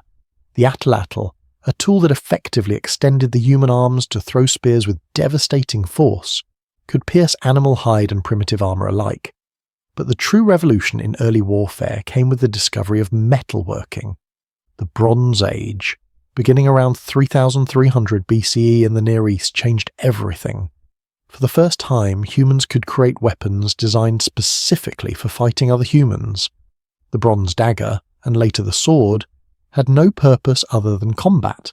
These weapons required specialized knowledge to create, leading to the first professional weapon makers and, by extension, warriors who dedicated their lives to fighting. In Mesopotamia, the cradle of civilization between the Tigris and Euphrates rivers, we find the first evidence of organized military units. Clay tablets from ancient Sumer describe soldiers using standardized equipment, spears, leather shields covered with metal, and bronze helmets. The Standard of Ur, a Sumerian artifact from around 2600 BCE, depicts rows of infantry in formation, suggesting a level of military discipline and organization. The introduction of bronze also created new social divides. Bronze weapons were expensive and required access to tin and copper, often sourced from distant lands. Those who controlled these trade routes could arm their followers, creating the first warrior elites. In graves across Europe and Asia, archaeologists find bronze weapons buried with individuals of apparent high status, suggesting that military power and social rank were becoming intertwined. Egypt provides some of our clearest images of early organized warfare. Temple walls show pharaohs leading troops into battle, armed with bronze weapons and protected by shields. The Battle of Kadesh in 1274 BCE, fought between the Egyptians under Ramesses II and the Hittite Empire, is the earliest battle for which we have detailed tactical information. Both sides fielded thousands of men in coordinated units, showing how far warfare had evolved from small tribal raids. The evolution of weapons drove changes in protective gear. The earliest armor was likely made from thick animal hides, but by the Bronze Age, warriors wore metal-reinforced leather armor and bronze helmets. These early arms races, better weapons leading to better armor, leading to even better weapons, would become a constant feature of military history. Siege warfare emerged as settlements grew more substantial and better defended. Early armies developed techniques to overcome walls, from simple ladders to more complex battering rams. The defenders responded with innovations of their own murder holes for dropping stones or hot oil on attackers, moats to keep enemies at a distance, and angled walls that were harder to climb or undermine. Beyond the physical evidence, we can glimpse the psychological aspects of early warfare through surviving artwork and burial practices. War trumpets made from animal horns appear in many early civilizations, used not just for signaling, but to intimidate enemies with their fearsome sound. Warriors painted their bodies or wore frightening masks into battle. The psychological element of combat was understood even then. Fear could defeat an enemy before the first blow was struck. The brutality of these early conflicts should not be understated. Without modern medical care, even minor wounds could be fatal through infection. Captured enemies often faced execution or sacrifice, as evidenced by mass graves discovered at sites of ancient battles. Yet there were also rules and rituals surrounding combat. Some societies practiced formal declarations of war or had specific seasons for raiding. With the development of writing came the first military manuals and battle accounts. The Epic of Gilgamesh, one of humanity's oldest written stories, contains descriptions of combat and sieges that help us understand how ancient people viewed warfare. In China, early bronze inscriptions commemorate military victories and describe battlefield tactics. By the late Bronze Age, around 1200 BCE, some Mediterranean and Near Eastern societies had developed sophisticated military organizations capable of fielding thousands of troops. The Mycenaean Greeks built massive fortifications at sites like Tiryns and Mycenae, with walls so impressive they were later believed to have been built by Cyclopes. These societies lived in a state of military readiness, with economies geared towards supporting warrior elites. The collapse of many Bronze Age civilizations around 1200 to 1150 BCE provides a sobering reminder of warfare's destructive potential. Cities across the eastern Mediterranean were destroyed in this period, possibly by invading sea peoples mentioned in Egyptian records. The exact causes remain debated, but military violence clearly played a role in this regional collapse that set back civilization for centuries. As the Bronze Age gave way to the Iron Age, weapons became cheaper and more effective. Iron was more abundant than the components of bronze, allowing larger armies to be equipped. The democratization of metal weapons changed the social dynamics of warfare, setting the stage for new types of military organization. Throughout this earliest period of combat history, we see patterns that would repeat throughout human experience with war. Technological innovations drove tactical changes. Economic factors determined who could fight and how. Fortifications and siegecraft evolved in response to each other, and through it all, the human cost remained devastatingly high. The stones and bronze weapons of our ancestors may seem primitive compared to modern arsenals, but they represent humanity's first steps down a path of organized violence that continues to this day. These earliest conflicts established patterns of attack and defense, of technological competition and psychological warfare that would echo through all subsequent military history. The legacy of this dawn of combat period extends beyond weapons and tactics. It marked the beginning of specialized warrior classes, of societies organized for war, and of cultural attitudes toward violence that continue to influence us. The first walls built around ancient settlements cast long shadows indeed, reaching all the way to the fortified borders and military installations of our modern world. As night fell on ancient battlefields, warriors might look up at the same stars we see today, nursing wounds, mourning fallen comrades, or celebrating victories. Though separated by thousands of years and vast technological change, their fundamental experience of combat mirrored the fear, the courage, the camaraderie, and the horror remains recognizable to us. In studying these earliest conflicts, we study not just ancient history, but something fundamental about ourselves. The sound of thundering hooves and creaking wooden wheels tears across the plain as a line of war chariots charges toward the enemy ranks. Dust clouds rise behind them like storm fronts, and the morning sun glints off bronze-tipped spears. This revolutionary military technology would transform warfare and help build the first great empires of the ancient world. The chariot emerged around 2000 BCE in the steppes of Eastern Europe and Central Asia, where horse domestication had been perfected. It represented a perfect storm of innovation, the bringing together of domesticated horses, sophisticated woodworking, bronzeworking, and leather crafting into a single devastating weapon system. The earliest chariots were light, two-wheeled vehicles pulled by a pair of horses and carrying two men, a driver and a warrior, armed with javelins or a bow. What made the chariot so revolutionary was speed and mobility. For the first time in history, warriors could move rapidly across the battlefield, strike, and withdraw before their enemies could respond. The psychological impact cannot be overstated. Imagine facing these speeding vehicles for the first time, with no prior concept of such technology. The noise, dust, and terrifying momentum would have been overwhelming. The spread of chariot technology across the ancient world was remarkably swift. From its origins in the Eurasian steppes, chariot warfare quickly reached Mesopotamia, Anatolia, Egypt, India, and China. Each civilization adapted the basic design to suit their needs, but the fundamental concept remained the same: immobile weapons platform that could outmaneuver infantry. In Egypt, the chariot became closely associated with pharaonic power. Wall paintings and carvings show pharaohs in their chariots, towering over enemies and raining arrows down upon them. Tutankhamun's tomb contained 6 dismantled chariots, testifying to their importance in royal ideology. The Egyptian design favored a light, fast vehicle that could carry an archer and his driver. Egyptian bowmen would circle enemy formations, shooting volleys of arrows while staying out of range of return fire. The Hittites of Anatolia emerged as early masters of chariot warfare. Their empire, covering much of what is now Turkey and Syria, deployed chariots as shock weapons, using heavier designs that could carry 3 men, a driver, a shield-bearer, and a spearman. The Battle of Kadesh in 1274 BCE, between the Egyptians under Ramesses II and the Hittites under Muwatalli II, featured thousands of chariots on both sides, making it perhaps the largest chariot battle in history. Mesopotamian kingdoms adopted their own approach to chariot warfare.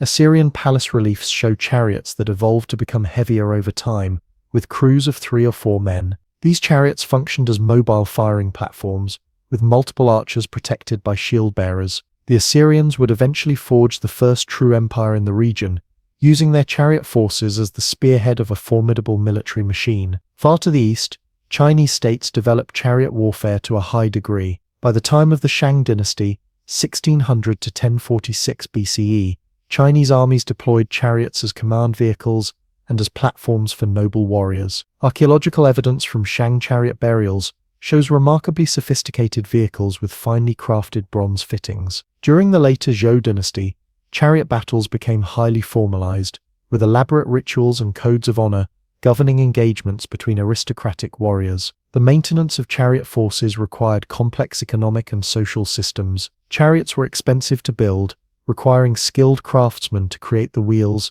chassis, and metal fittings. The horses needed breeding, training, and feeding year-round. Drivers and warriors required constant practice to maintain their skills. Only economically advanced societies with agricultural surpluses could support such specialized military forces. As chariots transformed warfare, they also transformed the societies that deployed them. A new military elite emerged: the chariot warriors. In many ancient societies, these warriors formed a distinct social class, with special privileges and status. This military aristocracy often became the ruling class, as physical control of territory through military power translated into political authority. The logistics of chariot warfare drove the creation of increasingly centralized states. Breeding programs for horses, the maintenance of specialized craftsmen, the construction of roads suitable for wheeled vehicles, and the creation of supply depots all required administrative systems more complex than earlier societies had needed. The chariot thus contributed not just to battlefield success,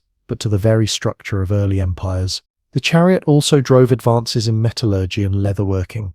Bronze bits, linchpins, axle caps, and weapons all needed to be precisely crafted and durable. Leather harnesses and straps had to withstand tremendous forces without breaking. These technological demands spurred innovation that spread to other areas of society, from agriculture to construction. Despite their battlefield dominance, chariots had significant limitations. They required relatively flat, open terrain to be effective. Forests, marshes, rocky ground, or steep hills could render them useless, or even dangerous to their crews. They were vulnerable to well-disciplined infantry, who could target the horses or the wheels, and they were expensive to maintain, limiting the number that could be fielded. These limitations would eventually contribute to the decline of chariot warfare. Around 1200 BCE, a wave of disruption swept across the eastern Mediterranean and Near East. The Hittite Empire collapsed, Egyptian power contracted, and many cities were destroyed. Among the factors in this Bronze Age collapse was the emergence of new military threats,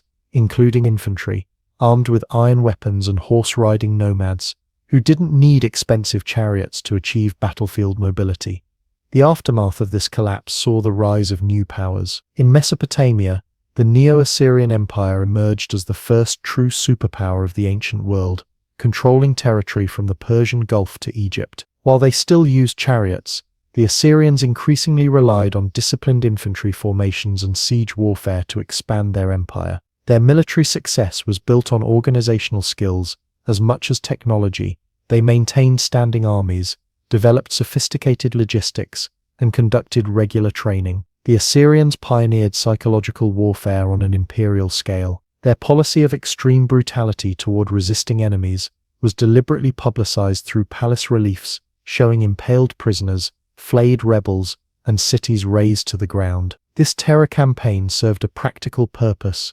Many cities surrendered without fighting, rather than face such treatment. The Assyrian military state represents one of the first examples of systematized violence as an instrument of imperial policy. In Egypt, the New Kingdom period saw pharaohs like Thutmose III and Ramses II lead campaigns deep into the Levant, creating Egypt's greatest territorial extent. These campaigns relied on a combined arms approach: chariots for mobility and shock, infantry for holding territory, and naval forces for coastal operations and supply.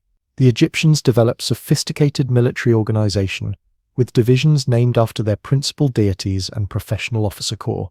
On the Iranian plateau, a different model of empire emerged with the rise of the Medes and then the Persians. While they used chariots, the Persian Empire under Cyrus the Great and his successors emphasized cavalry riders on horseback, who combined the mobility of chariots with greater flexibility in varied terrain. The Persian model of imperial rule was also distinctive, allowing considerable local autonomy while maintaining central control through governors, satraps, and the famous network of royal roads. The economic foundations of these empires were critical to their military success. Control of trade routes brought wealth that could be channeled into military spending. Agricultural innovations increased food production, supporting larger populations and armies. Irrigation systems, centralized storage, and improved transportation networks all contributed to imperial power by allowing resources to be efficiently collected and distributed. By 1000 BCE, many ancient armies had developed specialized units and divisions of labor. Some soldiers were archers, others were spearmen or swordsmen, and others operated siege engines. This specialization increased military effectiveness, but required greater coordination and command structures. The officer class became more professionalized, with formal training and career paths. Written records from this period reveal the first military theorists and strategists. The oldest known military treatise, The Art of War, attributed to Sun Tzu, emerged from the Warring States period of ancient China around the 5th century BCE. While later than the peak of chariot warfare, it codified military wisdom accumulated over centuries of conflict. Similar strategic thinking developed in other civilizations, though not always preserved in written form. The ancient empires also developed sophisticated intelligence networks. The Assyrians maintained a system of messengers who carried reports from provincial governors and military commanders to the king. The Persian eyes and ears of the king were officials who traveled the empire, reporting directly to the monarch on conditions and potential threats. These early intelligence systems helped emperors maintain control over vast territories. Religious and cultural factors shaped ancient warfare as well. Many civilizations believed their gods directly participated in battle. Egyptian pharaohs claimed to be divine themselves, leading their armies with the power of the gods behind them. Mesopotamian kings sought divine approval through divination before campaigns. Victories were attributed to divine favor, defeats to divine displeasure. These beliefs reinforced royal authority and motivated soldiers who believed they fought with supernatural backing. The human cost of imperial expansion was enormous. Ancient accounts speak of entire populations massacred or enslaved after conquest. Archaeological evidence confirms widespread destruction at many sites. Those who survived conquest often faced harsh taxation, forced labor, or conscription into their conquerors' armies. The magnificent monuments and palaces of ancient empires were built on the backs of subjected peoples. Yet these empires also created stability and connection across vast regions. The Persian royal road stretched over 1,600 miles, facilitating trade and communication. Egyptian control of Nubia and the Levant created trade networks linking diverse cultures. The Assyrian practice of deporting conquered populations, while brutal, created multicultural societies where ideas and technologies could spread. This interconnectedness would become a defining feature of later empires. As the first millennium BCE progressed, new military innovations would again transform warfare. Iron weapons, which had begun to appear around the time of the Bronze Age collapse, became increasingly common. Cheaper and stronger than bronze, iron democratized warfare by allowing larger armies to be equipped with metal weapons. The cavalry, which had supplemented chariots, began to replace them on many battlefields, but perhaps the most significant military innovation was not technological but organizational. In Greece, a new form of warfare was emerging based on heavily armored infantry, fighting in tight formation, the Phalanx. This development would shift the center of military power westward and open a new chapter in the history of warfare, one where discipline and formation would prove more decisive than chariot charges and imperial might. Greek warfare represents one of the most significant transformations in military history. While earlier civilizations relied on chariot-riding elites or mass levies of poorly equipped conscripts, the Greeks developed a revolutionary military system based on heavily armored citizen soldiers fighting in tight formation. This innovation would reshape not only how wars were fought, but also the political and social structures of the ancient Mediterranean world. The core of this military revolution was the Hoplite Mitre, a heavily armored infantryman, named after his large round shield, the hoplon. The typical hoplite carried a shield about 3 feet in diameter, made of wood with a bronze facing, wore a bronze helmet that covered most of the face, and protected his torso with a bronze breastplate or linen corselet, stiffened with bronze scales. His primary weapon was a spear around 8 feet long, though he also carried a short sword for close combat if his spear broke. This equipment represented a significant investment, meaning that hoplites came from the middle and upper classes of Greek society, men who could afford their own armor. This connection between military service and social status would prove crucial for the development of Greek political systems, particularly democracy in Athens. Those who defended the city claimed the right to govern it. The true innovation of Greek warfare, however, was not the equipment but how these soldiers fought together. The hoplites arranged themselves in a tight formation called the Phalanx, typically 8 ranks deep, with shields overlapping and spears pointing forward. The front ranks would present a wall of spear points to the enemy, while the rear ranks would press forward, adding weight and momentum to the formation. This style of fighting first developed in the 8th and 7th centuries BCE, replacing earlier, more loosely organized combat where individual warriors sought personal glory. The Phalanx emphasized collective discipline over individual heroism. In Homer's Iliad, we see warriors like Achilles seeking personal fame through single combat. In classical Greek warfare, such behavior would have been seen as disruptive and dangerous. The psychology of Phalanx warfare was intense. Soldiers stood shoulder to shoulder with their neighbors in the formation, creating powerful bonds of trust and mutual reliance. Each man depended on those beside him to hold their position and maintain the integrity of the line. To flee meant not only personal disgrace but endangering one's friends and neighbors. This social pressure helped maintain unit cohesion, even under extreme stress. The decisive moment in a hoplite battle was the clash of opposing phalanxes called the othismos or pushing. When the two lines met, it became a test of collective nerve and physical strength. The side that broke formation first would almost invariably lose, as a broken phalanx was vulnerable to pursuit and slaughter.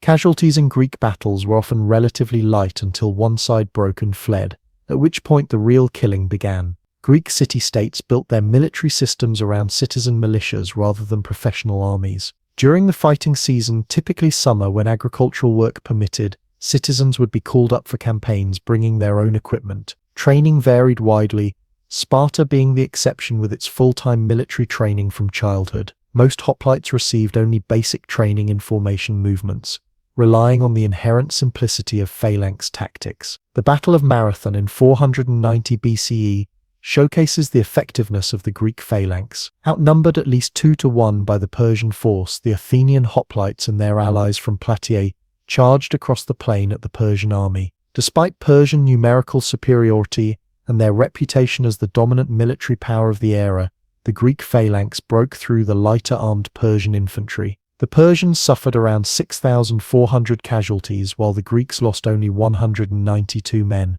according to Herodotus. While these numbers may be exaggerated, the decisive nature of the victory is undisputed. The Greek victory at Marathon demonstrated a central truth about phalanx warfare.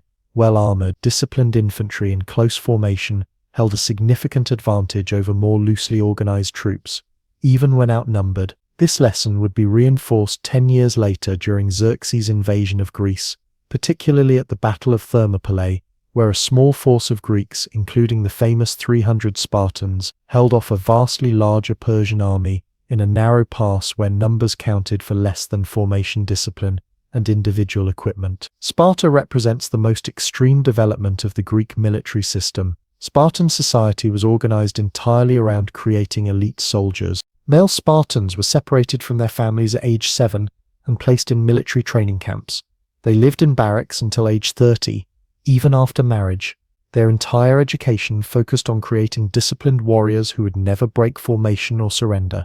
This system produced what many considered the finest infantry of the ancient world. The Spartan military machine found its greatest test in the Peloponnesian War, 431–404 BCE, the massive conflict between Athens and Sparta for hegemony over Greece. This war demonstrated both the strengths and limitations of hoplite warfare. On land, Spartan hoplites proved virtually unbeatable in pitched battle. But Athens, with its naval power, could avoid such confrontations while raiding Spartan territory from the sea. The conflict evolved beyond traditional hoplite battles into a more complex struggle involving sieges, naval battles, and economic warfare. The Peloponnesian War also saw important tactical innovations. Light infantry and peltasts, troops with lighter armor and javelins, became increasingly important as they could skirmish and harass the heavy phalanx. The Battle of Sphacteria in 425 BCE saw Athenian light troops defeat isolated Spartan hoplites by maintaining distance and peppering them with javelins. This demonstrated that the phalanx, while powerful, had weaknesses against more mobile forces in challenging terrain.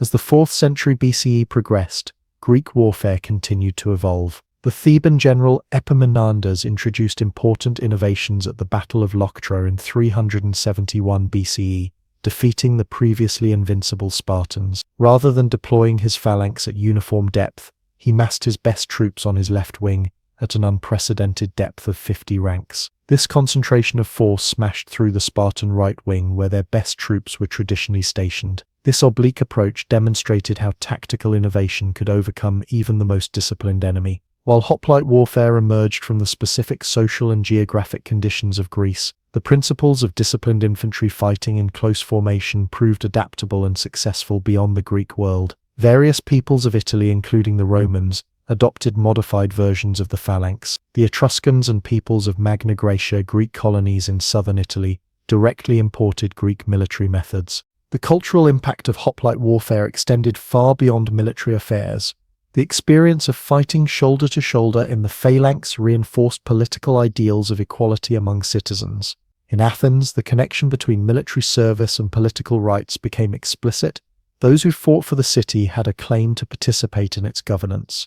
The physical experience of the phalanx, where each citizen relied on his neighbors and all depended on maintaining an unbroken line, translated into political conceptions of citizenship as mutual responsibility. Greek military values permeated their art, literature, and philosophy. Vase paintings celebrated hoplite warriors, funeral monuments honored those who fell in battle. Plato's dialogues frequently use military metaphors, and his ideal city in the Republic draws heavily on Spartan military organization. Even Aristotle's Ethics, with its emphasis on courage as a virtue found in the mean between rashness and cowardice, reflects the values needed in a hoplite soldier. The phalanx system had significant limitations. It required relatively flat, open ground to maintain formation. Rough terrain could disrupt the tight order on which its effectiveness depended. It lacked mobility and flexibility compared to lighter troops or cavalry.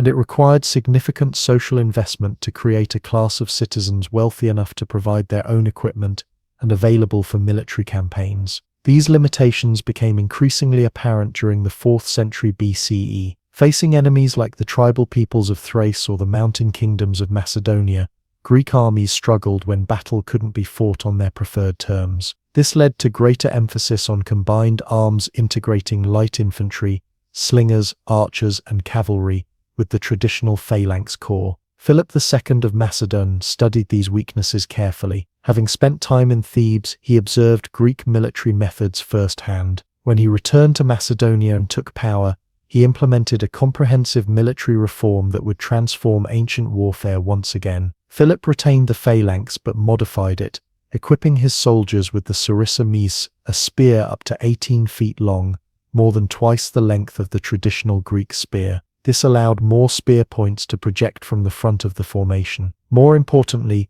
Philip created a truly combined arms force. His phalanx formed the center and holding element of his army, but he developed elite cavalry units, including the companion cavalry led by Philip himself and later by his son Alexander.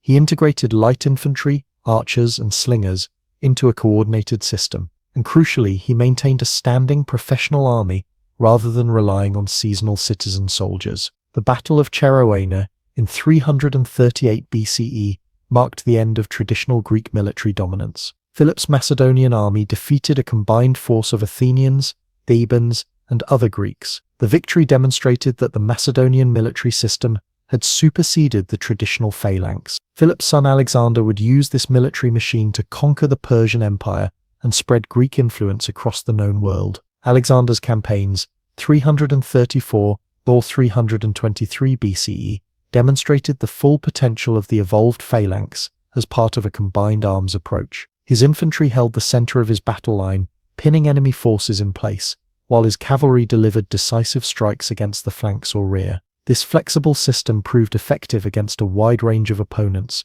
from Greek-style phalanxes to the cavalry-heavy forces of Central Asia. The Hellenistic kingdoms that emerged after Alexander's death continued to use versions of his military system. The Seleucids, Ptolemies, and Antigonids maintained armies centered on the phalanx, but integrated with other arms. These armies fought epic battles against each other, like Raphia 217 BCE and Magnesia 190 BCE, involving tens of thousands of troops on each side. The scale of warfare had grown far beyond the relatively small battles of classical Greece. While the phalanx continued as the core of Hellenistic armies, it would face a new challenger from the west. The Roman legion, with its more flexible manipular formation and distinctive equipment, would prove better adapted to varied terrain and tactical situations. The clash between these systems, phalanx versus legion, would determine the military future of the Mediterranean world. The legacy of Greek warfare extends far beyond its immediate historical context. The ideal of the citizen soldier,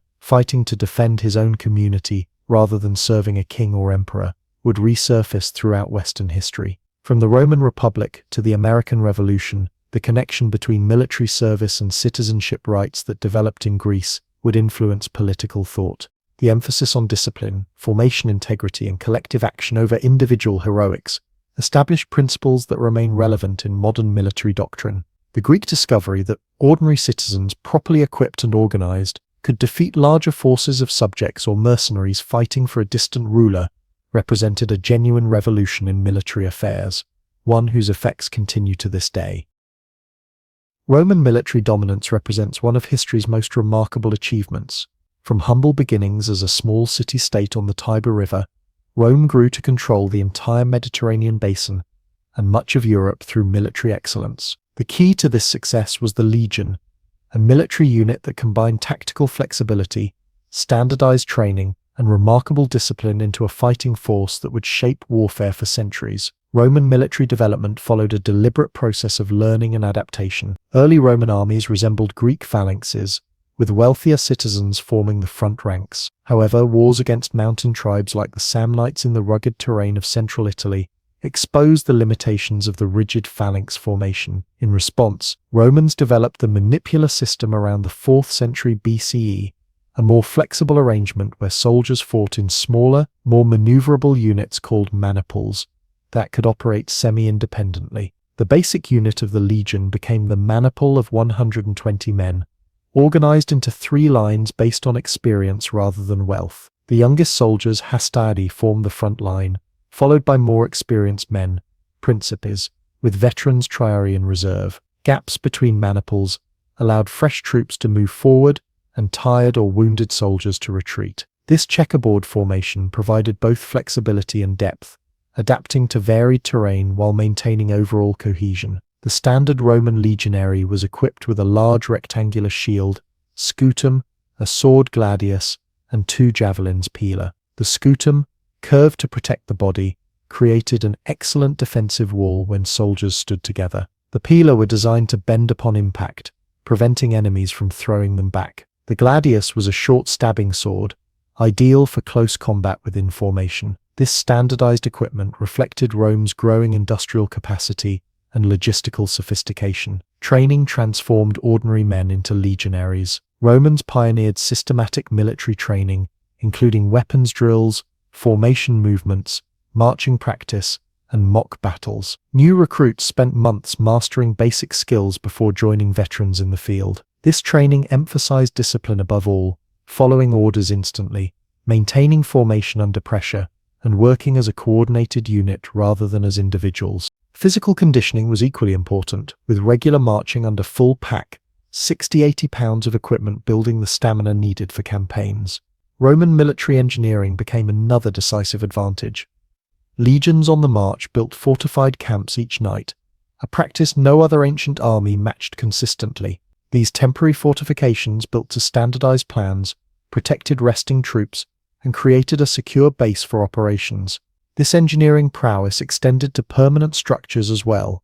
The extensive network of Roman roads, originally built for military movement, allowed rapid deployment of troops throughout the empire.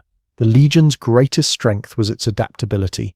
While Greek phalanxes excelled in set-piece battles on open ground, Roman legions could fight effectively in various terrains and tactical situations. The manipular system allowed commanders to deploy troops appropriately for mountains, forests, or open plains. This flexibility was demonstrated dramatically at the Battle of Pydna, 168 BCE, where Roman maniples defeated the Macedonian phalanx by exploiting gaps that formed when the phalanx moved across uneven ground. Organizational discipline extended to the command structure. Each legion, approximately 5,000 men, was commanded by a legate, typically a senator gaining military experience. Beneath him served military tribunes and centurions, the latter being professional officers who rose through the ranks and served as the backbone of the legion. The centurion of the 1st century of the first cohort, Primus Pilus, was the senior centurion, often with decades of experience. This mix of aristocratic leadership and professional officers balanced political control with military expertise. The Battle of Cannae in 216 BCE, though a devastating Roman defeat against Hannibal, illustrated both Roman discipline and adaptability. Despite losing potentially 50,000–70,000 men in a single day, Rome refused to surrender. Instead, they analyzed their failures, adapted their tactics, and ultimately defeated Carthage. The ability to learn from defeat, rather than being broken by it, distinguished Roman military culture from many contemporaries. Marius's reforms around 107 BCE transformed the legion further. He standardized equipment, with the state now providing weapons rather than soldiers bringing their own. More significantly, he opened recruitment to landless citizens, creating a more professional force that served for extended periods rather than seasonal campaigns. These changes created armies increasingly loyal to their commanders rather than to the state, a development that would eventually contribute to the civil wars that ended the Republic. Roman tactical doctrine emphasized close combat.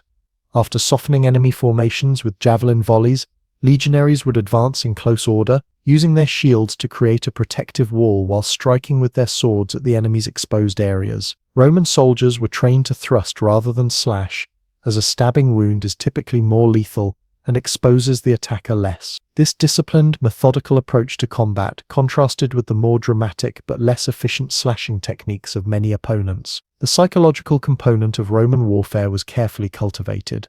The eagle standard aquila of each legion became a sacred object that must never be captured. Legionaries took oaths to their commanders and the state, creating religious and personal obligations to fight well. Unit pride was fostered through competition between legions and celebration of battle honors. The practice of decimation, executing 1 in 10 men from units that had shown cowardice, although rarely implemented, reinforced the understanding that discipline was literally a matter of life and death. Rome's willingness to incorporate useful military innovations from conquered peoples further enhanced their effectiveness. They adopted Spanish sword designs, developed cavalry tactics from encounters with Parthians and Numidians, and implemented Greek siege techniques. This pragmatic approach to military development ensured Roman forces remained at the cutting edge of ancient warfare. The professional nature of the imperial legions became their defining characteristic. By the early empire 1st century CE, legionaries served 20-25-year terms,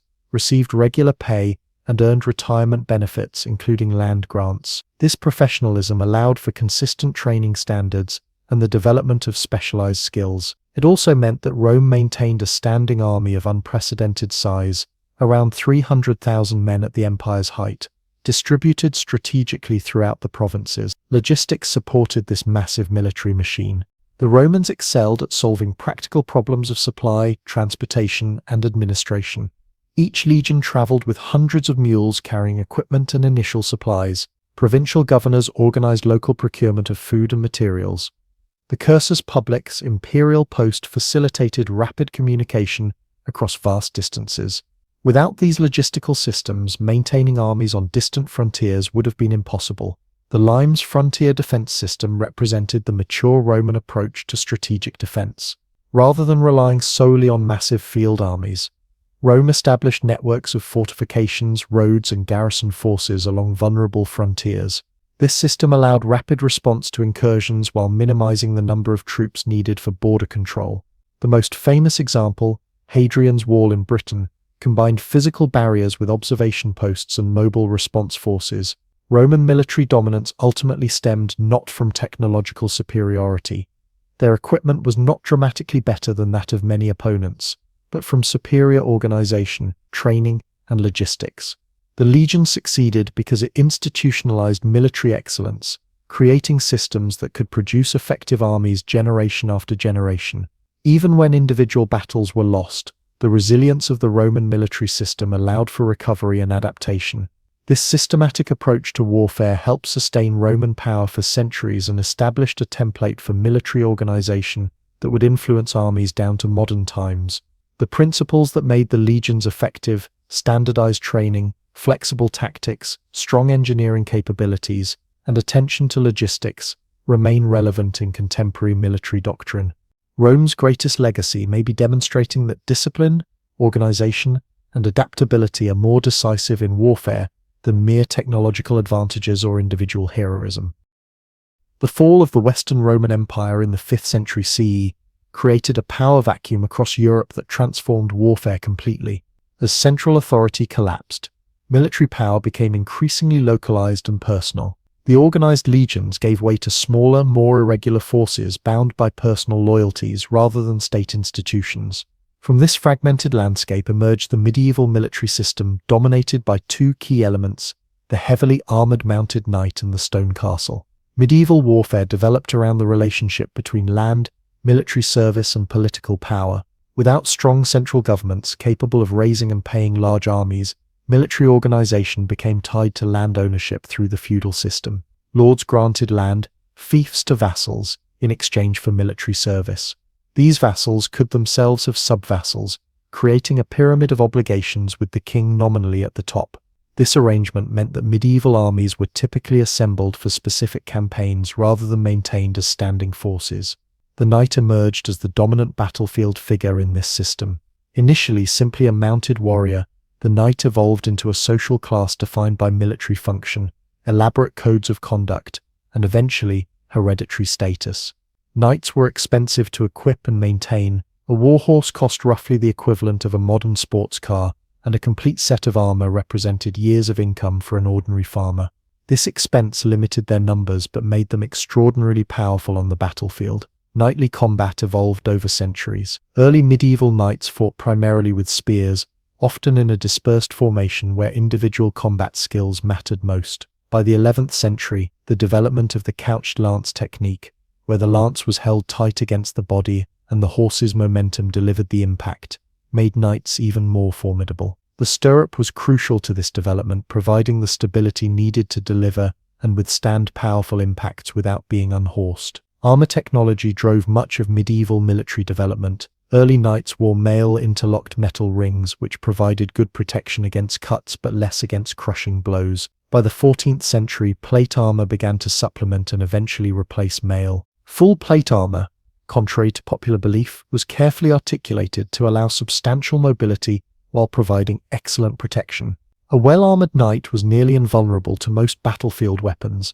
If he fell, it was often from exhaustion, being overwhelmed by multiple opponents, or being unhorsed and disabled. The medieval battlefield was not dominated by knights alone. Infantry remained crucial, particularly when fighting in difficult terrain or defending prepared positions.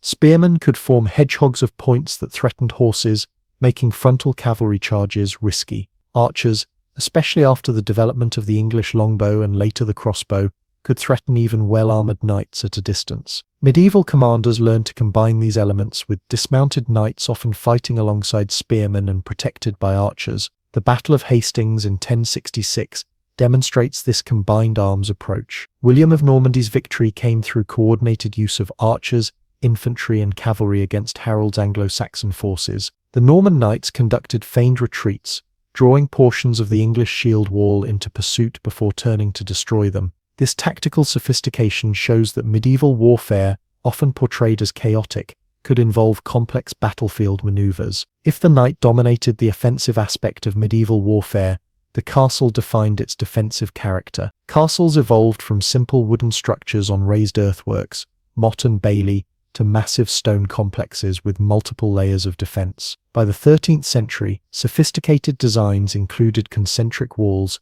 towers positioned to allow crossfire against attackers, moats, drawbridges, and murder holes for dropping materials on enemies who reached the gates. Castle design reflected an ongoing competition between offensive and defensive technology. As siege weapons improved, castle defenses evolved in response. Taller walls countered scaling ladders. Rounded towers better deflected projectiles and eliminated vulnerable corners. Machicolations, openings in the floor of wall-top passages, allowed defenders to drop objects or shoot directly down at enemies attempting to undermine walls. Each innovation triggered counter-innovations in a medieval arms race. Sieges became the dominant form of medieval warfare, far more common than field battles. Besieging a castle required enormous resources and patience. Attackers had several options: starvation through blockade, most common but slow, undermining walls, battering down gates or walls with rams and trebuchets, or attempting to scale walls in an assault, most dangerous.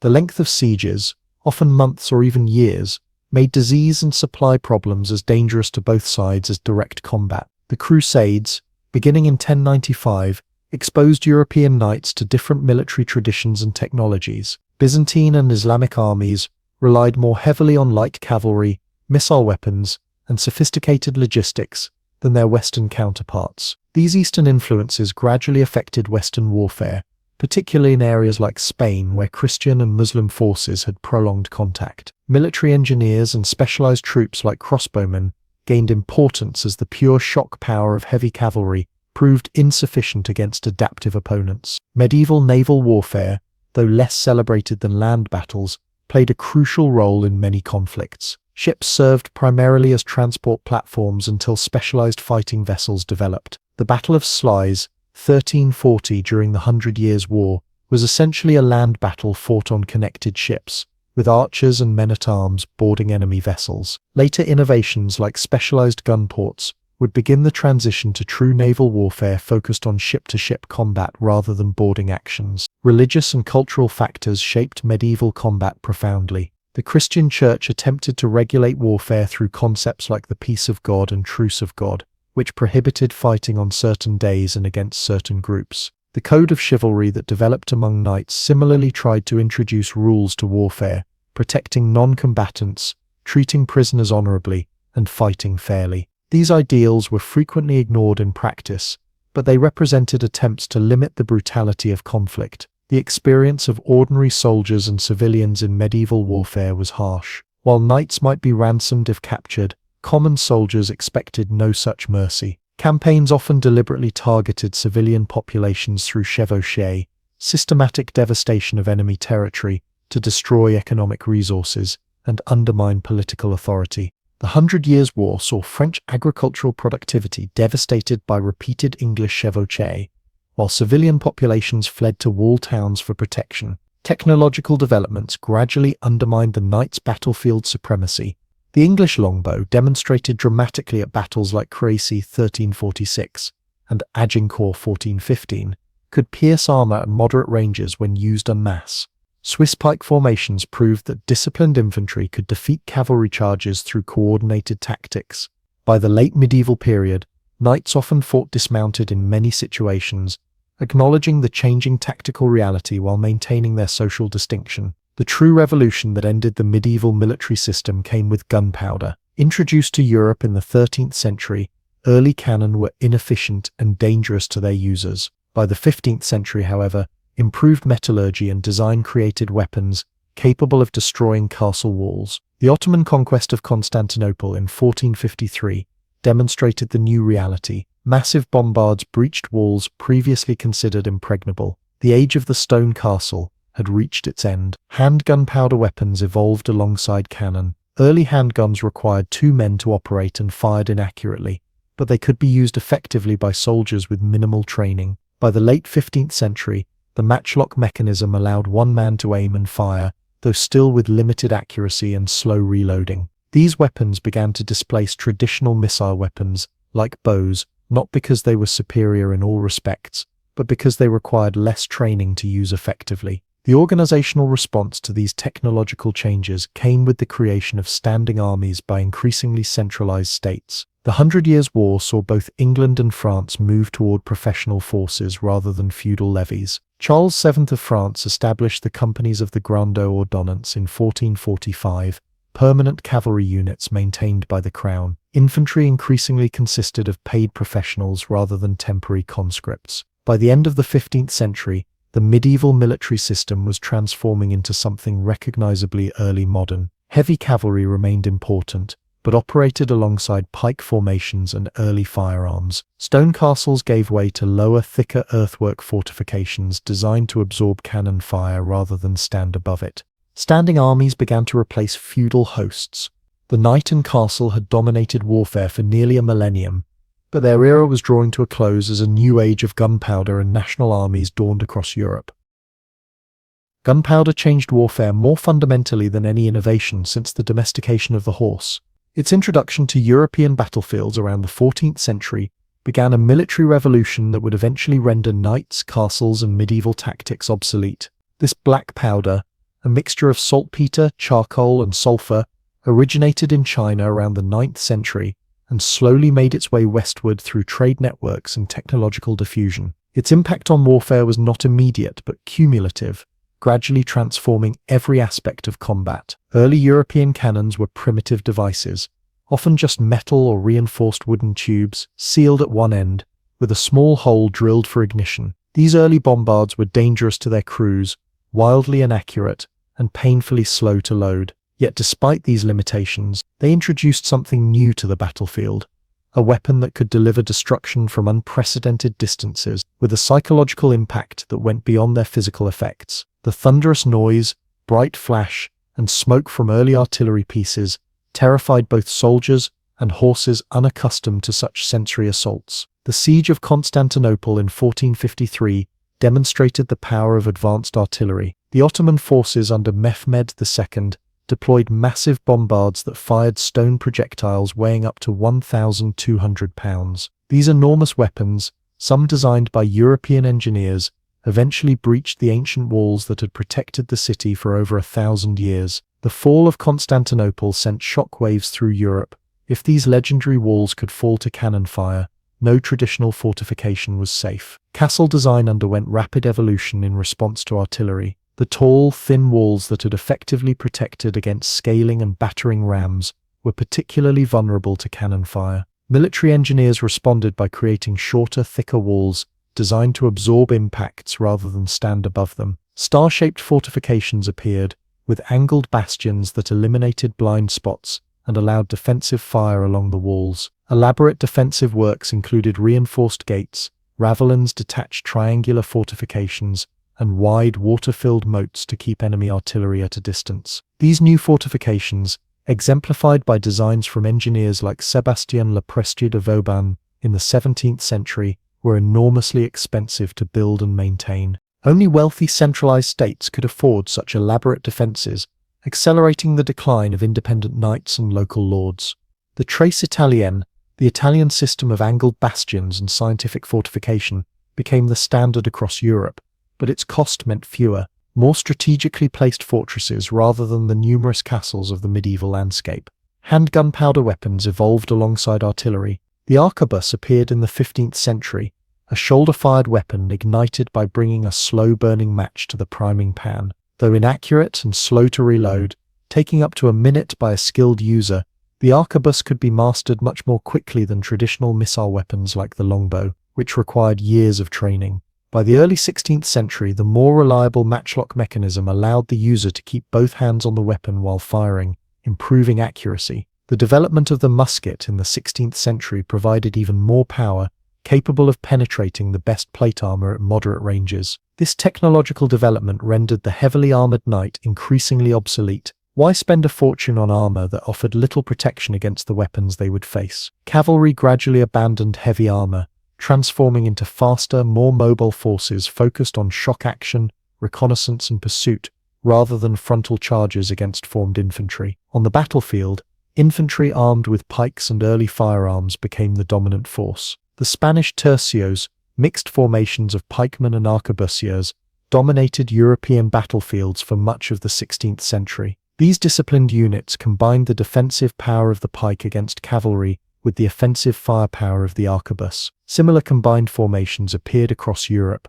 though with variations in proportions and tactical employment. The decisive nature of these new infantry formations was demonstrated at the Battle of Pavia in 1525, where Spanish arquebusiers defeated the French heavy cavalry that had dominated earlier medieval battlefields. The French knights, including King Francis I himself, were shot from their horses before they could close with the Spanish infantry. This battle symbolized the transition from medieval to early modern warfare, where firepower increasingly trumped shock action and armor. Technical innovations continued to improve firearms. The wheel lock mechanism, appearing in the early 16th century, created sparks by friction rather than requiring a lit match, making firearms more reliable in wet conditions and allowing for concealed carrying. The more affordable flintlock mechanism, which became widespread in the 17th century, further improved reliability and reduced the chance of misfires. With each improvement, firearms became more practical for battlefield use. Tactics evolved to maximize the effectiveness of these weapons. The dense formations of the 16th century gradually gave way to longer, thinner lines that allowed more guns to fire simultaneously. The Dutch innovations under Maurice of Nassau and the later Swedish system under Gustavus Adolphus emphasized mobility, coordinated firepower, and combined arms tactics integrating infantry, cavalry, and artillery. The musketeer's complex loading procedure was broken down into a drill of specific motions that could be performed even under the stress of battle. Artillery likewise saw continuous improvement. Bronze casting techniques produced stronger, more reliable cannons. Corned powder, treated to resist moisture and provide more consistent explosive force, improved performance. Standardized calibers and ammunition simplified logistics. Mobile field artillery, lighter than siege weapons, but still powerful enough to influence battlefield outcomes, became increasingly important. By the 30 Years' War, 1618 to 1648, artillery had become an essential component of any serious military force. The increasing technical complexity and expense of warfare accelerated the rise of centralized states. Only organized governments could maintain the standing armies, weapons manufacturing facilities, and logistical systems needed for gunpowder warfare. The medieval system of independent nobles leading their personal retainers became increasingly obsolete. Professional officers, trained in mathematics and engineering as much as leadership, replaced knights relying on personal courage and martial skills. Naval warfare underwent even more dramatic transformation. The development of gun ports allowed ships to mount heavy cannons along their sides, creating the first true warships designed primarily for artillery duels rather than boarding actions. The race to build ships carrying more and heavier guns led to specialized naval vessels like the galleon and later the ship of the line. These developments required substantial national investment, further strengthening centralized states like England, France, and Spain that could afford large navies. The logistics of gunpowder warfare drove military innovation beyond weapons themselves. Armies needed reliable supplies of powder, shot, and replacement parts. Standardized ammunition became crucial for battlefield effectiveness. Supply trains grew larger as armies carried more equipment. Financial systems had to evolve to support the enormous expense of modern armies and navies. The entire infrastructure of warfare became more complex and demanded greater administrative competence. Social implications of this military revolution were profound. As professional standing armies replaced feudal levies and mercenary bands, a new relationship developed between soldiers, the state, and society. Military service became more distinct from civilian life, with permanent barracks, uniforms, and regular training. The officer corps evolved from a purely aristocratic preserve to include middle-class professionals with technical expertise. The common soldier, though still recruited largely from the lower classes, became a more valuable asset requiring better treatment and training. By the end of the 17th century, European warfare had transformed completely from its medieval form. Standing armies of professional soldiers, armed with standardized firearms and supported by mobile artillery, fought on behalf of increasingly powerful centralized states. Warfare had become more lethal, more expensive, and more scientifically approached. The romantic image of the knight had given way to the disciplined musketeer in linear formation, delivering coordinated volleys on command. This transformation spread globally through European colonial expansion, trade, and military competition. Ottoman forces adopted gunpowder weapons early and effectively. Japanese warlords eagerly acquired firearms after their introduction by Portuguese traders in 1543. Indian states incorporated cannon into their armies, often employing European artillerists. The global military balance began to shift towards societies that could effectively manufacture, deploy, and tactically integrate gunpowder weapons. The gunpowder revolution contained the seeds of further military transformation. The scientific approach to warfare would continue to accelerate technical innovation. The relationship between military power and industrial capacity would grow stronger. The organizational requirements of modern armies would influence political development toward more efficient administration, and the battlefield dominance of firearms would continue to render traditional forms of combat increasingly obsolete. As the 18th century dawned, the stage was set for the next evolution in warfare. The basic weapons, muskets, cannons, mobile field artillery, had been established, but their employment would continue to develop. Armies would grow larger, more professional, and more systematically organized. The tactical emphasis would shift toward mobility and coordinated firepower rather than positional defense, and the scale of warfare would expand as European powers competed globally for dominance. The age of knights and castles had definitively ended, replaced by the age of gunpowder, drill, and increasingly sophisticated military science. The French Revolution and the subsequent Napoleonic Wars marked a profound transformation in warfare. Between 1792 and 1815, military forces grew to unprecedented sizes, battles reached new levels of intensity, and warfare expanded to encompass entire societies rather than just professional armies. At the center of this transformation stood Napoleon Bonaparte, a military commander whose campaigns transformed the understanding of strategy and whose legacy shaped military thinking for generations. The revolutionary changes in warfare began before Napoleon's rise to prominence. The French Revolution introduced the concept of the nation in arms, the idea that all citizens had both the right and duty to defend the nation. The Levée en masse of 1793 marked the first modern mass conscription, creating armies of previously unimaginable size. While 18th century armies typically numbered in the tens of thousands, revolutionary France fielded forces in the hundreds of thousands. This dramatic expansion in military manpower changed the scale and scope of warfare permanently. Napoleon inherited these revolutionary armies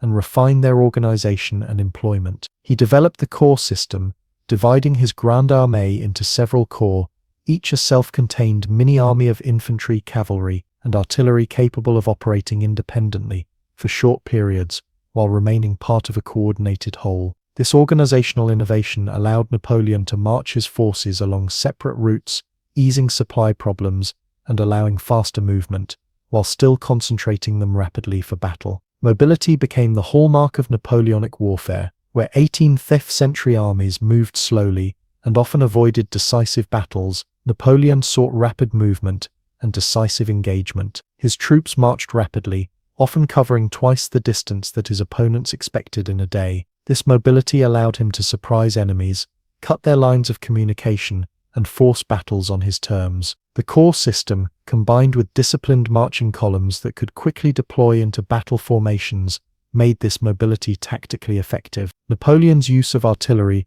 represented another revolutionary development. Rather than distributing cannon evenly along the battle line, as was common practice, Napoleon concentrated his guns at critical points to create overwhelming firepower. He treated artillery as an offensive rather than defensive arm, using massed batteries to smash holes in enemy lines before committing his infantry. At Friedland in 1807, Napoleon concentrated over 70 guns against the Russian left flank, demonstrating the devastating effect of massed artillery fire.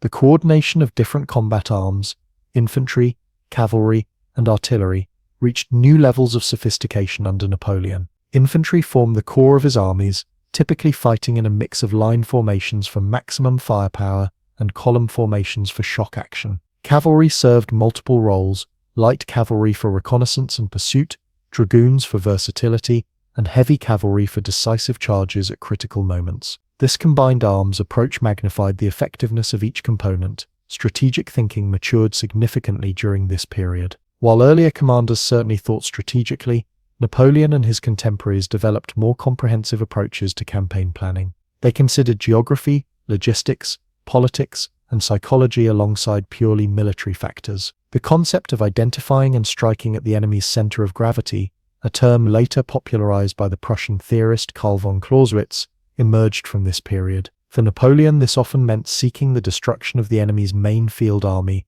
rather than capturing territory. The Battle of Austerlitz in 1805 exemplifies Napoleonic warfare at its most brilliant. Facing a larger Austro-Russian army, Napoleon feigned weakness in his right flank, enticing his opponents to commit their forces there. As they did so, Napoleon's hidden reserve struck the weakened enemy center, splitting their army in two. The battle combined strategic deception, tactical brilliance, and perfect timing. This victory, resulting in the destruction of the Third Coalition against France, demonstrated how a skillful commander could defeat numerically superior forces through superior strategy. Napoleon's campaigns stimulated military theory and analysis. Contemporaries and later generations studied his methods intensively, seeking to understand the principles behind his successes. Clausewitz's On War, though published after Napoleon's defeat, was deeply influenced by the author's experiences in the Napoleonic Wars. Antoine-Henri Jomini, who served as a staff officer for Napoleon, wrote influential works analyzing the systematic principles behind Napoleonic warfare. These theoretical works would shape military education throughout the 19th century and beyond. The Napoleonic era saw significant developments in military staff work. The growing complexity of managing large armies required more sophisticated headquarters organizations. Napoleon's chief of staff, Marshal Berthier, developed systems for transmitting orders, gathering intelligence, and maintaining operational records that became models for later armies. Staff officers needed specialized training in mathematics, geography, and logistics alongside traditional military skills, leading to the establishment of dedicated staff colleges in many European armies. Logistical systems evolved to support these massive armies on campaign. Napoleon's dictum that an army marches on its stomach acknowledged the crucial importance of supply. While his armies did live off the land more than their predecessors, they also developed more sophisticated supply systems using wagon trains, supply depots, and precise calculations of requirements. The limitations of these systems ultimately contributed to Napoleon's downfall, particularly in the disastrous Russian campaign of 1812, where logistical failures combined with Russian strategy and winter weather to destroy the Grande Armée. The Napoleonic Wars accelerated technological development in several areas. Improvements in cannon founding, gunpowder manufacturing, and artillery tactics increased the battlefield importance of this arm. Signal systems using semaphore telegraphs improved communication. Military medicine advanced in response to the enormous casualty rates, with French surgeons like Dominique Jean Léry developing new techniques for battlefield treatment and evacuation. Many of these innovations spread beyond the military sphere, to influence civilian technology. Naval warfare during this period was dominated by Britain's Royal Navy, which maintained superiority through better training, tactics, and seamanship rather than technological advantage. The Battle of Trafalgar in 1805, where Admiral Nelson defeated the combined French and Spanish fleets,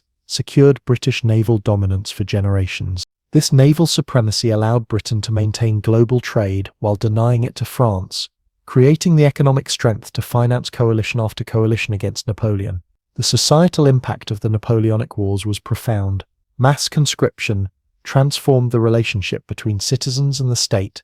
Previously, wars had been fought by professionals and largely separated from civilian life.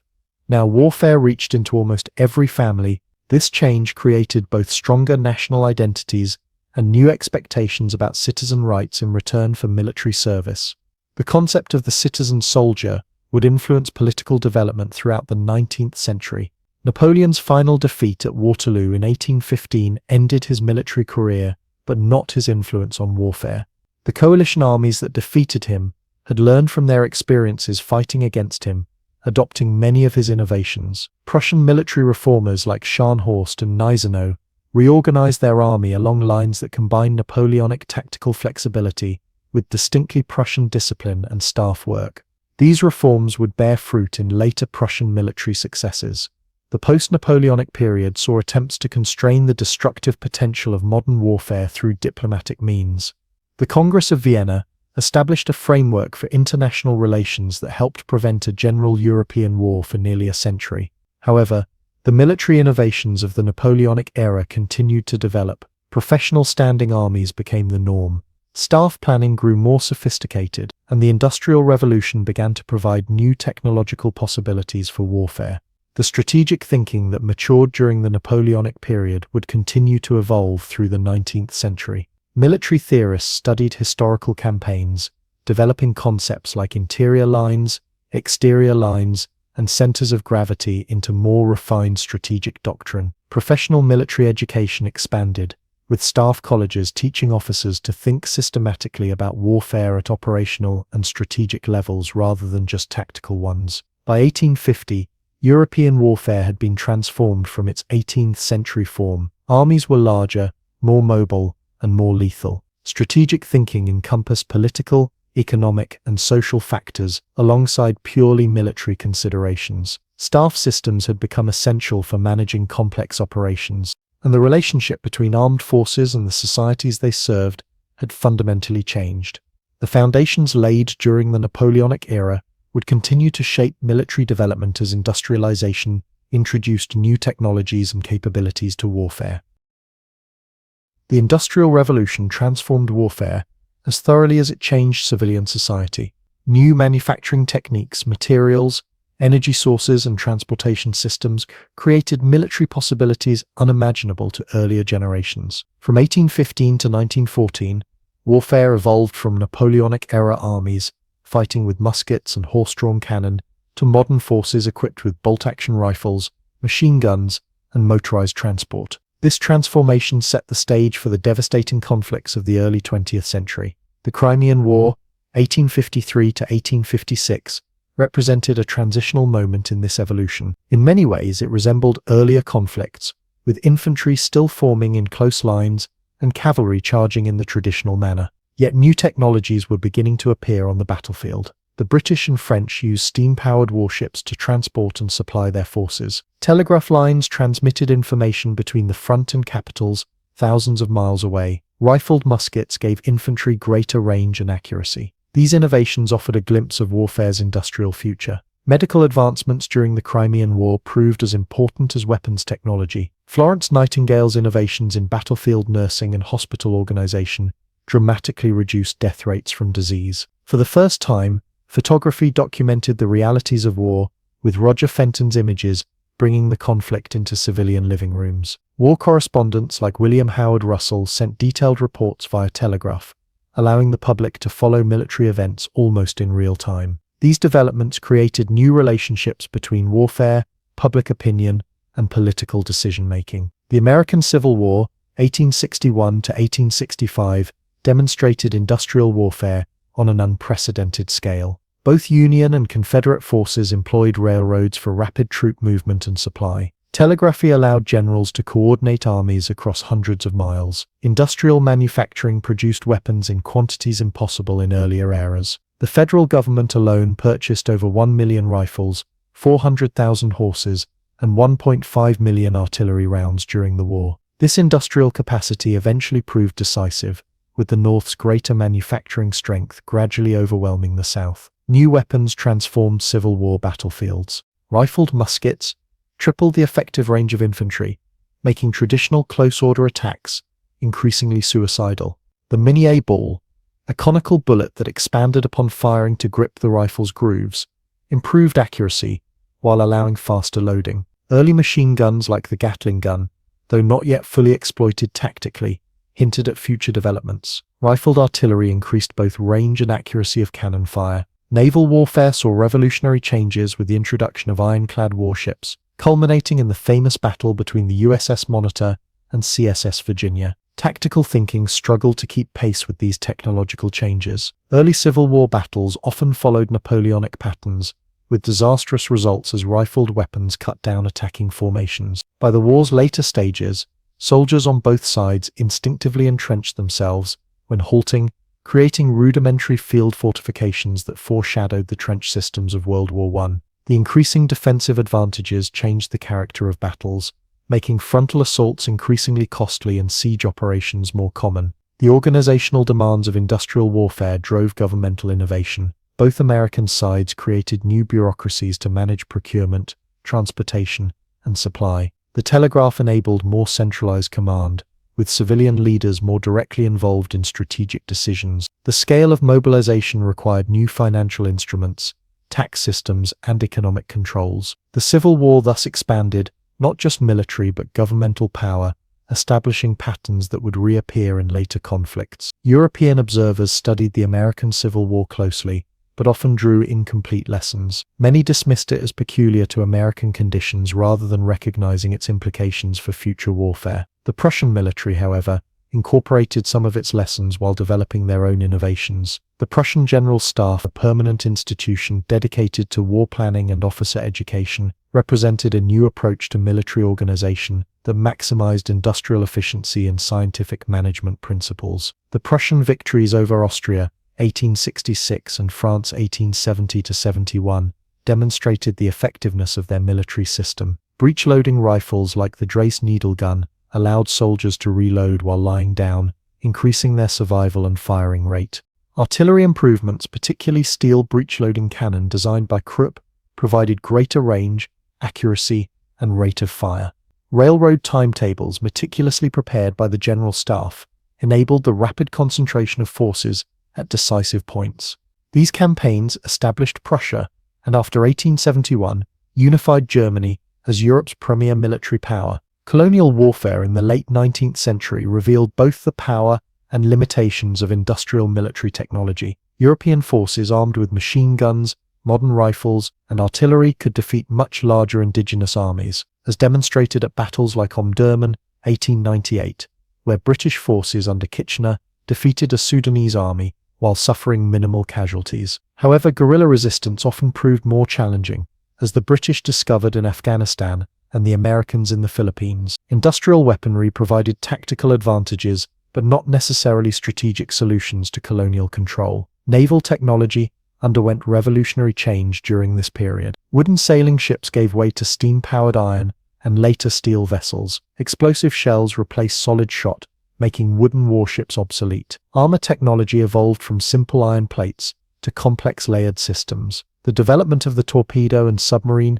introduced new threats to surface vessels. By 1906, the launch of HMS Dreadnought, featuring all big gun armament, steam turbine engines, and improved fire control, rendered all previous battleships obsolete and intensified the naval arms race between Britain and Germany. Communications technology transformed both tactical and strategic aspects of warfare. Field telephones allowed commanders to coordinate artillery with infantry movements. Wireless telegraphy, radio-enabled communication with ships at sea, and eventually between aircraft and ground forces. Improved printing and distribution networks spread military information through professional journals, accelerating the diffusion of tactical innovations. Signal flags, heliographs, and later electronic systems created more reliable battlefield communications. Transportation advancements dramatically changed military mobility. Railroads could move troops and supplies at 10 times the speed of marching infantry. By the early 20th century, internal combustion engines powered the first military trucks, cars, and eventually aircraft. These developments extended operational reach and logistical capacity.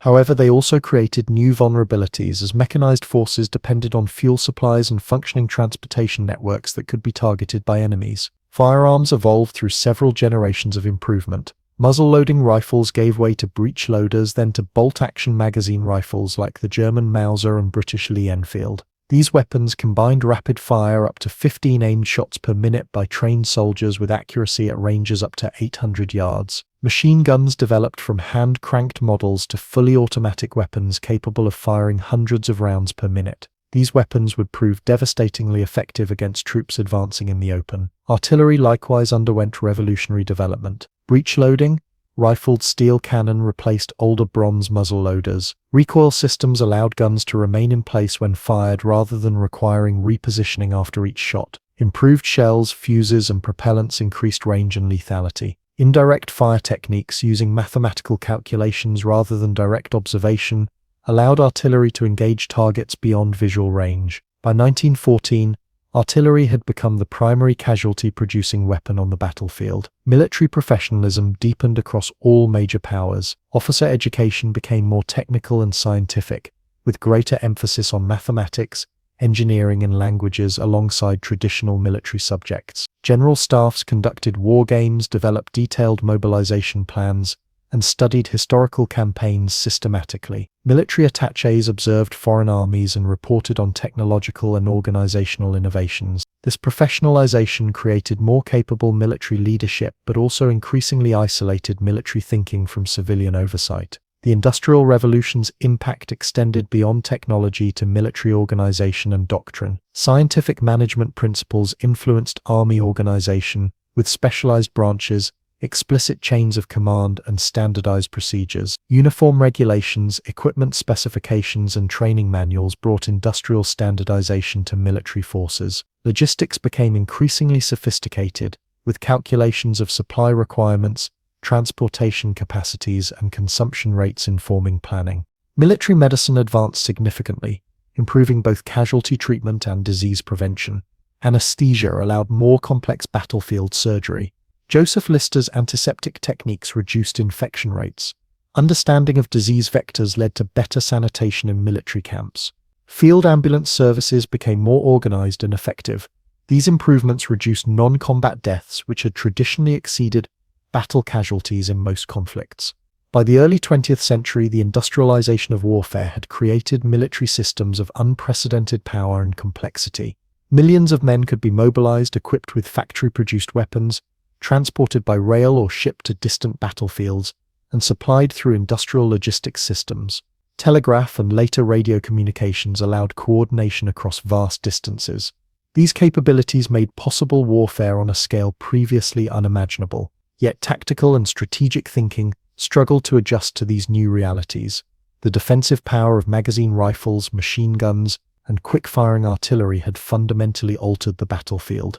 But many military leaders remained committed to offensive doctrines, emphasizing morale and willpower over firepower calculations. The complex interactions between industrial, political, economic, and military factors created strategic problems that traditional military education had not prepared leaders to solve.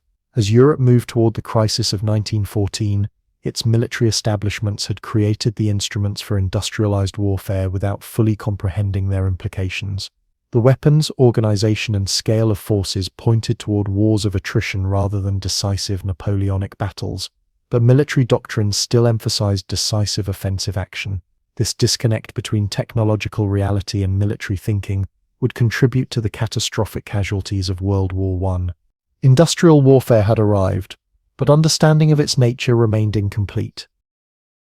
The world wars of the 20th century represent warfare's most destructive manifestation. These conflicts expanded beyond battlefield engagements between professional armies to encompass entire societies in struggles for national survival. Industrial capacity, scientific innovation, economic strength, and civilian morale became as decisive as military skill or numerical superiority. The term total war captures this all-encompassing nature, where the distinction between soldier and civilian, military and industrial target, blurred into a single continuum of conflict. World War I began in 1914, with European powers still conceptualizing warfare in 19th century terms, despite possessing 20th century weapons. Initial German plans called for rapid movement and decisive battles in the style of Napoleon or Moltke. French doctrine emphasized offensive spirit with infantry advancing regardless of firepower disadvantages. Both sides expected a short, decisive war. Instead, they encountered a deadly stalemate that would last 4 years and cost millions of lives. The Western Front quickly demonstrated the new realities of industrial warfare. Machine guns capable of firing hundreds of rounds per minute mowed down attacking infantry. Quick-firing artillery caused most casualties, with millions of shells churning battlefields into lunar landscapes. Barbed wire impeded movement,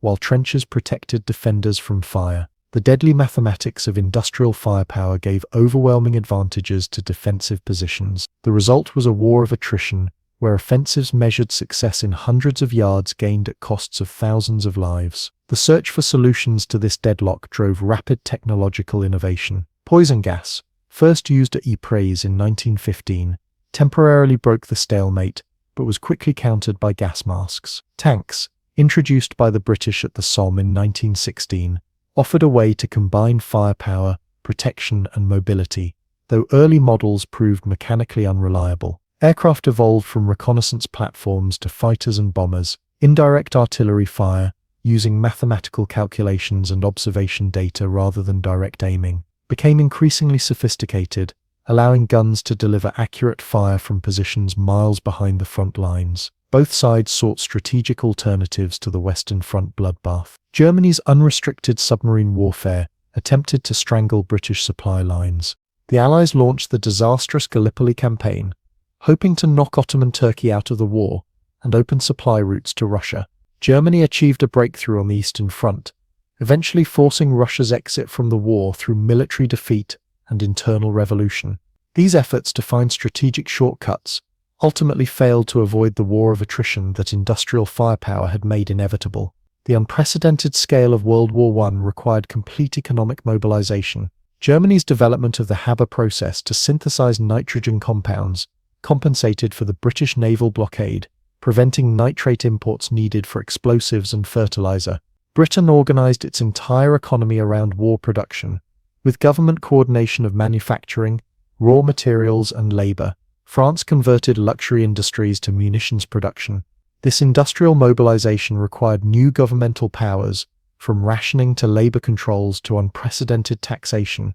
Communications technology shaped both tactical and strategic operations. Field telephones allowed commanders to coordinate artillery with infantry advances. Radio enabled communication with aircraft and between headquarters, yet these technologies remained vulnerable.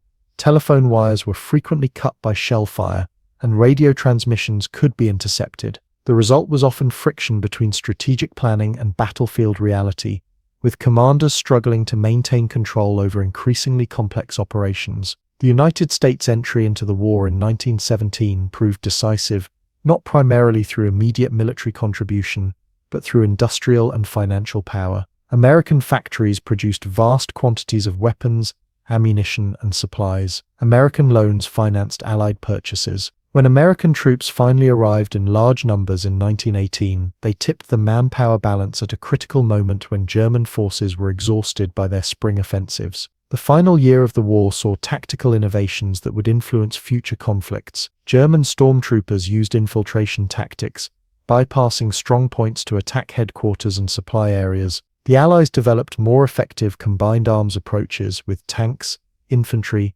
artillery, and aircraft working in coordination. These tactical solutions, combined with German strategic exhaustion, finally broke the stalemate.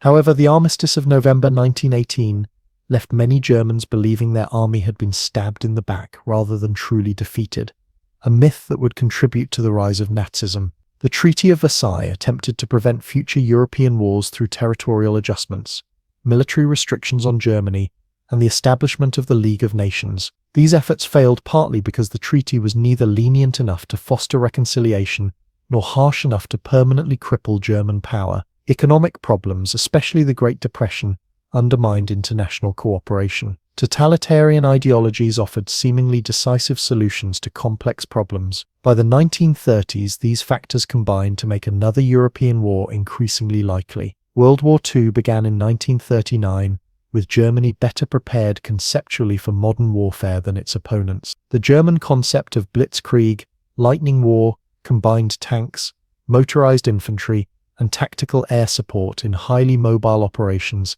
aimed at encircling enemy forces. Radio communication allowed coordination between these elements. This approach, first demonstrated in Poland and then perfected in France in 1940, temporarily overcame the firepower advantages that had produced WWI's static warfare. The early German victories resulted not from technological superiority. French tanks were individually superior to German models, but from organizational and doctrinal advantages. Germany concentrated tanks into panzer divisions rather than distributing them among infantry units. The Luftwaffe focused on tactical air support rather than strategic bombing. German commanders emphasized initiative at all levels rather than centralized control. These operational innovations proved more decisive initially than raw industrial power. The global nature of World War II dramatically expanded the geographical scope of warfare. Naval battles in the Pacific covered thousands of square miles. Aircraft could strike targets hundreds or thousands of miles behind front lines. Submarine campaigns threatened supply lines across entire oceans. This expansion of the battle space required new approaches to strategy and logistics, with global supply chains, overseas bases, and unprecedented coordination between allies separated by vast distances. Industrial competition became even more decisive than in the previous conflict. The United States achieved production levels that seemed scarcely believable: 324,000 aircraft, 100,000 armored vehicles, 71,000 naval vessels, and 41 billion rounds of ammunition during the war. Soviet factories, many relocated east of the Ural Mountains to escape German bombing, produced over 78,000 tanks, despite the loss of significant industrial regions. This productive capacity eventually overwhelmed Germany and Japan despite their initial military advantages. Scientific and technological development accelerated under wartime pressures. Radar revolutionized air defense and naval warfare. Improved aircraft extended range, payload, and performance capabilities. Proximity fuses increased artillery effectiveness. Electronic warfare and cryptography shaped intelligence operations, with the breaking of German Enigma codes providing crucial advantages to the Allies. Computer technology, initially developed for calculating artillery tables and code breaking, laid foundations for the post-war information revolution. Strategic bombing emerged as a distinctive feature of World War II. Both Axis and Allied powers targeted enemy industrial capacity and civilian morale. The technology of bombing evolved from limited operations with minimal accuracy to massive raids involving hundreds of aircraft and precision guidance techniques. The morality of civilian targeting generated controversy even during the conflict, but military leaders on all sides ultimately embraced strategies aimed at undermining enemy societies rather than merely defeating armies in the field. The culmination of this strategic bombing logic came with the atomic bombings of Hiroshima and Nagasaki in August 1945. These attacks, which killed approximately 200,000 people, introduced nuclear weapons to warfare and created a fundamental break in military history. For the first time, a single weapon could destroy an entire city. This development would shape all subsequent thinking about great power conflict, eventually leading to doctrines of deterrence based on mutual assured destruction rather than traditional concepts of battlefield victory. The Holocaust represented another distinctive feature of World War II: genocide conducted with industrial methods. The Nazi regime used modern bureaucratic organization, transportation systems, and manufacturing techniques to implement mass murder with efficiency that previous genocides had lacked. This industrialization of atrocity revealed the darkest potential of modern organizational capabilities. It also blurred any remaining distinction between military and civilian aspects of total war. Resistance movements in occupied territories created another dimension of World War II. From French resistance sabotage to Yugoslav partisan warfare to Soviet guerrilla operations, these movements tied down Axis forces, gathered intelligence, and maintained hope in occupied populations. Special operations forces, like the British Special Operations Executive and American Office of Strategic Services, developed techniques to support these movements, establishing foundations for later unconventional warfare doctrines. The war at sea saw revolutionary developments. Aircraft carriers replaced battleships as the central elements of naval power. Submarine warfare evolved from the relatively limited German campaigns of WWI to near-decisive impacts on both the Atlantic and Pacific theaters. Anti-submarine warfare became increasingly sophisticated, with sonar, radar, long-range aircraft, and computer-assisted tracking systems. Naval operations expanded to include amphibious warfare on unprecedented scales, with landings like Normandy and Iwo Jima involving hundreds of ships and thousands of landing craft. The conclusion of World War II left the United States and Soviet Union as the dominant global powers, with much of Europe and Asia physically devastated. The unprecedented destructiveness of the conflict, culminating in nuclear weapons, created powerful incentives to avoid direct confrontation between these superpowers. The Cold War that followed would be characterized by proxy conflicts, arms races, and ideological competition rather than direct military confrontation. Warfare had become too dangerous for traditional great power conflicts. The legacy of the world wars transformed both warfare and international relations. The United Nations replaced the League of Nations, with stronger mechanisms for addressing threats to peace. International law developed new frameworks regarding war crimes and human rights. Military organizations incorporated lessons about combined arms operations, logistics, and joint service cooperation. Most fundamentally, the demonstration of warfare's destructive potential at industrial scales created a powerful impetus to develop alternatives to direct military confrontation between major powers. Yet, warfare did not disappear after 1945. Instead, it transformed again, with conflicts focusing on revolutionary warfare, counterinsurgency, limited wars, and terrorism rather than total war between industrial states. Nuclear weapons created a paradox. Their development made warfare between nuclear powers potentially suicidal, yet conflicts continued in different forms around the periphery of the global order. The principles of industrial mobilization, technological innovation, and total societal involvement established during the World Wars would continue to shape these conflicts, albeit in altered forms appropriate to the nuclear age.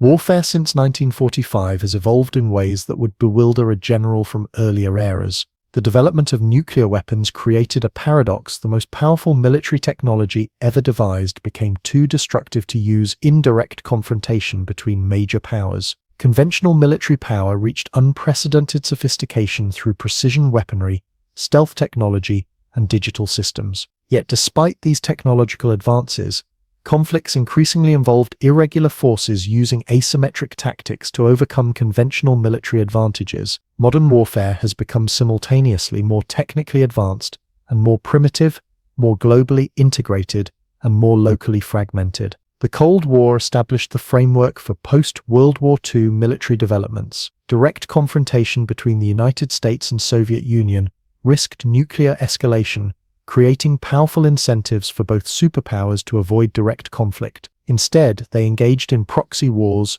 supporting allied states and non-state actors in conflicts across the developing world. These proxy conflicts in Korea, Vietnam, Afghanistan, Angola, and elsewhere allowed testing of weapons and doctrines while keeping confrontation below the nuclear threshold. Nuclear strategy developed into an extraordinarily complex field. The initial American nuclear monopoly ended in 1949 when the Soviet Union tested its first atomic bomb. The hydrogen bomb, tested by the US in 1952 and the USSR in 1955, increased destructive power by orders of magnitude. Delivery systems evolved from bombers to intercontinental ballistic missiles, ACBMs, and submarine-launched ballistic missiles, SLBMs. Doctrines evolved from massive retaliation to flexible response to mutual assured destruction, MAD. This last concept, that neither superpower could survive a nuclear exchange regardless of who struck first, created a strange stability through the promise of shared annihilation. Conventional warfare continued to evolve within this nuclear context. The Korean War, 1950 to 1953, resembled World War II in many respects, with large-scale conventional operations including tanks, artillery, and tactical air support. However, it also introduced jet aircraft combat, and helicopter medical evacuation. The war ended in stalemate, establishing a pattern of limited conflicts fought for limited objectives rather than the total warfare of the World War era. Vietnam represented a different sort of conflict, one where overwhelming conventional superiority proved insufficient against an adversary, using asymmetric approaches. American forces dominated conventional engagements but struggled against guerrilla tactics, with the Viet Cong blending into civilian populations and avoiding decisive battles. Political will became as important as military capability, with North Vietnamese forces willing to accept casualties that would have been politically unsustainable for American leaders. This pattern would repeat in later conflicts, demonstrating that modern warfare increasingly involves psychological and political dimensions alongside traditional military confrontation. Technological innovation continued to reshape warfare through the late 20th century. The 1973 Arab-Israeli War demonstrated the effectiveness of precision anti-tank missiles and surface-to-air missiles against armored forces and aircraft. Electronic warfare, jamming, spoofing, and intercepting enemy communications and radar became increasingly sophisticated. Smart bombs with laser or television guidance improved strike accuracy dramatically compared to traditional unguided munitions. Night vision devices extended combat operations around the clock. These innovations generally favored wealthier, more technologically advanced nations, but their advantages could be countered through asymmetric approaches. The 1991 Gulf War represented the pinnacle of conventional U.S. military dominance. Operation Desert Storm combined precision airstrikes, overwhelming firepower, superior communications, and maneuver warfare to defeat Iraq's conventional forces with minimal coalition casualties. GPS-guided munitions struck targets regardless of weather conditions. Stealth aircraft penetrated sophisticated air defense systems. Digital communications coordinated complex operations across vast distances. This revolution in military affairs appeared to restore decisiveness to conventional operations after the frustrations of Vietnam. However, the post-Cold War world has demonstrated that conventional military dominance does not necessarily translate to strategic success. The 2003 Iraq War saw quick conventional victory followed by prolonged counterinsurgency operations. Afghanistan similarly showed the limits of conventional force against determined irregular opponents. These conflicts highlighted an enduring truth: military technology, no matter how advanced, cannot alone secure political objectives when facing opponents with different strategic timeframes and metrics for success. Modern military forces have adapted to these realities by developing new capabilities and doctrines. Special operations forces have gained prominence, conducting missions ranging from counter-terrorism to foreign internal defense. Military intelligence has expanded beyond traditional battlefield reconnaissance to include cultural understanding, human intelligence networks, and psychological operations. Civil affairs units work to secure civilian cooperation and build governmental capacity in conflict zones. These adaptations reflect recognition that modern conflicts involve competition for legitimacy and popular support as much as battlefield dominance. The information domain has become central to modern warfare. Cyber operations can disrupt enemy command systems, interfere with critical infrastructure, or influence public opinion through information operations. Satellite communications enable global command and control, while also creating vulnerabilities if disrupted. Social media serves simultaneously as intelligence source, propaganda platform, and recruiting tool. Armed forces now maintain substantial cyber warfare capabilities, alongside traditional land, sea, and air forces, recognizing that control of information has become as strategically important as physical territory. Precision strike capabilities have transformed approaches to targeting and force protection. Guided munitions allow smaller forces to achieve effects that previously required massive bombing campaigns. Unmanned aerial vehicles, drones permit surveillance and strike missions without risking pilots, extending operational endurance and reducing political costs associated with casualties. Precision has also raised expectations about minimizing civilian casualties, creating legal and ethical constraints on operations that previous generations of commanders rarely faced. Non-state actors have developed sophisticated responses to conventional military advantages. Improvised explosive devices, IEDs, counter-armored vehicle superiority. Urban warfare negates advantages in firepower and mobility while increasing risks to civilians. Dispersal and concealment reduce vulnerability to air power. Information operations target domestic political support in democratic societies. These asymmetric approaches have proven remarkably effective against conventionally superior forces, demonstrating that modern warfare remains as much about adaptation and will as about technology and firepower. The proliferation of weapons of mass destruction represents another dimension of modern security challenges. Beyond the established nuclear powers, countries like North Korea have developed nuclear weapons and delivery systems. Chemical and biological weapons, though prohibited by international convention, remain potential threats in the hands of both states and non-state actors. These weapons create security challenges that cannot be addressed through traditional military approaches alone, requiring diplomatic, intelligence, and non-proliferation efforts alongside deterrent capabilities. Robotics and autonomous systems are increasingly reshaping the battlefield. Beyond well-known systems like armed drones, military forces are developing autonomous ground vehicles, naval vessels, and logistics systems. Artificial intelligence supports target recognition, threat analysis, and decision support systems. These technologies create both opportunities and ethical challenges, potentially reducing risk to human combatants while raising questions about appropriate human control over lethal force. The legal and ethical frameworks for these systems remain under development, struggling to keep pace with technological capabilities. Modern conflicts increasingly occur in densely populated urban environments rather than traditional battlefields. Urban warfare neutralizes many conventional military advantages while increasing risks to civilians and infrastructure. Buildings provide cover from surveillance and fire while restricting movement and fields of fire. Civilian presence complicates targeting decisions and increases political constraints. Critical infrastructure, power, water, communications, can be damaged, creating humanitarian crises that military forces must address alongside combat operations. These challenges have driven developments in non-lethal weapons,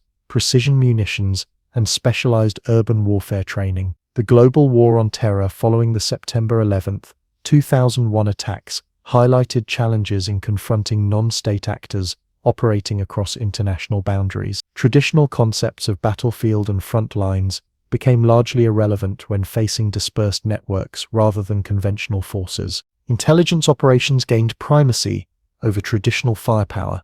Special operations forces conducted targeted raids against high-value individuals rather than engaging enemy formations. These adaptations reflected the changing nature of threats in a connected world where small groups could inflict damage previously requiring state resources. Private military companies have gained increasing prominence in modern conflicts. These organizations provide services ranging from logistical support and training to direct combat operations. Their use allows states to conduct operations with reduced political visibility and accountability. It also reflects broader trends toward outsourcing governmental functions, including aspects of security and military operations. The legal status of these organizations remains ambiguous under international law, creating challenges for oversight and accountability. Climate change and resource scarcity are emerging as drivers of future conflicts. Competition for water, arable land, and energy resources may increase as climate impacts intensify. Military organizations have begun adapting to these realities, developing capabilities for disaster response, humanitarian assistance, and operations in extreme environments. These non-traditional security challenges blur distinctions between military and civilian response, creating new requirements for interagency coordination and specialized capabilities. The future of warfare appears likely to continue these trends toward complexity and hybrid approaches, combining conventional, irregular, informational, and other dimensions. Major powers continue developing advanced conventional capabilities, hypersonic missiles, advanced electronic warfare systems, space-based assets, while simultaneously preparing for asymmetric challenges. Non-state actors and smaller states develop asymmetric capabilities to counter conventional advantages. The information domain grows increasingly central to all forms of conflict, from influence operations targeting civilian populations to cyber attacks on critical infrastructure. Throughout this evolution of modern warfare, certain constants remain. Human judgment continues to prove decisive despite technological advancement. Political objectives ultimately determine military approaches rather than the reverse. Adaptation and learning often matter more than initial technological or numerical advantages. and the human cost of conflict for combatants and civilians alike remains war's most enduring characteristic, despite changes in technology, tactics, and strategic context. From stone axes to hypersonic missiles, from tribal raids to global conflicts, warfare has evolved continuously throughout human history. Yet beneath the changing technologies and tactics, warfare remains fundamentally a contest of human will executed through organized violence for political purposes. Understanding this evolution helps us comprehend both the persistent nature and the changing character of mankind's most terrible creation, and perhaps points toward ways to reduce its frequency and cost in the future. As the Persian Empire reached the height of its power and organization under Darius the Great, it encountered a set of small but fiercely independent states along its western frontier that would present an unexpected challenge. The Greek city-states, with their unique political systems, military traditions, and cultural identity, became entangled in a conflict with the Persian colossus that would reshape the history of both civilizations. What began as a minor rebellion on the edges of the empire would escalate into one of the most famous military confrontations of the ancient world, the Greco-Persian Wars. The seeds of conflict were planted when the Persian Empire expanded westward to include the Greek cities of Ionia along the western coast of Anatolia. These cities, including Miletus, Ephesus, and Halicarnassus, were centers of Greek culture and commerce, proud of their heritage and accustomed to a significant degree of autonomy. While Persian rule was generally tolerant, it did involve the installation of tyrants loyal to Persian interests and the payment of tribute to the great king. Tensions simmered beneath the surface for decades, finally erupting in 499 BCE with what became known as the Ionian Revolt. The uprising began in Miletus, where the local tyrant Aristagoras, facing potential punishment from Darius for a failed expedition against Naxos, decided to embrace the cause of democracy and independence. Under his leadership, Miletus overthrew Persian authority, and the rebellion quickly spread to other Greek cities throughout Ionia and beyond. Seeking support for their cause, the Ionians sent delegations to mainland Greece. Sparta, the preeminent military power among the Greek states, declined to assist, but Athens and Eretria agreed to send ships and troops. The Athenian decision proved particularly significant, as it marked the first direct involvement of mainland Greek forces against the Persian Empire. For the Persians, this intervention by foreign powers in what they considered an internal matter represented an unacceptable provocation. The initial phase of the Ionian Revolt saw some rebel successes, including the burning of Sardis, the principal Persian administrative center in western Anatolia. However, Persian military resources were far greater than those available to the rebels. After several years of fighting, the revolt was crushed, culminating in the siege and destruction of Miletus in 494 BCE. The other Ionian cities were brought back under Persian control, with varying degrees of punishment imposed based on their level of participation in the uprising. From the Persian perspective, the matter should have ended there, with rebellious subjects appropriately disciplined and order restored to the empire's western provinces. But Darius had not forgotten the role played by Athens and Eretria in supporting the rebels. Their actions could not go unpunished if Persian authority was to be maintained. Moreover, Persian intelligence likely reported on the unstable and frequently hostile relations between the Greek city-states, suggesting that an expansion of imperial control to include the Greek mainland might prevent future interference in Persian affairs. In 492 BCE, Darius dispatched his son-in-law Mardonius to secure Persian interests in Thrace and Macedonia, territories that formed a natural bridge between Persian-controlled Anatolia and mainland Greece. This expedition achieved significant success, but was hampered by the loss of many ships in a storm while rounding Mount Athos. Nevertheless, it established a Persian presence in Europe and laid groundwork for further operations. 2 years later, in 490 BCE, Darius sent a naval expedition specifically targeting Athens and Eretria. This force first descended upon Eretria, which after a brief siege was betrayed from within, allowing the Persians to capture the city, burn its temples, and deport its population. With one target eliminated, the Persian fleet crossed the narrow strait to Attica and landed at the Bay of Marathon, approximately 26 miles from Athens itself. The Athenians faced a critical decision.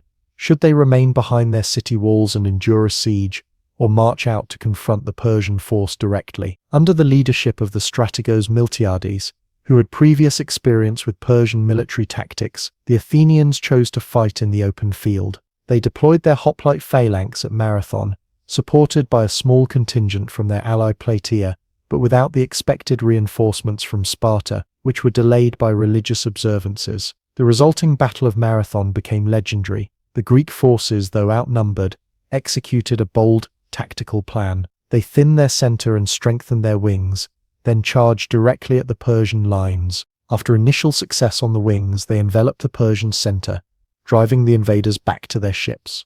Traditional accounts claim the Athenians lost 192 men, while killing approximately 6,400 Persians, though these figures may be exaggerated.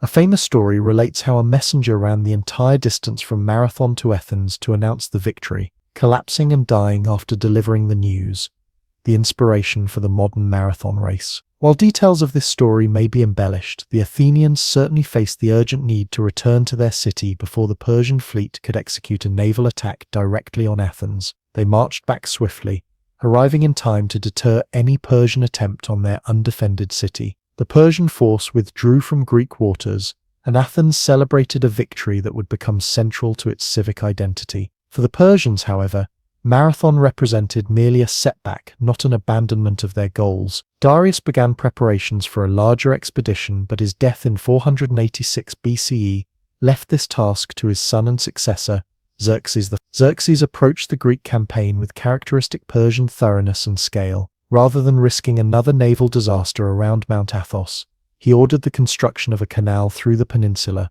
an engineering feat that impressed even his enemies. He also built bridges of boats across the Hellespont, modern Dardanelles, linking Asia to Europe with a physical connection that symbolized Persian determination to extend imperial control westward. The expedition Xerxes launched in 480 BCE dwarfed all previous Persian military operations in the region. Ancient sources claim the Persian force numbered in the millions, though modern historians suggest a more realistic figure of perhaps 200,000 troops plus supporting personnel, still an enormous army for the ancient world. The Persian host included contingents from throughout the empire, showcasing the diversity of peoples under the great king's rule. Simultaneously, a substantial fleet moved along the coast to support the land forces and maintain supply lines. Meanwhile, the Greek response had evolved since Marathon. Under the leadership of Sparta, traditionally acknowledged as the premier military power among the Greek states, a coalition formed to resist the Persian advance. This Hellenic League included approximately 30 city-states,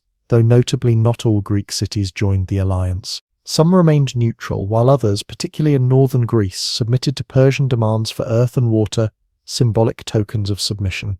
The Greek strategy recognized the impossibility of meeting the Persian army on open ground, where superior numbers would prevail. Instead, they sought to use the mountainous Greek terrain to their advantage, selecting narrow passes where smaller forces could effectively block larger ones. The first such position was at the Vale of Tempe in Thessaly, but this was abandoned when the Greeks learned it could be outflanked through mountain paths. The coalition then selected two positions to make their stand: the narrow coastal pass at Thermopylae and the nearby strait at Artemisium, where the Greek fleet could engage the Persian navy. The Spartan king Leonidas commanded the land forces at Thermopylae, while the Athenian Themistocles played a leading role in the naval operations. The Battle of Thermopylae has become one of history's most famous last stands. For several days, a Greek force of approximately 7,000, including the legendary 300 Spartans, plus their helots and allies, held the narrow pass against repeated Persian assaults. Xerxes is said to have watched in frustration as his numerical advantage proved ineffective in the confined space. Eventually, however,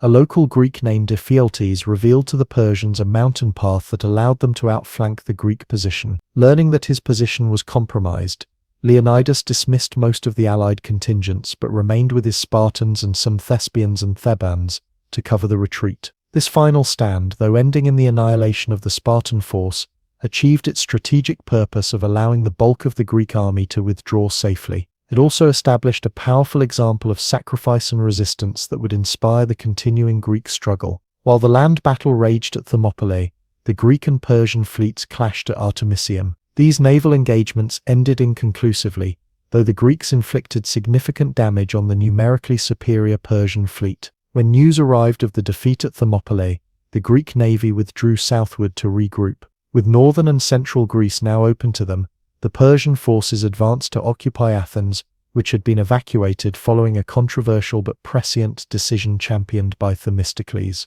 The Athenian population relocated to the nearby island of Salamis and other safe locations, while the Persian army entered the abandoned city.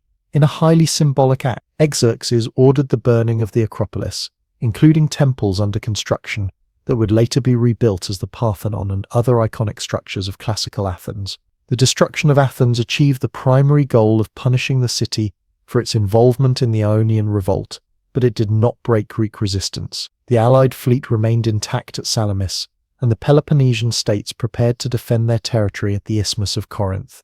Xerxes needed a decisive naval victory to secure his position and extend Persian control throughout Greece. Themistocles, recognizing that the enclosed waters around Salamis would neutralize the Persian numerical advantage, orchestrated a brilliant stratagem to ensure the battle occurred on his terms. Through a pretended betrayal, he convinced Xerxes that the Greek fleet was preparing to flee. The Persian king ordered an immediate attack, sending his ships into the narrow strait where their numbers became a hindrance rather than an advantage. The resulting Battle of Salamis in late 480 BCE ended in a decisive Greek victory, with many Persian ships destroyed or captured. Though still commanding overwhelming land forces, Xerxes now faced difficult strategic decisions. The onset of winter would complicate supply lines, and without naval dominance, his position in Greece was potentially vulnerable. He chose to withdraw personally to Asia Minor with a portion of his army, leaving his general Mardonius with a still formidable force to continue operations the following spring.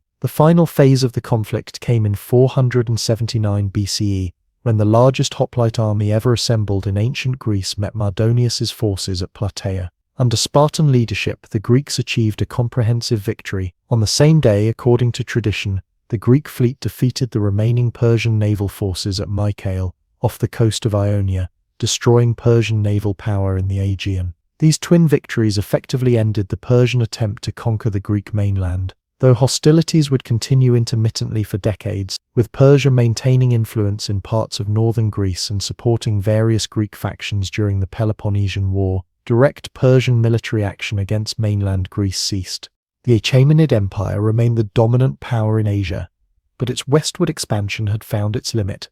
The Greco-Persian Wars transformed both civilizations involved. For the Greeks, the experience of successful resistance against overwhelming odds reinforced their sense of cultural distinctiveness and superiority. Athens, in particular, entered a period of unprecedented cultural and political flourishing, using its leadership of the Delian League, originally formed to continue operations against Persia, to establish what amounted to an Athenian maritime empire. The confidence gained through victory contributed to the extraordinary achievements of Greek art, philosophy, drama, and political thought during the 5th century BCE, developments that would profoundly influence Western civilization. For Persia, the failure to subdue Greece represented a significant but not catastrophic setback. The empire remained vast and wealthy, controlling territories from the Indus to the Nile. Persian resources dwarfed those of the fractious Greek city-states, and Persian diplomacy proved adept at exploiting divisions among the Greeks in subsequent decades. Nevertheless,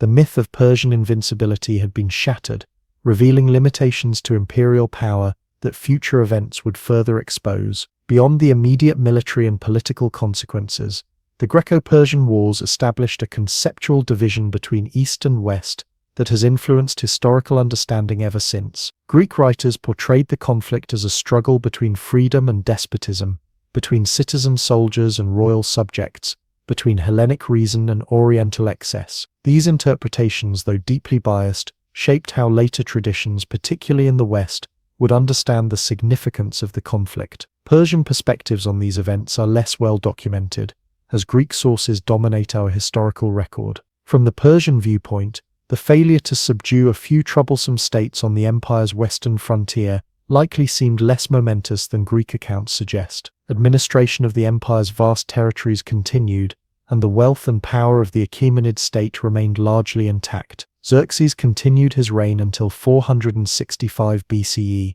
focusing on internal affairs and construction projects rather than further western campaigns. As the dust settled on these epic confrontations, both civilizations continued their distinctive development, each influencing the other through ongoing commercial and cultural contacts. Persian luxury goods, administrative practices and artistic motifs found their way into Greek society, while Greek mercenaries, physicians, and craftsmen served in Persian territories. The relationship between these two great civilizations remained complex, characterized by both conflict and exchange, mutual suspicion and mutual fascination. The legacy of the Greco-Persian Wars extended far beyond the lifetimes of the participants. For centuries, Greeks and later Romans would look back on these events as defining moments in the struggle between East and West. Alexander the Great would invoke the Persian burning of Greek temples to justify his conquest of the Achaemenid Empire. Romans would see themselves as heirs to the Greek resistance against Eastern despotism. These interpretations, though simplistic,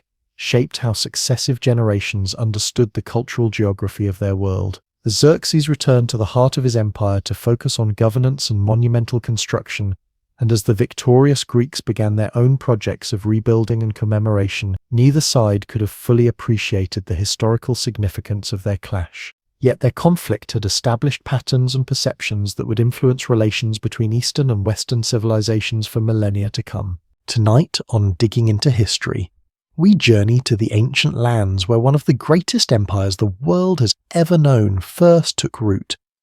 Before Rome cast its shadow across Europe, before the Greek city-states reached their golden age, the vast Persian Empire stretched across 3 continents, ruling with remarkable tolerance and innovation. The story begins on the Iranian plateau, a dramatic landscape where nature itself seems to have designed the perfect cradle for civilization. Picture a vast expanse of land where rugged mountains rise like sentinels around fertile valleys. Here, where winters bite with icy winds and summers scorch the earth, the first Persian tribes learn to survive and eventually thrive.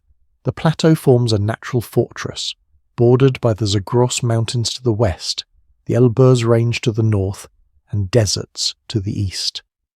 Rivers cut through this terrain, creating green ribbons of life where early settlements first appeared. In this harsh yet promising land, nomadic tribes roamed for centuries, following seasonal patterns with their livestock. These nomads lived by a simple code. Survival demanded strength, horses provided mobility, and loyalty to the tribe meant everything. Among these wandering peoples were 2 groups who would change the course of history: the Medes and the Persians. Cousins in culture and language, they shared Indo-European roots and traditions that set them apart from the older civilizations of Mesopotamia to the west. The Medes settled primarily in the northern regions of the plateau, establishing themselves as skilled horsemen and metalworkers. Their society gradually shifted from purely nomadic to semi-settled, with tribal chiefs ruling over increasingly permanent communities. By the 7th century BCE, these tribes had united under a single ruler, forming the first Median kingdom, a development that would have far-reaching consequences. Meanwhile, the Persian tribes made their home in the southern regions, in the area now known as Fars province in modern Iran. They called themselves Parsua, which eventually evolved into the name Persia. Like the Medes, they lived primarily as pastoralists, herding sheep and goats across the windswept plains. Their society was organized around clan structures, with tribal leaders holding authority based on both inheritance and personal capability. Life in these early communities followed the rhythms of the seasons. Spring brought the movement of herds to highland pastures where the animals could graze on fresh grass. Families lived in portable dwellings, crafted from materials that could be easily transported. Even in these early days, Persian craftspeople created remarkable textiles with intricate designs that would later influence the famous Persian carpets. Metal weapons and tools showed sophisticated workmanship, speaking to their growing technical expertise. The religious beliefs of these early Persians centered around nature worship. They revered fire as a purifying element and associated different deities with natural phenomena like the sun, moon, and water. Mountains were considered sacred places where the divine and mortal worlds might meet. These beliefs would later evolve and be formalized when Zoroastrianism emerged, but the connection to nature remained fundamental to Persian spirituality. As centuries passed, both the Medes and Persians began establishing more permanent settlements. Small farming communities appeared where conditions were favorable, with irrigation systems channeling precious water to fields of barley, wheat, and lentils. These settlements grew into towns, governed by local chieftains who collected tribute from the surrounding countryside. To the west of the Iranian plateau lay the ancient civilizations of Mesopotamia, particularly the powerful Assyrian Empire. The Assyrians, with their formidable military machine, cast covetous eyes on the lands of the Medes and Persians. For generations, Assyrian kings launched campaigns eastward, demanding tribute and attempting to incorporate these tribal territories into their empire. The Medes and Persians sometimes paid this tribute, sometimes resisted, but always maintained their core identity. The Median kingdom grew in strength and sophistication under the shadow of Assyria. By the late 7th century BCE, the Medes had built a capital at Ecbatana, modern Hamadan, a city described by later Greek historians as having 7 concentric walls, each painted a different color. While this description may be embellished, it speaks to the growing wealth and architectural ambition of the Median rulers. In 612 BCE, a momentous event shook the ancient world. The Medes allied with the Babylonians to overthrow the Assyrian Empire, destroying its capital at Nineveh. This victory transformed the political landscape. The Medes suddenly found themselves a major power, controlling vast territories from Central Asia to eastern Anatolia. The Persian tribes, though related to the Medes, found themselves in the position of vassals to their northern cousins. It was during this period that the Achaemenid dynasty began to take shape among the Persians. According to tradition, the dynasty traced its lineage to a chieftain named Achaemenes, who unified several Persian tribes around 700 BCE. His successors gradually consolidated power, establishing themselves as kings of Anshan, a region in southern Iran. These kings acknowledged Median overlordship while carefully building their own base of power. One of these Achaemenid kings was Cambyses V, who strengthened his position by marrying a Median princess. Their son would change history. Cyrus, later known as Cyrus the Great, born around 600 BCE, Cyrus grew up in a world where Persian identity was flourishing, even as Median kings claimed authority over the region. From his earliest years, he would have learned the Persian traditions of horsemanship, archery, and the sacred importance of speaking truth. The young Cyrus witnessed a world in transition. To the west, Babylon had risen again as a major power. Egypt remained a wealthy kingdom protecting its ancient traditions. The Greek city-states were developing their unique political systems, and in the Persian homeland, changes were brewing as well. The once nomadic lifestyle was giving way to more settled agricultural communities. Trade routes were expanding, bringing new ideas and technologies. The Persians themselves were developing distinct cultural traits that would later define their empire. They placed high value on honesty and personal integrity. Education for noble youth emphasized physical training, riding, archery, and speaking truth. Unlike many contemporary civilizations,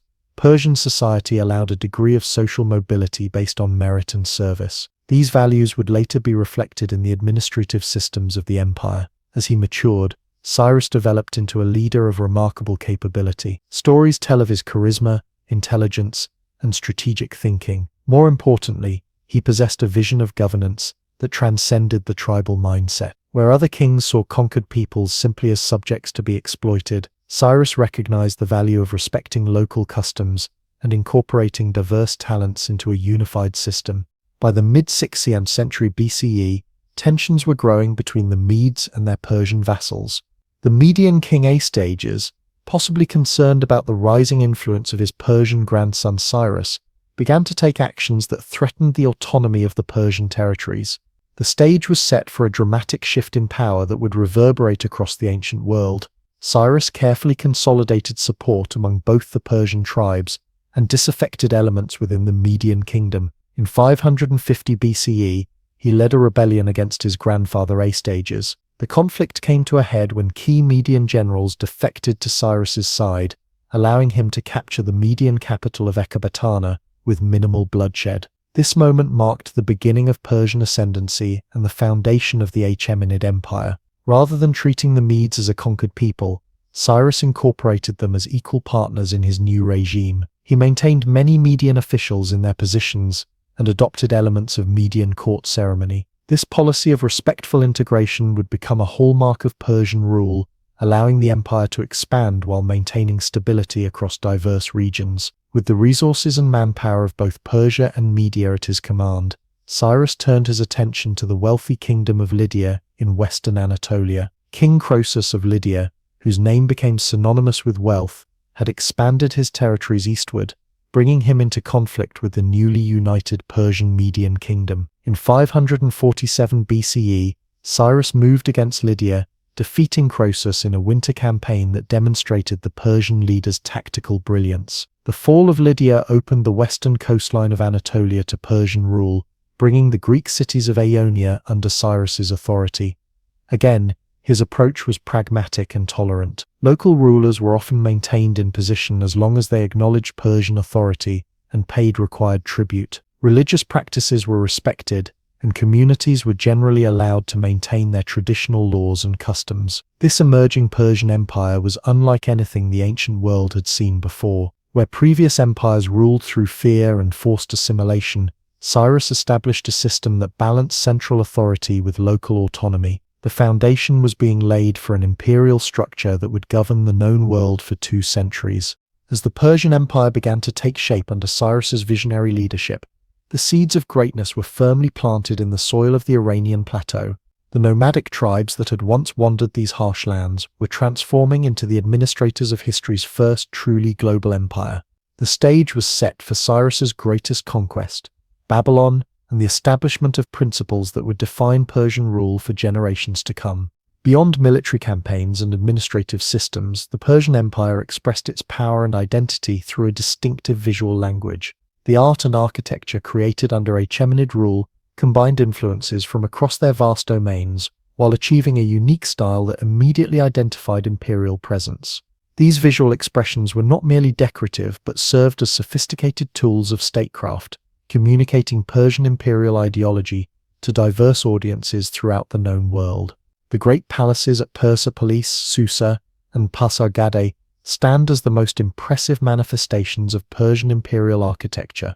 These complexes were designed to inspire awe in visitors while functioning as administrative centers, ceremonial spaces, and physical embodiments of royal authority. Each element was carefully planned to reinforce the central messages of Persian kingship, divine favor, multicultural harmony under Persian leadership, and unparalleled royal majesty. Persepolis, the ceremonial heart of the empire, offers the most complete surviving example of Persian imperial architecture. Built on an immense artificial terrace at the foot of a mountain, the site required extensive preparation before construction could begin. Workers leveled the area and created a massive platform measuring approximately 450 by 300 meters, raised about 12 meters above the surrounding plain. This elevated position ensured that the complex would be visible from great distances, creating an immediate impression of grandeur. Access to Persepolis came via a monumental double staircase, designed with unusually shallow steps to create a dignified and comfortable ascent. Unlike earlier Near Eastern architectural traditions, which often use steep,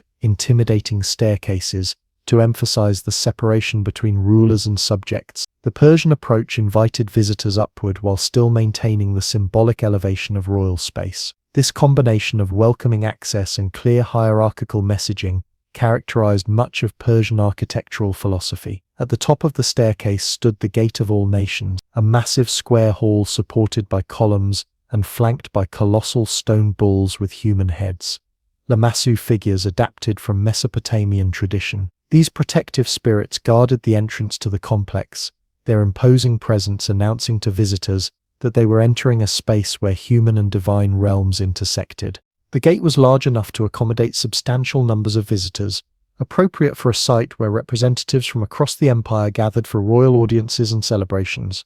Beyond this entrance lay a complex of interconnected buildings serving various ceremonial and administrative functions. The Apadana, or audience hall, was the largest and most magnificent structure at Persepolis. 72 stone columns, each originally standing 20 meters tall, supported a cedar roof covering an area of approximately 1,000 square meters. The capitals of these columns took the form of bulls or lions, sometimes paired back to back, creating distinctive silhouettes against the sky. These animal figures symbolized royal strength while demonstrating the exquisite craftsmanship of Persian stoneworkers. The walls of the Apadana featured some of the most famous relief sculptures of ancient art. Along the northern and eastern stairways, carefully carved processions showed representatives from 23 nations bringing gifts to the Persian king during Nowruz New Year celebrations. Each delegation is depicted with careful attention to distinctive ethnic features, clothing, and characteristic products. Lydians bring metal vessels, Bactrians lead camels, Indians bring gold and cloth, Ethiopians offer ivory and exotic animals.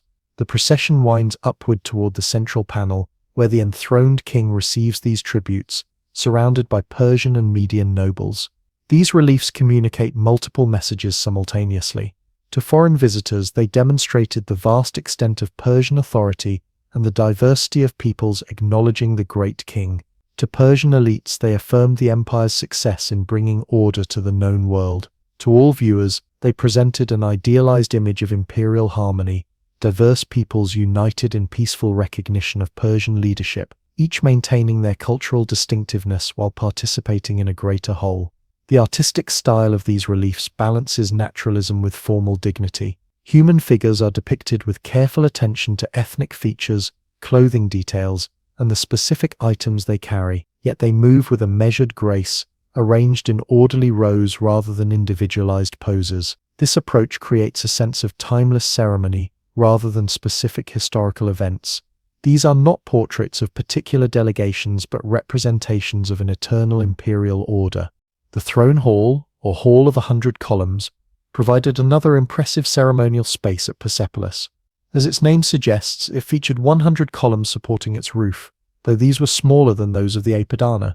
The walls featured relief carvings of royal guards, and the king's throne was positioned against the back wall. Here, the great king would conduct more routine business with officials and visitors, the architectural grandeur reinforcing his authority in even ordinary administrative matters. The treasury at Persepolis stored the wealth of the empire, including tribute from the provinces and precious items accumulated by Persian kings. The residential palaces provided living quarters for the royal family and highest officials when in residence. While less monumental than the public buildings, these structures featured elegant proportions and high-quality materials, reflecting the refinement of Persian court life. Throughout these structures, Persian architects demonstrated their mastery of space and materials. They created interior environments that felt both grand and harmonious, with carefully calculated proportions and lighting. Columns were spaced to create a sense of openness while maintaining structural stability. Doorways and windows were positioned to control light and airflow, making these massive buildings comfortable in the varied climate of the Iranian plateau. The materials used at Persepolis and other royal sites came from throughout the empire, demonstrating both Persian resources and technological expertise. Stone was quarried in distant locations and transported to construction sites with impressive logistical coordination. Cedar for roofing beams came from Lebanon, lapis lazuli from Afghanistan, gold from Lydia and India, ivory from Ethiopia. The assembly of these diverse materials and unified architectural compositions symbolized how the empire itself unified diverse peoples under Persian leadership. Color played an important role in Persian architecture, though little evidence of original pigmentation survives today. Ancient accounts and traces of paint indicate that columns, reliefs, and walls were brightly colored, with blues, reds, yellows, and gold leaf, creating a vibrant environment very different from the monochromatic stone ruins visible today. These colors not only enhanced the visual impact of the buildings, but carried symbolic meanings associated with cosmic and royal power. Beyond Persepolis, other sites demonstrated similar architectural principles. At Pasargadae, the earliest Persian capital established by Cyrus the Great, structures show a transitional style incorporating elements from Median, Lydian, Babylonian, and Egyptian traditions. This reflects Cyrus's approach to empire building, which respected and integrated diverse cultural elements rather than imposing a single model. By the time of Darius and Persepolis, these influences had been synthesized into a distinctively Persian architectural language. At Susa, the administrative capital frequented by Persian kings, Darius constructed a palace complex that adapted to the traditional building materials of the region. Where stone was scarce, architects used brick and applied glazed tile decorations. An inscription from Susa explicitly celebrates the multinational nature of its construction. The cedar timber was brought from Lebanon. The gold was brought from Sardis and Bactria. The precious stones lapis lazuli and carnelian were brought from Sogdiana. The turquoise was brought from Chorasmia. The silver and ebony were brought from Egypt. The ornamentation was brought from Ionia. The ivory was brought from Ethiopia, India, and Arachosia. This internationalism extended to the workforce that created these imperial projects. Inscriptions mention craftsmen from throughout the empire: Babylonian bricklayers, Lydian goldsmiths, Greek stonemasons, Egyptian sculptors, working together under Persian direction. The management of such diverse specialists required sophisticated administrative systems and cross-cultural communication skills, further demonstrating Persian organizational capabilities. Persian cities followed principles different from the dense walled urban centers typical of Mesopotamia. Persian urban planning favored more open layouts, with substantial gardens integrated into the design. The Persian term paradiser, referring to an enclosed garden or park, entered Greek as parizos and eventually English as paradise. These gardens featured carefully arranged trees, flowering plants, and water features, creating spaces of beauty and refreshment, while demonstrating human ability to bring order to nature, a microcosm of the larger imperial project. Royal tombs represented another important expression of Persian architectural vision. The tomb of Cyrus at Pasargadae presents a simple but elegant design, a rectangular chamber on a stepped platform, echoing Mesopotamian ziggurats while introducing distinctly Persian elements. Later kings, including Darius and his successors, created more elaborate tomb facades cut into the cliff face at Nakshi Rustam, near Persepolis. These facades resemble the fronts of palaces, with columns and relief sculptures showing the king performing rituals before a fire altar, supported by representatives of the nations of the empire. Beyond architecture, Persian artisans excelled in numerous media that displayed imperial wealth and sophistication. Metalwork represented a particular area of Persian expertise. Gold and silver vessels produced for the court feature exquisite repoussé designs showing animals, hunting scenes, and ritual activities. These precious objects served practical functions at royal banquets while demonstrating the king's access to rare materials and skilled craftsmen. The Persian appetite for luxury goods stimulated production throughout the empire. Carpet weaving, already an ancient tradition in the region, developed new patterns and techniques under Achaemenid patronage. Jewelry combined gold, precious stones, and intricate wirework to create pieces that displayed both wealth and refined taste. Textile production flourished, with Persian clothing known for fine materials and elaborate embroidery. Many of these portable art forms have survived poorly compared to stone architecture, but ancient sources describe their abundance and quality at the Persian court. Seals and coins offer smaller scale but widely distributed examples of Persian visual language. Official seals, used to authenticate documents and secure containers, typically featured the image of the king in various formal poses, hunting lions, battling monsters, or enthroned in majesty. These miniature works of art maintained remarkably high quality even in mass-produced items, demonstrating the depth of craft expertise throughout the administrative system. The Persian daric, a gold coin introduced under Darius I, circulated widely throughout the Mediterranean world and beyond. The standard design showed the great king in a half-kneeling position, holding a bow and spear, an image that communicated Persian military prowess and became instantly recognizable across diverse cultures. The reliable weight and purity of these coins made them trusted currency far beyond Persian borders, extending imperial influence through economic channels. Persian art and architecture embodied specific ideological messages central to imperial identity. One recurring theme was the king as divinely supported ruler, shown in combat with chaotic forces represented by lions or mythological creatures. These images, appearing on palace reliefs, seals, and other media, presented the king as the defender of cosmic order against forces of chaos, a visual representation of Zoroastrian dualism applied to political leadership. Another persistent motif was the voluntary submission of diverse peoples to Persian rule. Unlike Assyrian art, which typically depicted conquered enemies in humiliating positions, Persian imperial imagery showed representatives of different nations in dignified poses, distinguished by ethnic features and traditional clothing, but united in offering respect to the Persian king. This visual strategy reinforced the Persian self-conception as benevolent rulers of a diverse but harmonious empire. Natural imagery played an important role in Persian art, with stylized plants and animals appearing in architectural decoration, metalwork, and textiles. These designs combined naturalistic observation with geometric formalization, creating patterns that were simultaneously organic and ordered. The famous Persian gardens likely influenced these artistic motifs, with both expressing the ideal of natural abundance cultivated through human intervention. The development of Persian visual culture represented an important element of imperial strategy. By creating distinctive architectural and artistic forms that combined influences from across their domains, Persian rulers established a recognizable imperial presence that transcended local traditions while respecting their contributions. When subjects or visitors encountered Persian art and architecture, they immediately understood they were in the presence of imperial authority, regardless of their cultural background or geographic location. This visual language was adaptable to local conditions while maintaining core elements that identified Persian presence. In Egypt, Persian rulers sponsored temple construction that largely followed Egyptian architectural traditions but incorporated subtle Persian elements. In Anatolia, satrapal centers combined local building techniques with imperial Persian imagery. This flexibility allowed Persian culture to integrate with diverse traditions while maintaining its distinctive identity. The legacy of Persian art and architecture extended far beyond the Achaemenid period.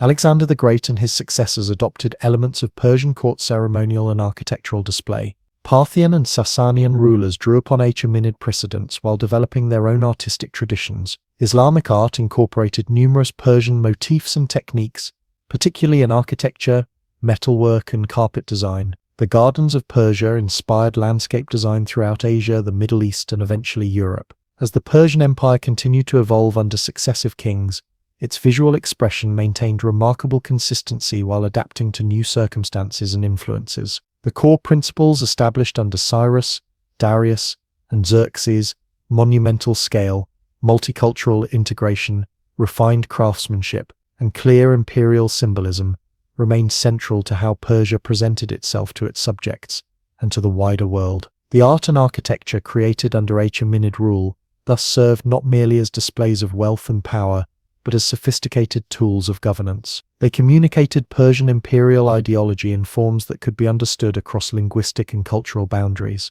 They created spaces where diverse peoples could interact within a shared framework of imperial order. They established visual cues that identified Persian authority wherever it extended, from the Aegean to the Indus, from the steppes of Central Asia to the cataracts of the Nile. At its height, the Achaemenid Empire ruled vast territories containing countless local cultural traditions. The remarkable achievement of Persian art and architecture was to create a distinctive imperial style that integrated elements from these diverse sources without erasing their distinctive qualities. This visual strategy reflected the larger Persian approach to empire, maintaining central authority while respecting local diversity, creating unity without imposing uniformity. In stone and metal, color and form, the Persians built not just palaces and cities, but a visual framework for understanding their place in the world. Cyrus the Great stood at a pivotal moment in history. Having united the Persian and Median kingdoms and conquered Lydia, he now turned his attention to the greatest prize of all, Babylon. This ancient city was the jewel of Mesopotamia, a center of wealth, learning, and power that had dominated the region for generations. The conquest of Babylon in 539 BCE would mark not just another military victory, but the true birth of the Persian Empire as a world power. The situation in Babylon had been deteriorating for years. King Nabonidus had proven to be an unpopular ruler, spending much of his reign away from the capital and neglecting important religious duties. He had offended the powerful priests of Marduk, the chief deity of Babylon, by favoring the moon god Sin. His son Belshazzar, who acted as regent in his absence, failed to restore public confidence. This internal discord created an opportunity that Cyrus was quick to recognize. Rather than launching a direct assault on Babylon's famously impregnable walls, Cyrus employed both military strategy and diplomatic skill. Persian engineers diverted the Euphrates River that ran through the city, lowering the water level enough for troops to wade along the riverbed, under the walls, and into Babylon itself. Even more remarkably, many accounts suggest that the city fell with minimal bloodshed. Some Babylonian factions, particularly the priests of Marduk, may have actively welcomed Cyrus as a liberator rather than a conqueror. What happened next revealed Cyrus's true genius as a ruler. Instead of destroying Babylon or punishing its people, as was common practice among conquerors of the time, he portrayed himself as the legitimate successor to the Babylonian throne. He respected local religious traditions, participating in ceremonies honoring Marduk and other Babylonian deities. He maintained much of the existing administrative structure and protected cultural institutions. This policy of tolerance and respect was formalized in the famous Cyrus Cylinder, a clay barrel inscribed with a declaration of his intentions. Discovered by archaeologists in the 19th century, this remarkable document has been called the first Charter of Human Rights. In it, Cyrus presented himself as chosen by Marduk to restore proper rule to Babylon. He proclaimed his commitment to peace, promised to allow displaced peoples to return to their homelands, and affirmed his respect for local customs and beliefs. Among the beneficiaries of this policy were the Jewish people. The Bible records that Cyrus permitted Jewish exiles in Babylon to return to Jerusalem and rebuild their temple, which had been destroyed during the Babylonian conquest of Judah decades earlier. This act earned Cyrus unusual recognition in Jewish scripture, where he is described as a Messiah or anointed one, the only non-Jewish figure to receive this designation. The conquest of Babylon brought vast new territories under Persian control. The former Babylonian Empire had included Mesopotamia, Syria, and parts of the eastern Mediterranean coast. Combined with his previous conquests, Cyrus now ruled lands stretching from the Mediterranean Sea to the mountains of Central Asia, from the Black Sea to the Persian Gulf. This enormous realm encompassed diverse peoples, languages, religions, and cultural traditions. To govern this diverse empire, Cyrus established administrative principles that would be refined by his successors. He divided the realm into provinces or satrapies, each governed by a satrap who was usually a Persian nobleman loyal to the king. Local customs, laws, and religious practices were generally respected, as long as taxes were paid and Persian authority was acknowledged. This pragmatic approach reduced resistance and made the empire easier to govern. Cyrus continued his expansionist policies, turning his attention to the eastern frontiers. These campaigns took him into Central Asia, where he fought against nomadic tribes like the Scythians. According to the Greek historian Herodotus, Cyrus met his end in battle against the Massagetae, a tribal confederation led by Queen Tomyris. While the exact circumstances of his death remain debated, most accounts agree that he died in 530 BCE during a military campaign in the east. Even in death, Cyrus's vision for his empire endured. His tomb, which still stands today in Pasargadae in modern Iran, became a place of pilgrimage and respect. It bears a simple inscription, "O man, whoever you are and wherever you come from, for I know you will come, I am Cyrus who won the Persians their empire. Do not therefore begrudge me this bit of earth that covers my body." The modesty of this epitaph stands in stark contrast to the boastful monuments of many other ancient rulers. Cyrus left behind not just conquered territories,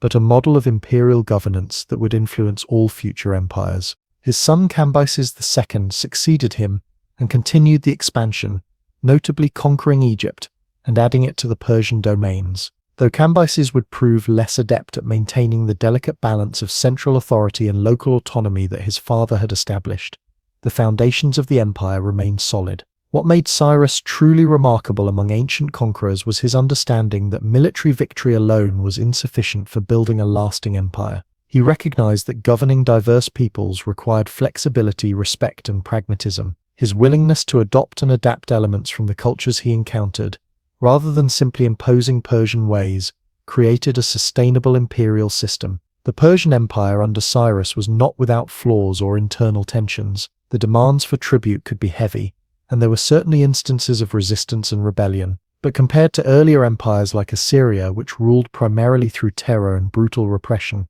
the Persian model represented a significant evolution in governance. It demonstrated that diversity within an empire could be a source of strength rather than weakness. Cyrus's legacy extended far beyond his lifetime. His approach to governance influenced later Persian kings, particularly Darius I, who would further refine the administrative systems of the empire. The concept of a diverse yet unified realm, with a ruler who respected local traditions while maintaining ultimate authority, would be adopted by later empires from Alexander the Great to the Romans and beyond. The principles of religious tolerance that Cyrus championed were particularly influential. In a world where conquest typically meant the imposition of the victor's gods, his respect for diverse religious traditions set a new standard. This policy was not merely idealistic but practical. It reduced resistance and made the vast empire more stable and governable. Cyrus also established Persia as a cultural crossroads where ideas, technologies, and artistic styles from different traditions could meet and blend. This cosmopolitan atmosphere fostered innovation and learning. Under Persian rule, advances in irrigation, road building, architecture, and administrative systems spread across the empire, benefiting diverse communities. The empire that Cyrus created would face challenges after his death. His immediate successor Cambyses II lacked his father's diplomatic touch, and following Cambyses's relatively short reign, a succession crisis threatened the stability of the realm. It would take the leadership of Darius I to fully consolidate and expand upon Cyrus's achievements. Yet even during these periods of transition and uncertainty, the fundamental vision remained intact. The Persian Empire continued to function as a network of interconnected provinces, each maintaining its cultural identity while acknowledging the authority of the King of Kings. Trade flowed across vast distances, ideas circulated freely, and a remarkable degree of stability prevailed across much of the known world. Perhaps Cyrus's greatest achievement was showing that empire building did not have to be synonymous with destruction and cultural erasure. He demonstrated that acknowledging and respecting the dignity of conquered peoples could lead to more stable and prosperous rule. This insight represents one of the most important political innovations of the ancient world. As Cambyses II took the throne following his father's death, he inherited not just territories but expectations. The precedent set by Cyrus of wise, measured, and respectful rule would serve as both an inspiration and a challenge to all who followed. The Persian Empire was now the dominant power in the ancient Near East, but maintaining and expanding it would require the same blend of military might and administrative wisdom that had characterized its founder. The systems of communication and transportation that would become hallmarks of Persian governance were already taking shape during Cyrus's reign. His successors would develop these further, creating the networks of roads, courier stations, and administrative centers that would bind together the far-flung provinces of the empire. These innovations would prove essential for managing the vast territories that now acknowledged Persian rule. The Persian Empire grew to an unprecedented size under the leadership of Cyrus the Great and his successors.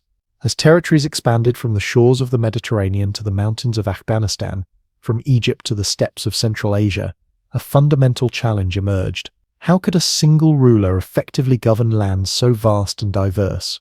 The answer lay in one of the most remarkable achievements of ancient engineering and administration, the royal road and its sophisticated postal system. Imagine a highway stretching over 2,500 kilometers, connecting the far reaches of an empire across mountains, deserts, and rivers. This was the royal road, a marvel of ancient infrastructure that served as the backbone of Persian imperial power. While portions of these routes existed before the Persian Empire, it was under Darius I that they were systematically expanded, maintained, and integrated into a cohesive network that transformed communication across the ancient world. The main artery of this network ran from Susa, one of the Persian capitals in modern-day Iran, to Sardis near the Aegean coast in what is now Turkey. A traveler beginning at the royal palace in Susa would head northwest, crossing the Tigris and Euphrates rivers, passing through northern Mesopotamia and into the hills of Anatolia. The road wound through mountain passes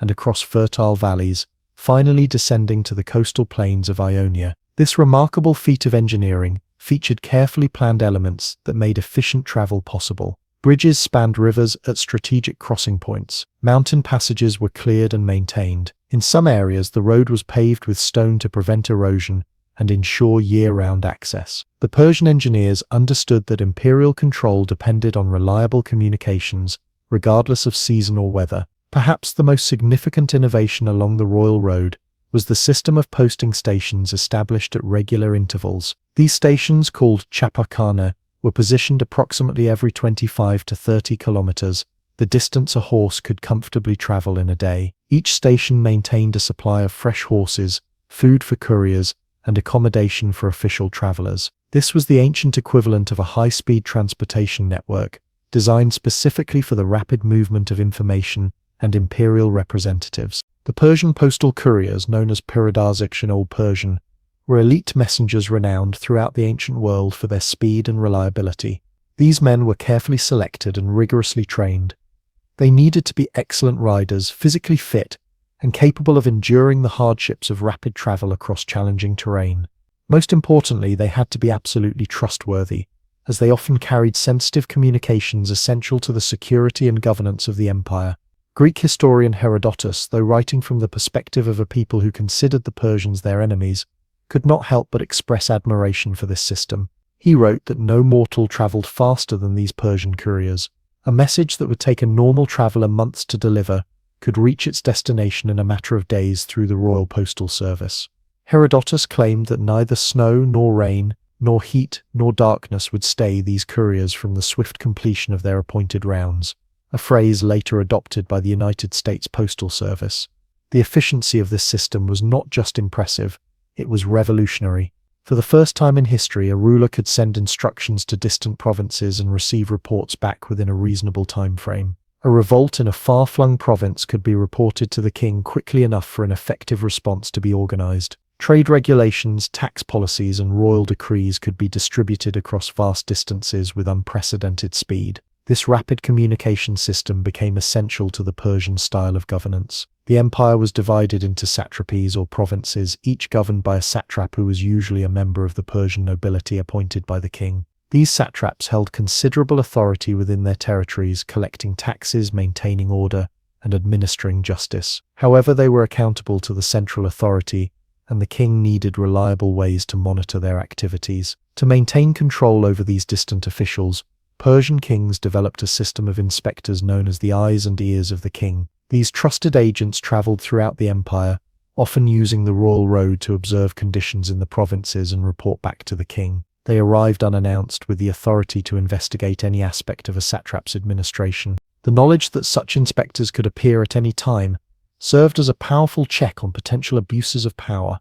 The postal system also facilitated the movement of trade and tribute throughout the empire. Gold from Lydia, lapis lazuli from Afghanistan, ivory from India, and grain from Egypt all flowed along these routes. Merchants benefited from the security and infrastructure provided by the royal road, though they typically traveled more slowly than official couriers, moving with caravans of goods. Beyond its practical function, the royal road served as a powerful symbol of Persian rule. The King of Kings could demonstrate his authority through his ability to project power rapidly across vast distances. Local populations throughout the empire encountered the visible manifestations of Persian governance through the couriers who moved swiftly along these highways, the royal officials who traveled between the capital and provinces, and the military forces that could be mobilized along these efficient transportation corridors. The road network also facilitated cultural exchange within the empire. Ideas, artistic styles, religious concepts, and technologies diffused along these routes. Persian administrative practices spread westward, while Greek philosophical concepts traveled east. The mobility created by this infrastructure contributed to the cosmopolitan character of the Persian Empire, where diverse traditions could interact and influence one another. The Royal Postal Service was not available to ordinary citizens. It existed primarily for government communications and the transportation of officials, diplomatic envoys, and military commanders. However, by maintaining the security and stability of the routes, the Persian authorities created conditions that benefited private travelers as well. Merchants, pilgrims, and others could travel with greater safety than had previously been possible in the fragmented political landscape that existed before Persian rule. The stations along the royal road varied in size and facilities. The largest functioned almost as small towns, with substantial buildings for storage, stables for horses, living quarters for station personnel, and guest accommodations for traveling officials. Smaller stations might offer more basic amenities, but all were required to maintain adequate supplies of food, water, and fresh horses. The personnel at these stations included grooms, cooks, guards, and administrators who ensured the system functioned smoothly. One of the most remarkable aspects of this postal system was its standardization across extremely diverse geographical and cultural regions. Whether in the mountains of Armenia, the plains of Mesopotamia, or the coastal regions of Anatolia, travelers would find familiar protocols and services. This consistency was a hallmark of Persian administrative genius, the ability to create standardized systems that could be implemented across varied environments. The royal road was supplemented by secondary routes that connected to other important regions of the empire. Roads led south to Egypt, after its conquest by Cambyses II, east toward the Indus Valley, and north toward the Black Sea. While these secondary routes might not have featured the same density of postal stations as the main highway, they formed part of an integrated transportation network that bound the empire together. Water routes complemented the land-based system. The Persian Gulf, the Nile River, and the Eastern Mediterranean all served as maritime highways within the empire. Specially designated ships carried royal messages along these waterways, integrating with the land-based postal system at key ports. This combination of land and sea routes created a communication network of unprecedented scope and efficiency. The protection of these vital communication lines was a high priority for Persian authorities. Garrisons were strategically positioned to secure key points along the routes, particularly at river crossings, mountain passes, and in regions known for banditry. Regular patrols helped maintain security for official couriers and other travelers. The effectiveness of these security measures contributed significantly to the stability and prosperity of the empire. For all its impressive engineering and organization, the royal road was fundamentally about human connections. It linked the king to his subjects, connected diverse populations within the empire, and facilitated the exchange of goods and ideas that made the Persian Empire more than just a political entity. It created a shared space where different cultures could encounter one another within the framework of Persian imperial rule. The legacy of the royal road extended far beyond the Persian period. When Alexander the Great conquered the Persian Empire in the late 4th century BCE, he made use of the existing road network to consolidate his control. The Romans, masters of road building in their own right, would later be influenced by Persian precedents when constructing their famous highway system.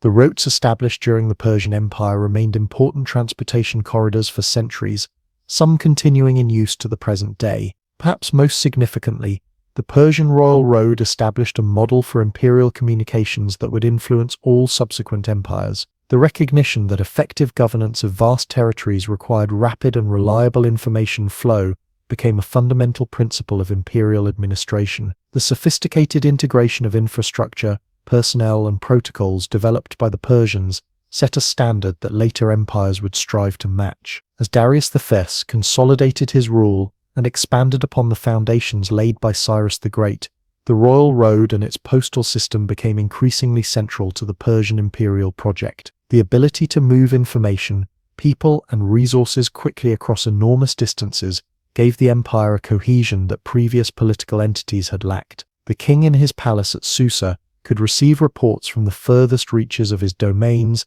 and dispatch orders that would be enacted within days rather than months. This unprecedented connectivity would be further enhanced under Darius through additional reforms and infrastructure projects. The man who had inherited and stabilized Cyrus's empire understood that maintaining control required not just military might, but sophisticated systems of administration. His vision would take the Persian Empire to new heights of organizational complexity and architectural grandeur, cementing its place as the most advanced political entity of its time. The Persian Empire faced a critical moment of uncertainty following the death of Cambyses II in 522 BCE. The son and successor of Cyrus the Great had expanded Persian territories to include Egypt, but his reign ended abruptly while returning from the African campaign. In the chaos that followed, a usurper claimed the throne, and the vast empire teetered on the edge of fragmentation. It was at this pivotal moment that a man stepped forward who would not only save the empire, but elevate it to unprecedented heights of organization, efficiency, and architectural splendor. His name was Darius, and history would remember him as Darius the Great. Darius came from a branch of the Achaemenid family, though not from the direct line of succession. He had served as a spear-bearer in the royal guard under Cambyses, a position of trust but not one that marked him as a future king. Yet when crisis struck, Darius demonstrated the decisive leadership that would characterize his entire reign. According to his own account, inscribed on the famous Behistun rock, Darius moved swiftly against the usurper, whom he identified as Gaumata, a Median magus pretending to be Bardia, the brother of Cambyses. With the support of 6 other Persian nobles, Darius eliminated the false king and claimed the throne for himself. The early years of his reign were consumed by the task of re-establishing authority throughout the empire. Revolts erupted in several provinces including Babylon, Media, and parts of Central Asia. These rebellions reflected both the disruption caused by the succession crisis and the inherent challenges of maintaining control over such a vast and diverse realm. Through a combination of military force and diplomatic skill, Darius methodically suppressed these uprisings, campaigning personally in many regions to demonstrate royal power and determination. By 518 BCE, having secured his position, Darius could turn his attention to the vital work of reorganization and reform. Where Cyrus had been the inspired founder and Cambyses the conqueror, Darius would prove to be the administrator and institution builder. He approached the governance of the empire with systematic thoroughness, establishing structures that would endure for centuries. The most significant of these reforms was the reorganization of the empire into formal administrative units called satrapies. While the satrapy system had begun under Cyrus, Darius standardized and codified it. He divided the empire into approximately 20 provinces, each governed by a satrap appointed directly by the king. These provincial governors held considerable authority within their territories, but operated within clear parameters set by the central government. To prevent satraps from accumulating too much power or harboring thoughts of independence, Darius implemented several checks and balances. Military commanders in each province reported directly to the king, creating a separation between civil and military authority. Royal secretaries served in each satrapal court, monitoring affairs and communicating regularly with the capital. And the eyes and ears of the king, imperial inspectors who traveled throughout the realm, ensured that royal policies were being properly implemented. The standardization extended to taxation as well. Darius established fixed tribute requirements for each province based on assessments of agricultural productivity, population, and resources. This predictable tax system replaced the more arbitrary extractions that had previously prevailed, providing greater stability for both the royal treasury and provincial subjects. Gold and silver flowed into the imperial coffers, along with specialized products from each region: horses from Media, cedar from Lebanon, ivory from Ethiopia, and countless other goods. Recognizing the importance of commerce for imperial prosperity, Darius took steps to facilitate trade throughout his domains. He standardized weights and measures, reducing the confusion that had hindered merchants operating across provincial boundaries. Royal coinage, including the famous gold daric, provided a reliable medium of exchange that was accepted throughout the empire and beyond. These gold and silver coins, bearing the image of the king as an archer, symbolized both the wealth and the power of the Persian state. Infrastructure development accelerated under Darius, building upon the foundations laid by his predecessors. The royal road network expanded, with improved surfaces and additional routes connecting newly incorporated territories. Bridges spanned major rivers, and caravanserais provided safe resting places for travelers and merchants. Perhaps most ambitiously, Darius ordered the completion of a canal linking the Nile River to the Red Sea, creating a direct water route between Egypt and the Persian Gulf. This ancient predecessor of the modern Suez Canal reflected the Persian vision of connecting diverse regions into an integrated economic sphere. While these administrative and economic reforms were reshaping the empire from within, Darius also embarked on military campaigns to secure and expand its boundaries. In the east, he pushed Persian authority into the Indus Valley, incorporating parts of modern Pakistan into the empire. In the west, he launched an expedition across the Bosporus into Europe, bringing Thrace and Macedonia under Persian control. An attempt to subdue the Scythian nomads north of the Black Sea proved less successful, illustrating the limits of Persian military power against highly mobile opponents in unfamiliar terrain. Most famously, Darius faced the challenge of the Ionian Revolt, which began in 499 BCE when Greek cities on the western coast of Anatolia rebelled against Persian rule. This uprising, supported by Athens and Eretria on the Greek mainland, was eventually suppressed, but it set the stage for the Greco-Persian Wars that would continue under Darius's son Xerxes. These conflicts would ultimately define Persian relations with the Greek world and shape the historical narrative of Persian imperial power for centuries to come. Yet for all his military and administrative achievements, it is perhaps as a builder that Darius left his most visible mark on history. Under his direction, monumental construction projects transformed the landscape of the empire, creating spaces that proclaimed Persian power and sophistication to subjects and foreign visitors alike. These architectural works served not just practical functions but expressed the ideological foundations of Persian kingship, divine sanction, multicultural inclusion, and centralized authority. The most magnificent of these projects was undoubtedly Persepolis, a new ceremonial capital constructed in the heartland of Persia. Built on a massive platform at the foot of a mountain called Ku-Aramat, Mountain of Mercy, Persepolis was conceived as the ritual center of the empire, the place where representatives from all provinces would gather to present tribute and honor the king, particularly during the celebration of Nowruz, the Persian New Year. The approach to Persepolis was designed to inspire awe. Visitors ascended a grand double staircase, wide enough for 10 people to climb side by side. Unlike the intimidating stairs of earlier Mesopotamian ziggurats, these steps were shallow and comfortable, inviting rather than challenging the visitor.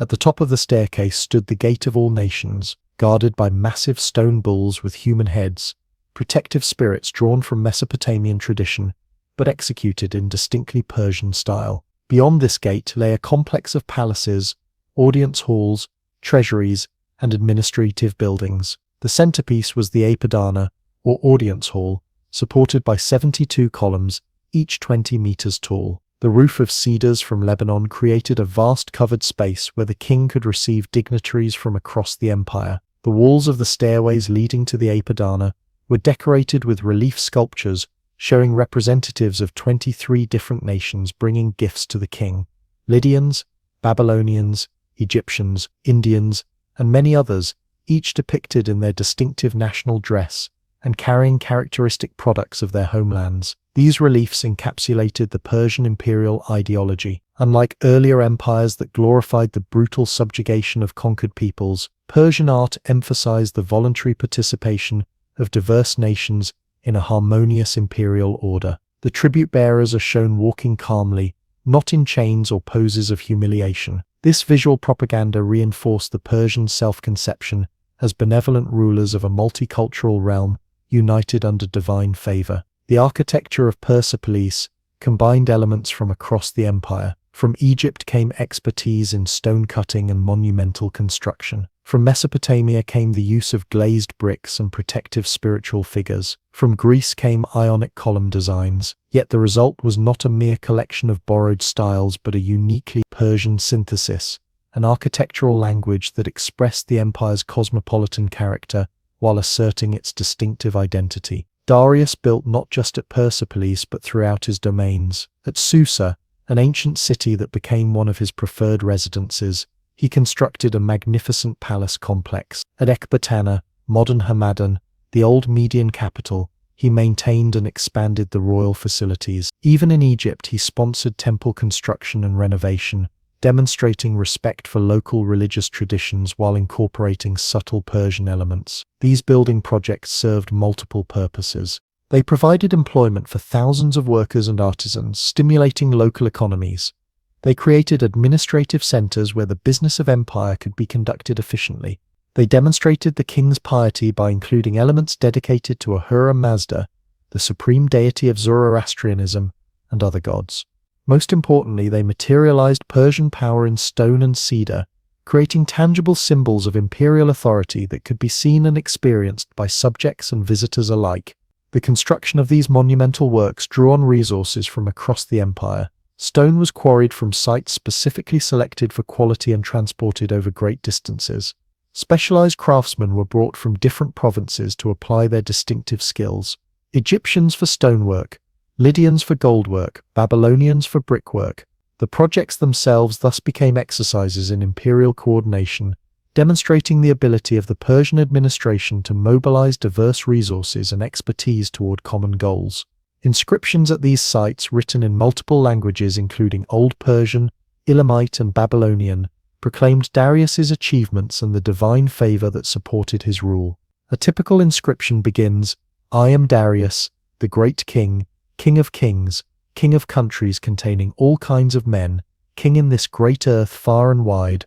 These texts express the universalist aspirations of Persian kingship, the claim to rule not just territories but the diverse peoples who inhabited them. While celebrating his own accomplishments, Darius was careful to position himself as the legitimate heir to Cyrus the Great. He maintained and expanded many of Cyrus's policies, particularly regarding religious tolerance and respect for local traditions. Like his illustrious predecessor, Darius understood that the stability of the empire depended on balancing central authority with provincial autonomy, Persian identity with multicultural inclusion. By the end of Darius's reign in 486 BCE, the Persian Empire had reached its greatest extent and highest level of organization. From the Indus Valley to the Aegean Sea, from Central Asia to the first cataract of the Nile, diverse peoples lived under Persian rule. The systems of governance, communication, and economic integration established by Darius had created unprecedented stability across this vast realm.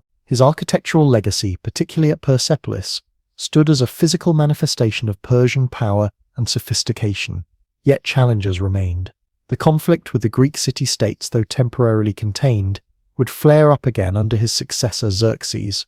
The very size and diversity of the empire created ongoing tensions between central control and local autonomy, and as with all personalized systems of rule, much depended on the capabilities of the individual sitting on the throne. Darius died in 486 BCE, leaving the empire to his son Xerxes. The foundation he had built was strong enough to survive many challenges in the decades to come. The systems he had established, satrapal administration, royal roads, standardized taxation, monumental architecture as political expression, would influence not just subsequent Persian rulers, but all later empires that sought to govern vast territories and diverse populations. As the sun set over the columns of Persepolis, casting long shadows across the stone platforms and relief carvings, the legacy of Darius the Great was literally set in stone. The empire he had organized and built would continue to evolve, facing new challenges and adapting to changing circumstances. But the essential pattern had been established, a model of imperial governance that balanced strength with tolerance, central authority with respect for diversity, material power with cultural sophistication. This Persian synthesis would continue to shape the political landscape of the ancient world for centuries to come. At the heart of the Persian Empire lay not just military might or administrative genius, but a profound spiritual tradition that shaped how Persians understood their place in the cosmos. As the empire expanded under Cyrus, Darius, and their successors, it encompassed numerous religious traditions, the polytheistic beliefs of Mesopotamia, the complex mythology of Egypt, the diverse practices of Central Asia, and many others. Yet within Persia itself, a distinctive religious vision was taking shape that would influence not only the empire, but the development of religious thought throughout the world. This tradition is known as Zoroastrianism, named after its founding prophet Zoroaster, or Zarathustra in his native tongue. The exact time when Zoroaster lived remains debated among scholars, with estimates ranging from 1500 BCE to 600 BCE. Most likely, he lived sometime around 1000 BCE in the northeastern regions of what is now Iran, possibly in Bactria or Sogdiana. What matters more than the precise dating is the revolutionary nature of his spiritual insights and their lasting impact on Persian culture and governance. Before Zoroaster, the ancient Iranians shared many religious concepts with their Indo-European cousins. They worshipped various deities associated with natural forces, the sky, sun, water, and fire. Ritual sacrifices, often involving the sacred drink Haoma, were performed to maintain cosmic order and secure divine favor. Priests called magi conducted these ceremonies and preserved religious knowledge through oral tradition. Into this world stepped Zoroaster, who experienced a series of visions that transformed his understanding of spiritual reality. According to tradition, the supreme deity Ahura Mazda, the wise lord, revealed himself to Zoroaster and commissioned him to spread a new message. This revelation challenged existing religious practices and offered a comprehensive vision of cosmic purpose, human responsibility, and ultimate destiny. At the core of Zoroastrianism lies a profound dualism, the recognition of two opposing forces in the universe. Ahura Mazda represents truth, order, and goodness, while Angra Mainyu, also called Ahriman, embodies falsehood, chaos, and evil. These are not equal powers. Zoroaster taught that Ahura Mazda is the uncreated creator, eternally good and wise, while Angra Mainyu is a destructive force that will ultimately be defeated. The cosmic struggle between these forces extends throughout creation, but it finds its most significant expression in human moral choices. Each person must choose whether to follow the path of Ashar, truth and righteousness, or Drug, falsehood and wrongdoing. This emphasis on moral choice represents one of Zoroastrianism's most significant contributions to religious thought. The idea that humans are active participants in the cosmic struggle, not merely passive subjects of divine will. Zoroaster taught that good thoughts, good words, and good deeds are the means by which humans align themselves with Ahura Mazda and contribute to the ultimate triumph of good over evil. This ethical framework provided clear guidance for daily life while connecting individual actions to cosmic significance. By choosing truth over falsehood, order over chaos, and benevolence over malice, each person helped to strengthen the forces of good in the world. Fire played a central role in Zoroastrian worship, serving as a symbol of Ahura Mazda's presence and purity. Sacred fires were maintained in temples, never allowed to go out, and treated with the utmost respect. Contrary to common misconceptions, Zoroastrians did not worship fire itself but rather saw it as a representation of divine light and wisdom. The eternal flames symbolized the enduring nature of truth and righteousness in a world often darkened by ignorance and wrongdoing. Another distinctive feature of Zoroastrianism was its eschatology, its vision of how the cosmic drama would ultimately conclude. Zoroaster taught that history was moving toward a final renovation of the world, when Angra Mainyu would be definitively defeated and all creation would be purified. This teleological view of history, seeing time as moving purposefully toward a destined conclusion, would profoundly influence later religious traditions, particularly Judaism, Christianity, and Islam.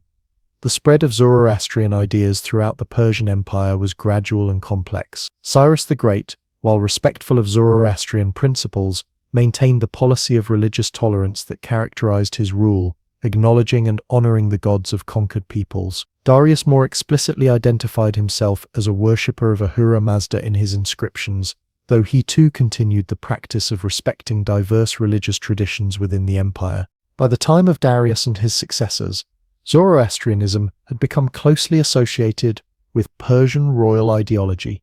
Kings claimed to rule by the grace of Ahura Mazda and portrayed their imperial mission as extending truth and order throughout the world.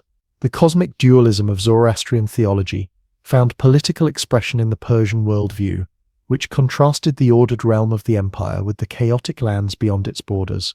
At Persepolis and other royal sites, reliefs often showed the king in the presence of Ahura Mazda, represented by a winged figure similar to the Faravahar symbol that remains associated with Zoroastrianism today. These images reinforce the connection between divine order and royal authority, suggesting that the king served as an earthly representative of cosmic truth and justice. Yet even as Zoroastrianism became increasingly identified with Persian identity, the empire maintained remarkable religious diversity. Jews returned from exile in Babylon practiced their monotheistic faith in restored Jerusalem. Egyptians continued to worship their traditional pantheon in ancient temples along the Nile. Babylonians performed rituals to Marduk and other Mesopotamian deities. Greeks in Ammonia maintained their religious practices, as did countless other communities across the imperial domains. This religious pluralism reflected practical political wisdom. The Achaemenid kings recognized that forcing religious conformity would generate resistance and instability. Instead,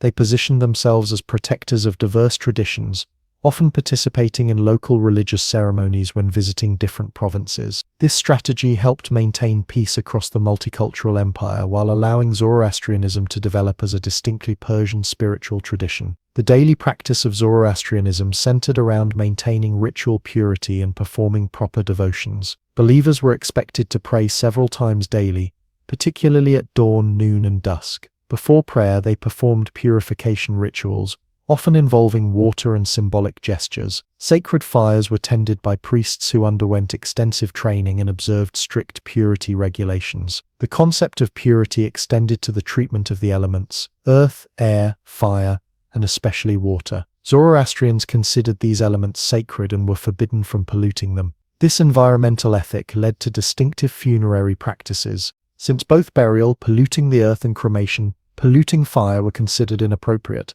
Zoroastrians developed the practice of exposing the dead on specially constructed towers, called dakmas or towers of silence, where birds would consume the flesh, returning the body to nature without contaminating the sacred elements. Zoroastrian ethical teachings emphasized honesty, generosity, and industry. Farming was considered a particularly virtuous occupation, as it involved transforming barren land into productive fields, symbolically pushing back the forces of chaos and death. Zoroastrians were encouraged to marry and have children, contributing to the growth of the community of believers and strengthening the forces of good in the world. The religion's sacred texts, collectively known as the Avesta, developed over many centuries. The oldest portions, called the Gathas, are hymns attributed to Zoroaster himself, written in an ancient form of Iranian language. The complete Avesta eventually included liturgical texts, legal codes, mythological accounts, and various prayers and invocations. Unfortunately, much of this literature was lost during Alexander's conquest of Persia and subsequent historical disruptions, with only portions surviving to the present day. As Zoroastrianism evolved during the Achaemenid period, it absorbed elements from other traditions while maintaining its core principles. Concepts from Babylonian astronomy, influenced Zoroastrian cosmology. Median Magi, who had their own religious traditions, became important figures in Zoroastrian priesthood. Gods from the old Iranian pantheon were incorporated as Yezaters or worthy beings, divine entities subordinate to Ahura Mazda, who could serve as intermediaries between humans and the supreme deity. The religion's influence extended beyond formal worship to shape Persian cultural values and social norms. The emphasis on truthfulness affected everything from legal proceedings to diplomatic relations. The vision of cosmic order informed Persian concepts of governance and justice. The ethic of environmental respect influenced agricultural practices and urban planning. In these ways, Zoroastrian principles permeated daily life throughout Persian society. Despite its association with Persian identity, Zoroastrianism never became an exclusionary faith. Non-Persians could adopt its practices and principles, though conversion was not actively sought. The religion's influence spread along trade routes and political connections, reaching communities far from the Persian heartland. Elements of Zoroastrian thought influenced philosophical and religious developments in regions as distant as China and Greece. When Alexander conquered the Persian Empire in the late 4th century BCE, Zoroastrianism faced its first major challenge. Greek rule brought new religious and philosophical ideas to the Iranian plateau. The destruction of Persepolis symbolically marked the end of Achaemenid authority, disrupting the connection between royal power and religious tradition. Yet Zoroastrianism survived among the Persian population, maintained by priests who preserved sacred texts and rituals through oral tradition. The religion would experience a renaissance during the later Parthian and especially Sasanian periods of Persian history. Under the Sasanian dynasty, 224–651 CE, Zoroastrianism became the official state religion, with a more formalized priesthood and doctrinal system than during the Achaemenid era. This later form of the religion would face the challenge of emerging Christianity in the West, and ultimately the rise of Islam in the 7th century CE. Today, small but vibrant Zoroastrian communities exist in Iran, India, where they are known as Parsis, and various diaspora locations around the world. While numerically diminished, these communities preserve traditions that connect directly back to the faith that once inspired an empire. Many of Zoroastrianism's key concepts, cosmic dualism, moral choice, environmental ethics, and the ultimate triumph of good, continue to resonate in contemporary spiritual thought. The legacy of Zoroastrianism extends far beyond these direct descendants. Its influence on Judaism during the Babylonian exile period introduced or reinforced concepts like a cosmic struggle between good and evil, a final judgment, and angelic beings. These ideas later influenced Christianity and Islam, meaning that billions of people today hold religious beliefs shaped in part by Zoroastrian concepts. The religion that helped define Persian identity during the Achaemenid period thus continues to shape world history in ways both subtle and profound. As the Persian Empire faced increasing tensions with the Greek world in the late 5th century BCE, Zoroastrian principles informed how Persian kings understood their role in the cosmic order. The conflicts that would unfold, particularly the famous Greco-Persian wars, were seen not merely as political or military struggles, but as manifestations of the deeper cosmic battle between order and chaos, truth and falsehood. For the Persian kings, expanding their realm meant extending the domain of Ahura Mazda and the principles of righteousness throughout the world. This religious dimension adds an important layer to understanding the motivations behind Persian imperial ambitions. The empire was conceived not just as a political entity, but as a moral project, an attempt to create an ordered realm where truth and justice could prevail. As tensions with the Greek city-states escalated into open conflict, these ideological dimensions would shape how both sides interpreted their struggle and its significance for human destiny. Among all the gods of the Norse pantheon, none commands more fascination, fear, and respect than Odin. A god of contradictions and complexities, Odin walks through the 9 realms as both a majestic king and a mysterious wanderer, a generous giver of gifts and a demanding taker of lives, a seeker of wisdom willing to suffer any pain for knowledge. To understand Odin is to grasp the very heart of Norse mythology and the Viking worldview. When the Norse people looked to the sky during storms, they might glimpse a tall figure on an 8-legged horse, racing through the clouds with a broad-brimmed hat shadowing his face. This was Odin on his steed Sleipnir, surveying the 9 realms he helped create. The wind of his passage stirred the branches of Yggdrasil, and the single eye gleaming from beneath his hat missed nothing of importance in the worlds below. Odin earned his title as Allfather by helping to create the world and humans. According to the myths, Odin and his brothers Vili and Ve discovered 2 tree trunks on the shore where the primordial realms of ice and fire had merged. From these simple pieces of wood, they crafted the first humans, Ask and Embla. Odin gave them breath and spirit, Vili provided intelligence and emotion, and Ve bestowed upon them the senses and physical appearance. Through this act of creation, Odin became father to the human race, watching over them with both benevolence and stern judgment. His appearance reflected his complex nature. Tall and strong despite his apparent age, Odin typically appeared as an older man with a long grey beard, but his bearing remained powerful and commanding. Where his right eye should be, there was only an empty socket or a scar, the price he willingly paid for wisdom. He often travelled disguised in a blue cloak with a wide-brimmed hat pulled low to hide his missing eye, calling himself by one of his many names to conceal his true identity. For Odin possessed more names than any other being in Norse mythology, hundreds of them, each reflecting a different aspect of his power or personality. He was called Grimnir, the Masked One, Harbar the Greybeard, Gangleri, the Wanderer, Sigdir, God of Victory, Hangatyr, God of the Hanged, Alfother, Allfather, Valfother, Father of the Slain, and countless others. Each name was a fragment of his true self, and no single name could capture his entirety. At his shoulders perched 2 ravens, Hugin and Munin, Thought and Memory, who flew out each dawn across all 9 realms, and returned at evening to whisper in his ears all they had seen and heard. When the Norse people noticed ravens circling a battlefield, or perched on a rooftop, they wondered if Odin's eyes were upon them, gathering intelligence for purposes only the god himself might know.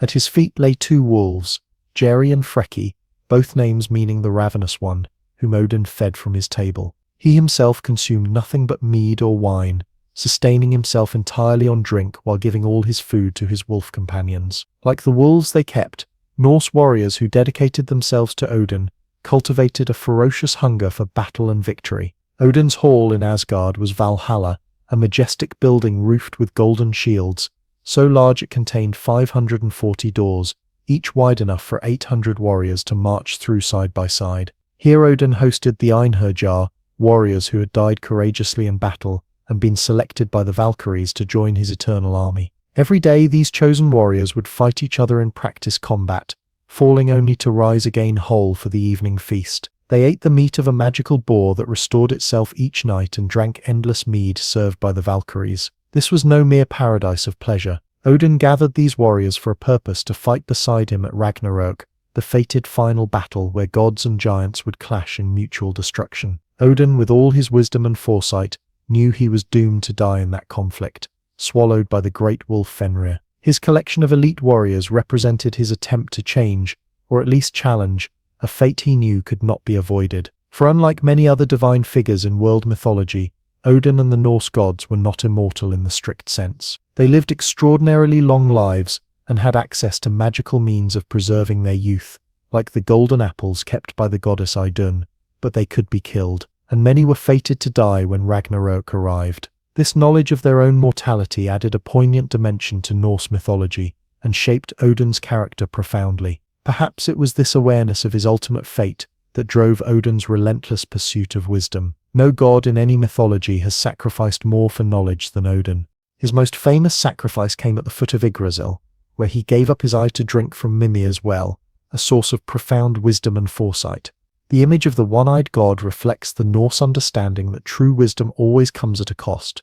We must give up something of ourselves to gain deeper insight. Even more dramatic was his self-sacrifice upon Yggdrasil itself. According to the Havamal, a collection of poems attributed to Odin, he hung himself from the world tree for 9 days and nights, wounded by his own spear, receiving neither food nor drink. As he hung suspended between life and death, he peered down into the depths below Yggdrasil and perceived the runes, mystical symbols containing the secrets of existence. With a cry he seized them and fell from the tree, forever changed by the knowledge he had gained. 9 nights I hung on that windswept tree, pierced by a spear, pledged to Odin, myself to myself, on that tree whose roots no one knows where they run. No bread did they give me, nor drink from a horn. Downward I peered.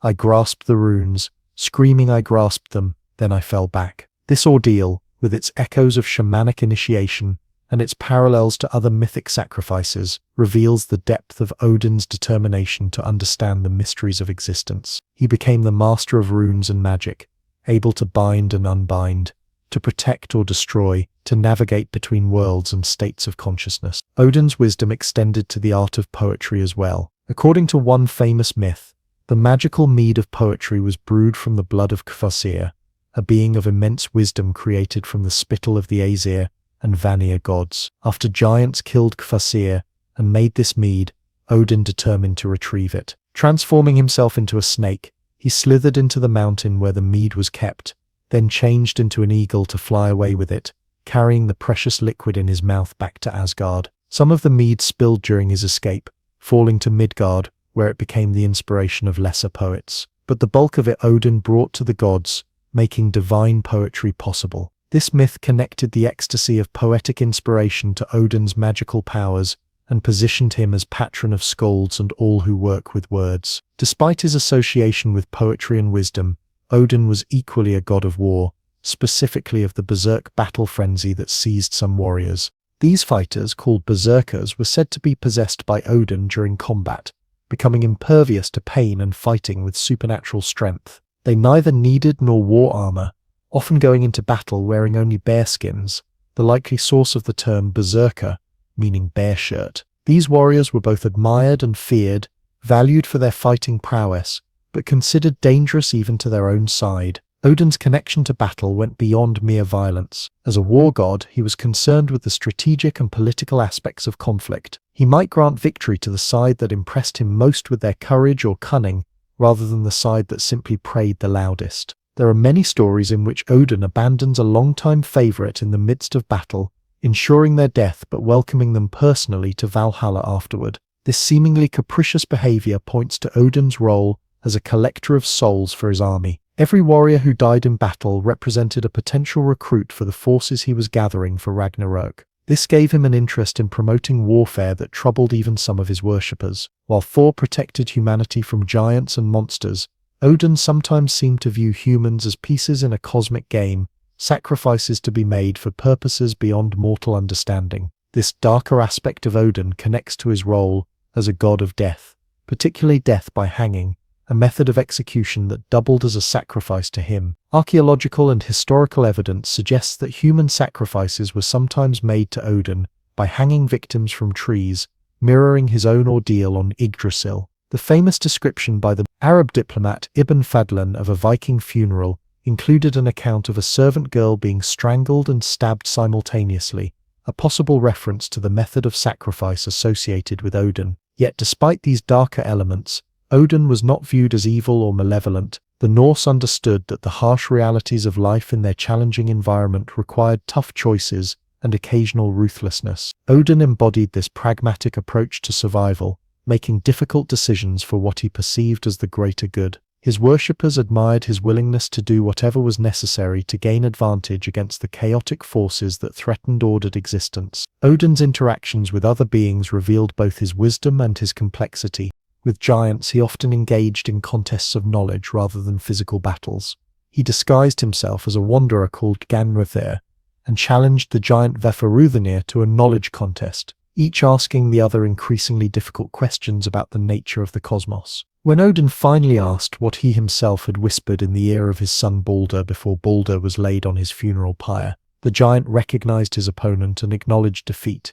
The answer to that question could only be known by Odin himself. With humans, Odin sometimes appeared as a mysterious traveler testing their hospitality and wisdom. Those who welcomed the disguised god often received rewards, while those who mistreated him faced consequences. These stories reinforced the Norse cultural value of hospitality, while reminding people that the gods might be watching their behavior at any time. Among his fellow gods, Odin was respected but not always loved. His methods could seem manipulative, his goals obscure even to his closest companions. Thor, his son, represented a more straightforward approach to divinity, direct action, clear purposes, and reliable protection of both gods and humans. The contrast between father and son highlighted the tension in Norse culture between wisdom and strength, between complex strategy and honest confrontation. But perhaps Odin's most fascinating relationship was with Loki, the trickster figure who was neither fully god nor fully giant. Though not blood-related, they had become blood brothers through ritual, creating a bond that even Loki's worst misdeeds could not completely sever. Both were shapeshifters, both were cunning, and both understood that sometimes rules must be broken for necessary ends. Yet where Odin broke norms in pursuit of cosmic goals, Loki often seemed to delight in chaos for its own sake. Their relationship symbolized the fine line between necessary disruption and destructive chaos, a boundary that Norse society itself constantly negotiated in its adaptation to harsh and changing conditions. Innovation required breaking with tradition, yet too much change too quickly could threaten community survival. Both Odin and Loki walked this dangerous edge, though in different ways and for different reasons. As we leave Odin seated on his high seat, Hlidskjalf from which he can see all 9 realms, his ravens bringing him news, his wolves at his feet, his thoughts already focused on the coming doom he has foreseen, we turn our attention to his most famous son. If Odin represents the complex, sometimes troubling wisdom required to navigate a dangerous cosmos, Thor embodies a more comfortable, accessible form of divine power, the straightforward strength and courage needed to face life's challenges directly. Tonight, on Digging into History, we journey to the frigid lands of the North, where ancient stories of gods, heroes, and monsters once echoed through wooden halls on dark winter nights. This is the world of Norse mythology, where thunder rolls at the swing of a hammer and a great tree holds 9 realms within its branches. Long before ink touched parchment in the cold lands of Scandinavia, stories were the treasures passed from one generation to the next. Picture a wooden hall in the depths of winter, snow-piled high outside as winds howl across frozen fjords. Inside, flames leap from a long central hearth, casting dancing shadows on wooden walls decorated with shields and weapons. The smell of smoke mixes with the scent of pine and the earthy aroma of mead in wooden cups. Around the fire sit warriors, traders, farmers and children, their faces glowing orange in the firelight as they lean forward to hear the words of the skald. The skald was no ordinary storyteller. These master poets were the keepers of history, the weavers of legend, and the voice of cultural memory for the Norse people. Many skalds travelled from settlement to settlement, welcomed in every hall for the stories they carried. Others served in the courts of powerful jarls and kings, composing poems that praised their patrons and preserved their deeds for future generations.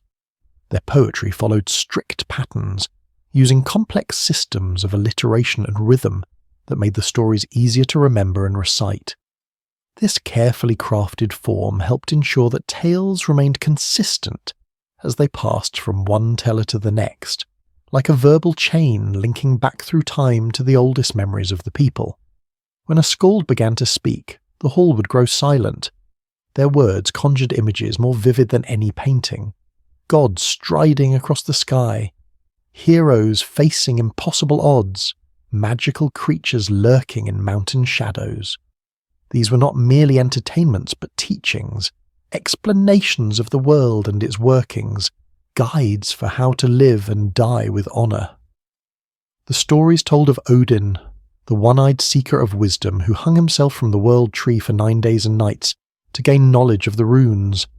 They spoke of Thor, whose mighty hammer Mjolnir created thunder when it struck, and whose strength protected both gods and humans from the chaotic forces that threatened their worlds. The skald might recount the clever schemes of Loki, a shape-shifting trickster whose wit brought both wonders and disasters to the gods. These tales were not simply repeated. They lived and breathed, changing subtly with each telling while maintaining their core truths. A skald might emphasize different aspects of a story depending on the audience or the lesson they wished to impart.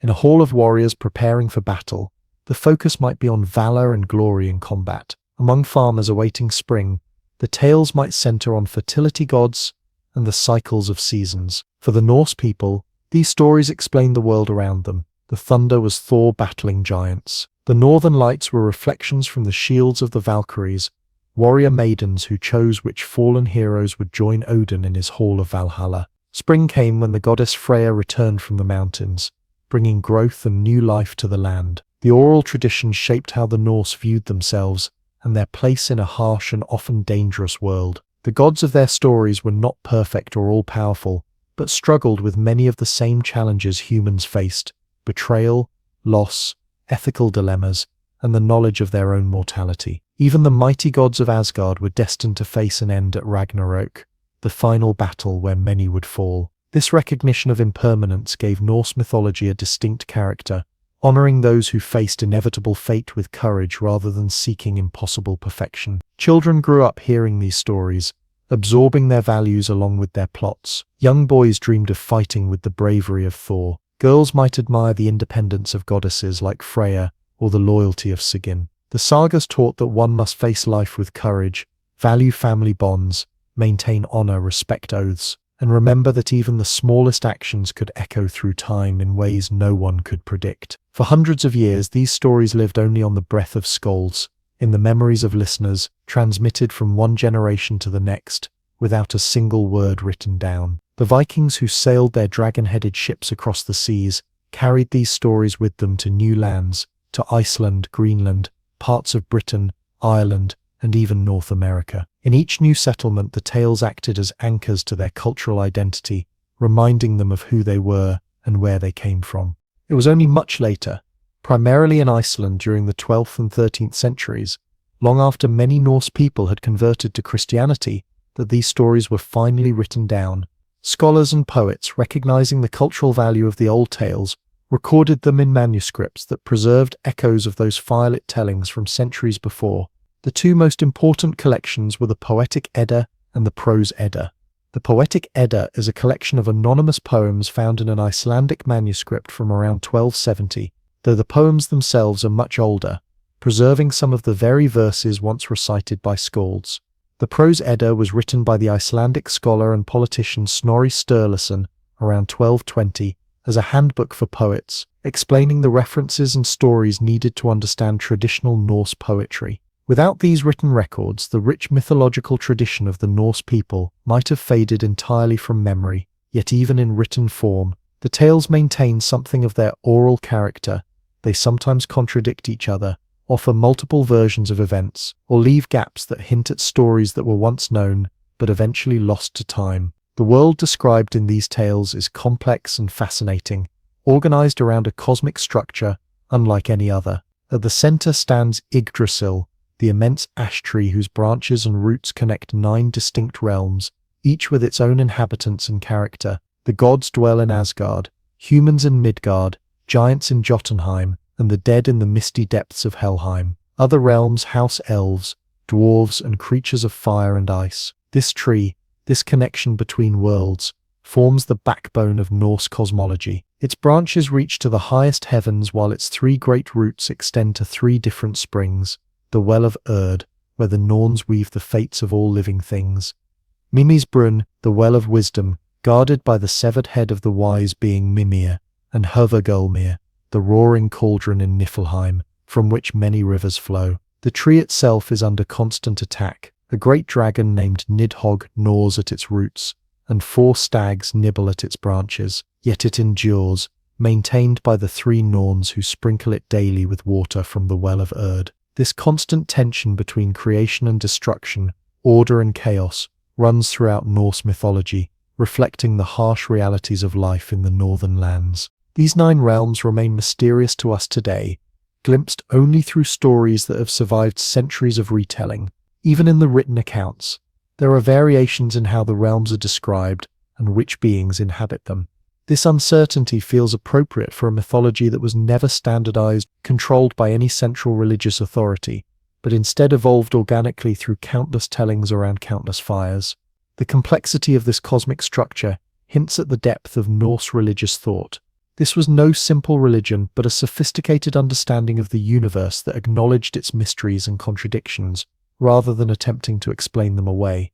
The gods themselves embodied these complexities, wise yet flawed, powerful yet vulnerable, worthy of respect yet capable of terrible mistakes. As we explore these myths in the coming chapters, we will move through these 9 realms, meeting their inhabitants and unraveling their stories. We begin with the most powerful and complex figure in the entire pantheon, Odin, the All-Father, who sacrificed his eye for wisdom and himself for knowledge. The one-eyed wanderer whose ravens bring him news from across all worlds, and whose endless quest for understanding drives many of the most important events in Norse mythology. Tonight on Digging into History, we journey to the misty beginnings of one of humanity's oldest continuous civilizations.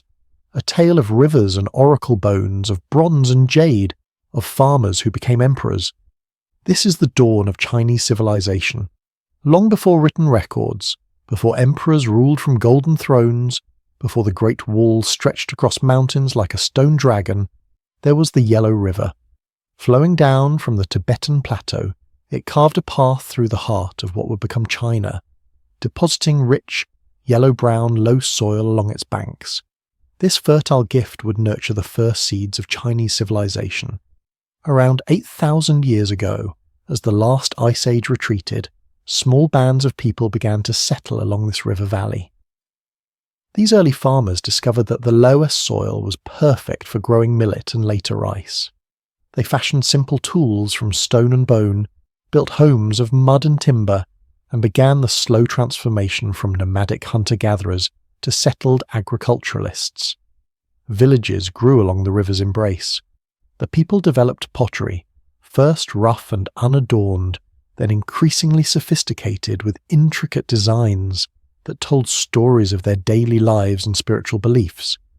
They crafted jades into ritual objects, believing the stone possessed magical properties that connected them to the heavens and their ancestors. As centuries passed, these early communities grew more complex. The first signs of social hierarchy appeared.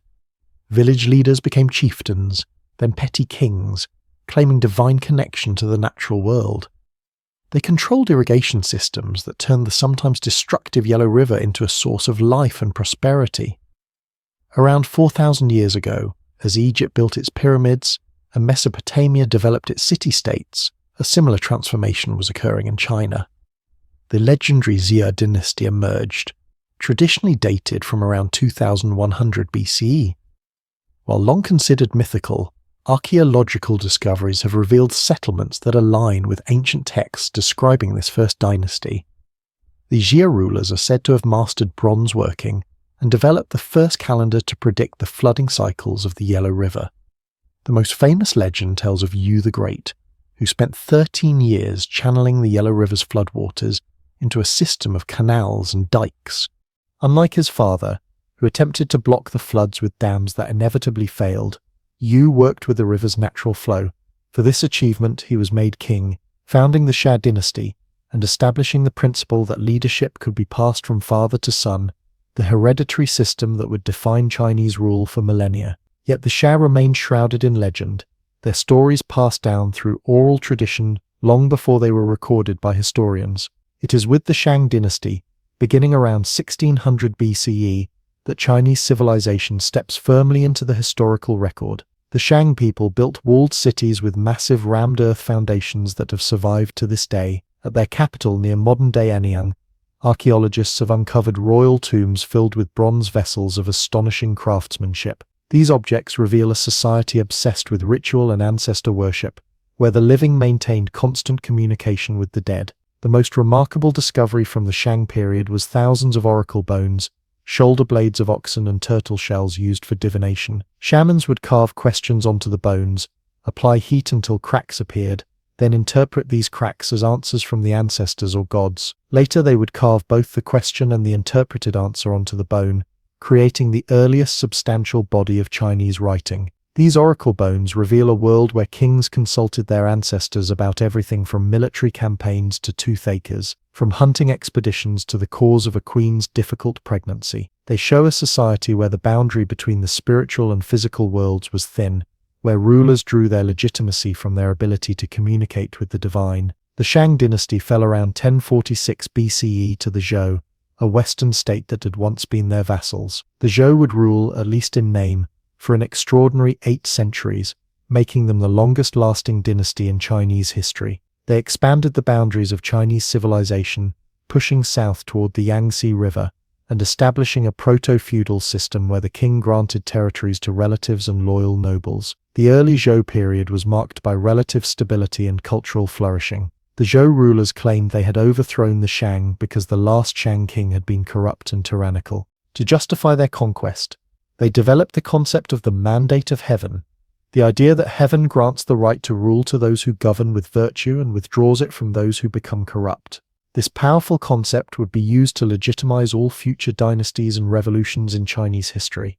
Under the Zhou, Chinese philosophy began to take shape. The earliest poems of the Book of Songs were composed celebrating love, war, agriculture, and the rhythms of court life. Bronze working reached its artistic peak, with ritual vessels displaying intricate patterns and Taoti masks, stylized animal faces that seemed to stare out from the bronze surface with ancient, knowing eyes. Yet the Zhou kings gradually lost power to their feudal lords. In 771 BCE, barbarians from the west sacked the Zhou capital, killing the king. The dynasty survived by moving its capital east to Luoyang, but central authority was weakened. The Eastern Zhou period saw the gradual dissolution of the feudal system, as powerful states began to assert their independence. The landscape of ancient China was changing. Iron tools allowed farmers to clear more land. Trade between states increased. Cities grew larger and more complex. Writings spread beyond the royal court, and educated men began to question traditional beliefs. It was during this period of political fragmentation that Chinese culture would reach its first intellectual golden age. As the sun set on the unified feudal system,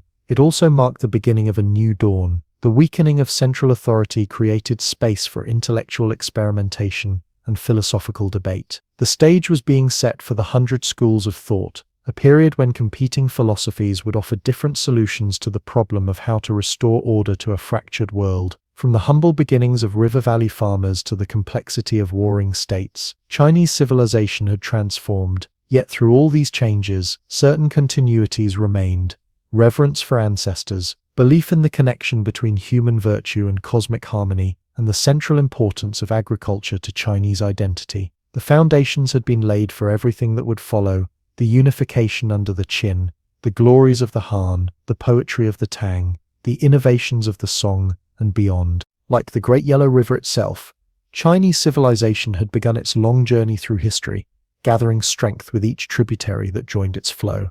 From the ashes of the Qin emerged a new dynasty that would become synonymous with Chinese civilization itself. Founded by Liu Bang, a man of humble origins who rose to become a military leader during the rebellions against Qin, the Han dynasty would rule China for over 4 centuries, from 206 BCE to 220 CE. So profound was its impact that even today the majority ethnic group in China calls itself the Han people, and the written Chinese language is referred to as Han characters. Liu Bang, who took the imperial title of Emperor Gaozu, was a pragmatic ruler who learned from the mistakes of his predecessor. Where the first emperor of Qin had ruled with unbending harshness, Gaozu adopted a more moderate approach. He retained the centralized administrative structure established by the Qin, but reduced taxes and softened the legal code. He famously told his followers that he had won the empire from horseback, but he knew he could not govern it from horseback. Effective administration required a different set of skills than military conquest.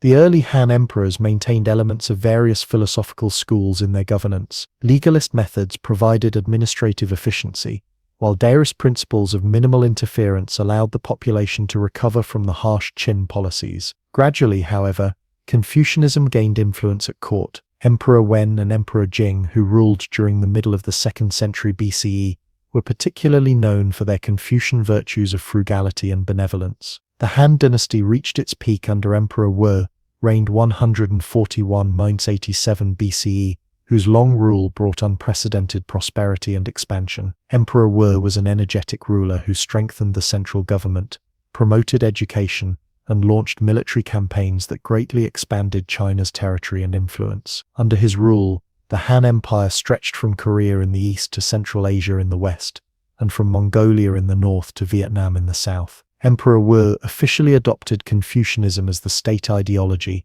a decision with far-reaching consequences for Chinese civilization. He established the Imperial Academy, where scholars studied Confucian classics, and he instituted a civil service examination system based on these texts. Though initially small in scale, this examination system would evolve over subsequent dynasties to become the primary path to government service, creating a meritocratic system where men of talent could rise to high positions regardless of their family background. The elevation of Confucianism did not mean an immediate rejection of other philosophical traditions. Rather, A syncretic approach developed, incorporating elements of legalism in administrative practice while cloaking them in Confucian language about virtue and moral governance. Taoism continued to influence art, poetry, and private life, even as Confucianism dominated public discourse and political theory. Han society was hierarchical but offered pathways for advancement. At the top stood the emperor and the imperial family. Below them were the scholar officials who staffed the bureaucracy, followed by farmers who were considered the productive foundation of society. Artisans and merchants occupied lower positions in the social hierarchy, though in practice, wealthy merchants could live in great luxury and influence government through indirect means. Agriculture formed the economic foundation of the Han Empire. Technical improvements such as iron plows, irrigation systems, and crop rotation increased productivity. The government maintained grain reserves to stabilize prices and provide relief during famines. The land tax was the government's primary source of revenue, reflecting the central importance of agriculture in the economy. While farmers tilled the fields, urban areas flourished with trade and craft production. Cities like Chang'an, the Western Han capital, near modern Xi'an, and Luoyang, the Eastern Han capital, grew into sophisticated metropolises with populations in the hundreds of thousands. Chang'an was laid out in a grid pattern with broad avenues and specialized markets. Its walls enclosed an area of over 30 square kilometers, making it one of the largest and most advanced cities in the world at that time. The Han period saw remarkable technological and scientific developments. Paper was invented, replacing bamboo and silk as writing materials and revolutionizing record-keeping. The magnetic compass was developed, initially for divination, but later adapted for navigation. Seismographs, wheelbarrows, and improved metallurgical techniques all appeared during this fertile period of innovation. Astronomy advanced considerably, with Han scientists keeping detailed records of comets, sunspots, and other celestial phenomena. The calendar was refined to better predict seasonal changes. Mathematics developed to serve both practical needs in engineering and theoretical interests in understanding numerical relationships. Medicine evolved with systematic theories about the body's functioning, detailed pharmacopoeias listing hundreds of medicinal substances, and sophisticated techniques like acupuncture and moxibustion. The arts flourished during the Han. Literature expanded beyond classical works to include poetry, essays, and historical writings. The records of the Grand Historian by Sima Qian, completed around 94 BCE, set the standard for historical writing not just in China, but in world literature. Covering over 2,000 years from the legendary Jia dynasty to his own time, Sima Qian combined rigorous research with vivid biographical portraits, creating a comprehensive view of Chinese civilization. Music was considered essential for moral cultivation, with the imperial court maintaining orchestras that performed ritual music on bronze bells, stone chimes, stringed instruments, and drums. Painting and calligraphy developed as elite art forms, though few examples survive from this period. Sculpture and ceramic arts produced works of remarkable naturalism and technical sophistication. Perhaps the most significant development of the Han period was the opening of trade routes connecting China with Central Asia, the Middle East, and eventually the Roman Empire. These routes, later called the Silk Road by European historians, began with the diplomatic and military expeditions of Emperor Wu, concerned about the threat posed by nomadic Xiongnu Confederation on China's northern border. Emperor Wu sent his envoy Zhang Qian westward to seek allies in 138 BCE. Zhang Qian's journey was an epic of exploration. Captured by the Xiongnu and held for 10 years, he eventually escaped and continued westward, reaching as far as Bactria, modern Afghanistan, before returning to China. Though he failed to secure military allies, he brought back invaluable information about the lands and peoples beyond China's western borders, including the powerful Parthian Empire and the prosperous Fergana Valley, with its prized heavenly horses. Emperor Wu was particularly interested in these horses, larger and stronger than Chinese breeds, which could give his armies an advantage against the Xiongnu cavalry. He sent expeditions to acquire these horses, establishing the first regular contact between China and Central Asia. These initial military and diplomatic missions soon developed into trade relationships that would flourish for centuries. The Silk Road was not a single path but a network of routes connecting east and west. Caravans would travel in stages, goods changing hands multiple times before reaching their final destinations. The journey was arduous and dangerous, crossing harsh deserts, high mountain passes, and territories controlled by bandits or hostile states. Few merchants traveled the entire route, most operated within regional networks with goods passed from one group to another. Silk was China's most famous export, highly prized in Rome and other Western civilizations for its lightness, strength, and beauty. The Chinese carefully guarded the secret of silk production, which involved raising silkworms on mulberry leaves and carefully unwinding the cocoons to extract the fine threads. Other Chinese exports included paper, ceramics, bronze work, and lacquerware. In return, China imported horses, jade, grapes, and alfalfa from Central Asia, glassware, gold, and silver from the Middle East, and even goods from as far away as the Roman Empire. Roman glassware was particularly valued in China for its clarity and craftsmanship, while Roman and Middle Eastern merchants paid enormous prices for Chinese silk. A pound of silk in Rome cost roughly a pound of gold, making the silk trade enormously profitable for all involved. Beyond material goods, the Silk Road facilitated exchange of ideas, technologies, and religions. Buddhist missionaries from India traveled to China, beginning the long process of Buddhist integration into Chinese culture. Zoroastrianism and later Nestorian Christianity also made their way eastward. Mathematical knowledge, astronomical observations, and medical techniques were shared among civilizations. Music, art styles, and culinary traditions spread along these routes, enriching each culture they touched. Central to the functioning of the Silk Road were the oasis cities that provided rest and resupply points for caravans. Places like Dunhuang, Turfan, and Samarkand became cosmopolitan centers where merchants from many lands gathered to trade.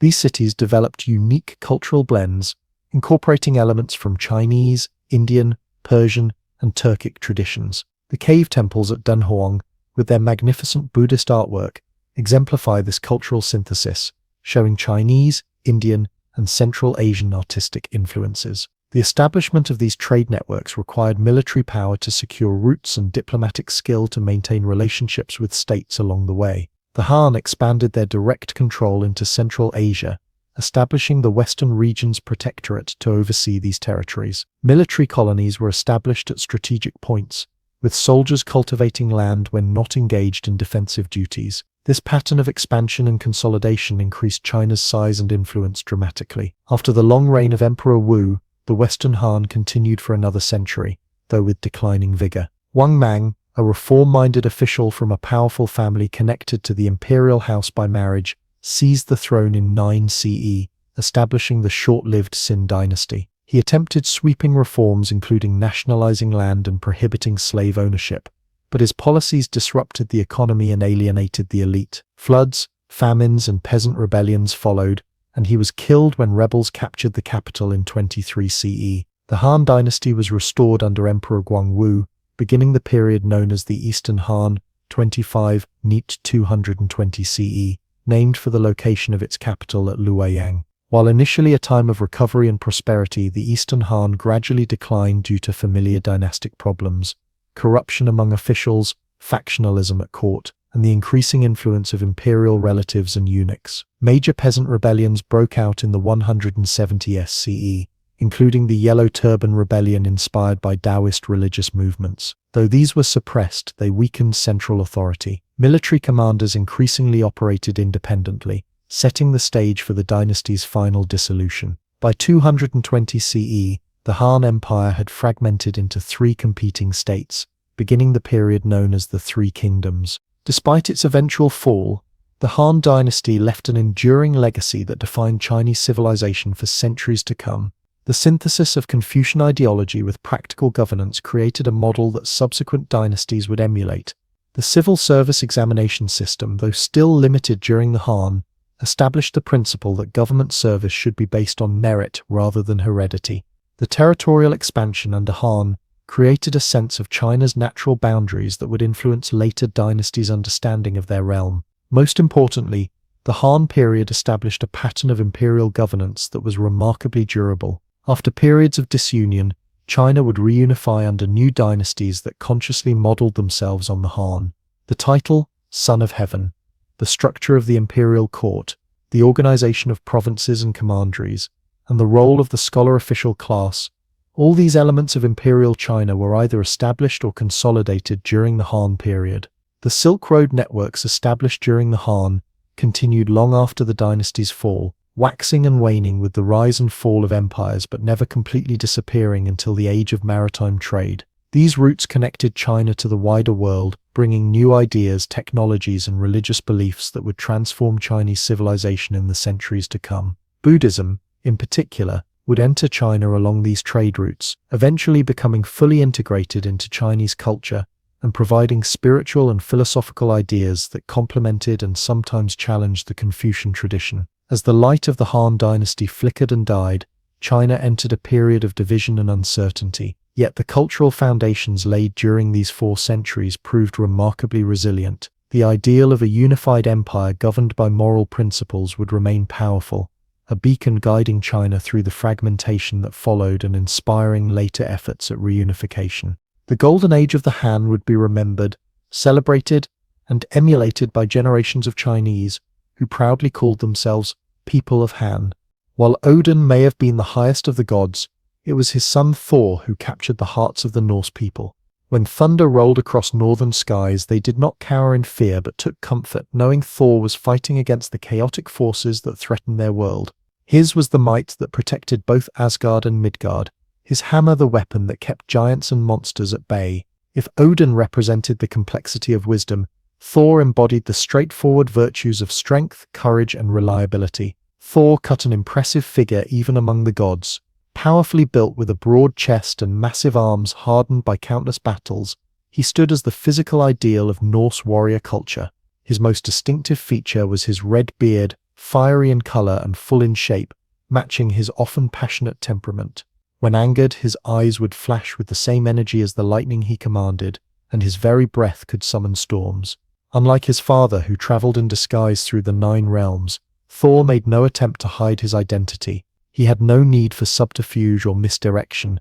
His approach to problems was direct and forceful. He moved through the cosmos openly, welcomed by humans who saw him as their champion, and feared by giants who knew him as their doom. This transparency made Thor deeply relatable to the common people, who valued straightforward dealing over the mysteries and manipulation sometimes associated with Odin. Thor traveled the skies in a chariot pulled by 2 goats named Tengrisnir and Tengjost, Teeth-Barer and Teeth-Grinder. The sound of his chariot wheels rolling across the clouds created the thunder that accompanied lightning storms. More remarkable still were the goats themselves, for Thor could slaughter and eat them when hungry, then resurrect them from their bones and hides the following morning, provided all bones remained intact. The source of Thor's greatest power, however, was his hammer and Mjolnir, perhaps the most famous weapon in all of mythology. Crafted by dwarves after Loki's mischief forced them into a contest of craftsmanship, the hammer was nearly perfect, capable of striking with devastating force, never missing its target, and always returning to Thor's hand after being thrown. Its only flaw was a slightly shortened handle, the result of Loki's interference during its forging, which meant it had to be wielded one-handed. Mjolnir was more than just a weapon of war. It was a sacred instrument with multiple functions in Norse religious practice and mythology. Thor used it to bless marriages, ensuring fertility and protecting new unions. He consecrated important locations and events by raising the hammer over them. In the human realm, small hammer pendants were widely worn as protective amulets, especially during the period when Christianity was beginning to spread through Scandinavia. These symbols allowed the Norse people to quietly maintain their connection to Thor, even as they outwardly adapted to new religious requirements. The hammer also represented Thor's role as a god of fertility and agriculture, an aspect sometimes overlooked in favor of his warrior image. His storms brought the rain needed for crops to grow, and his protection allowed farmers to work their fields in peace. Many rural communities considered him their special patron, offering prayers to him during planting and harvest seasons. This connection to the land and its bounty made Thor especially beloved among the common people who worked the soil, while warriors and nobles might look more to Odin for guidance. Thor's personality matched his appearance and role, straightforward, occasionally hot-tempered, but fundamentally good-natured and reliable. He could be quick to anger,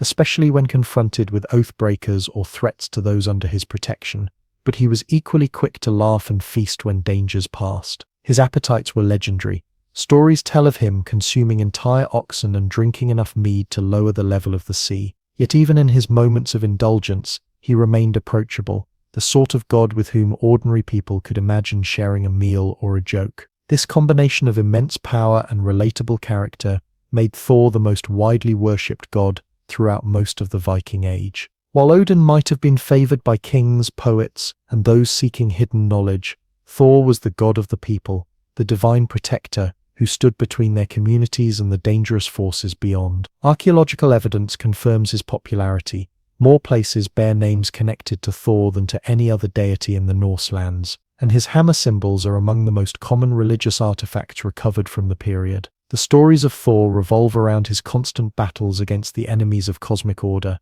particularly the Jötnar, or giants. These were not simply tales of brute force triumphing over evil, but complex narratives that revealed much about Norse values and worldview.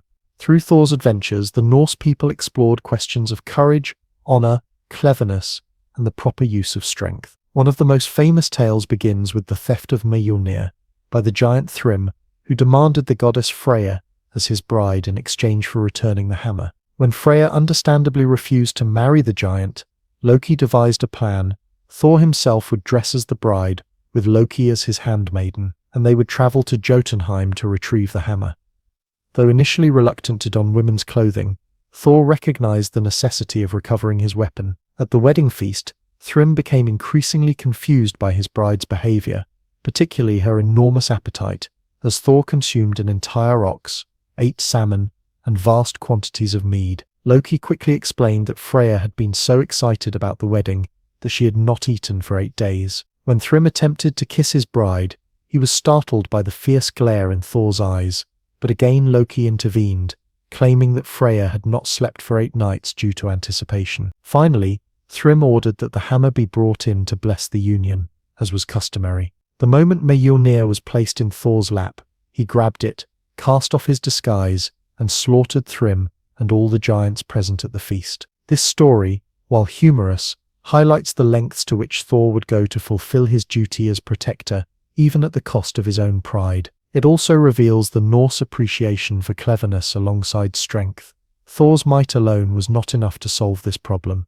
Loki's trickery was equally necessary. Another famous adventure took Thor and Loki to the castle of the giant king, Utgard-Loki, who subjected them to a series of seemingly impossible challenges. Thor was challenged to lift a cat, wrestle an old woman, and drink from a horn. To his shock and humiliation, he failed at each task, barely raising the cat's paw off the ground, getting forced to one knee by the old woman, and only managing to lower the level in the drinking horn slightly. Only after they departed did Utgard-Loki reveal the truth.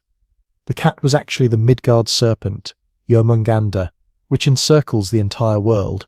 The old woman was age itself, which eventually brings down even the strongest being, and the horn was connected to the ocean, so Thor had actually created the tides by drinking from it. What had seemed like embarrassing failures were actually astonishing feats that had terrified the giants. This story taught that appearances can be deceiving, and even the mightiest must sometimes face limitations, though Thor's failures were still beyond what any other being could accomplish. Perhaps the most significant of all Thor's encounters was his fishing trip with the giant Hymir. Using the head of an ox as bait, Thor cast his line into the deep ocean and hooked Jörmungandr, the enormous world serpent and one of Loki's monstrous children. As Thor struggled to pull the serpent from the depths, he planted his feet so firmly on the ocean floor that they broke through the bottom of the boat. Just as he raised his hammer to strike the creature's head, Hymir panicked at the sight of the monstrous serpent and cut the fishing line, allowing Jörmungandr to sink back into the depths. This encounter foreshadowed the destined final meeting between Thor and the world serpent at Ragnarök, where prophecy said they would kill each other. Thor would slay the serpent but would take only 9 steps afterward before falling dead from its venom. This fated mutual destruction underscored the Norse belief that even the mightiest of the gods could not escape their destiny. Thor's immense strength would be enough to defeat his greatest enemy, but not enough to save himself.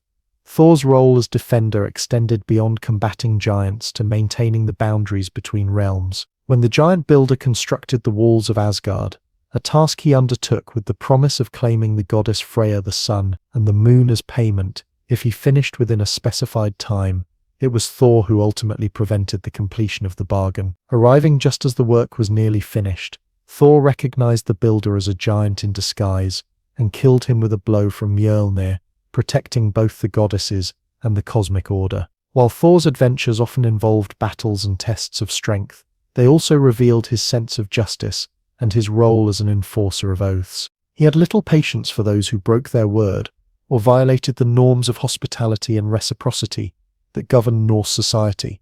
In this, he differed from his father Odin, who might value cleverness and advantage over strict adherence to promises. Thor represented a more straightforward moral code, one centered on protecting the weak, fulfilling obligations, and meeting threats with appropriate force. Thor's family relationships added further dimensions to his character. His wife was Sif, a goddess associated with fertility and whose golden hair symbolized fields of wheat. The story of how Loki cut her hair while she slept, and was then forced by Thor to replace it with hair of actual gold crafted by dwarves, reveals Thor's devotion to his wife and his unwillingness to tolerate insults to his family. Thor also had a giantess lover named Jaun Saxa, with whom he fathered Magni, a son who would be strong enough to lift Mjolnir when he was just 3 days old. Thor's relationship with Loki was particularly complex.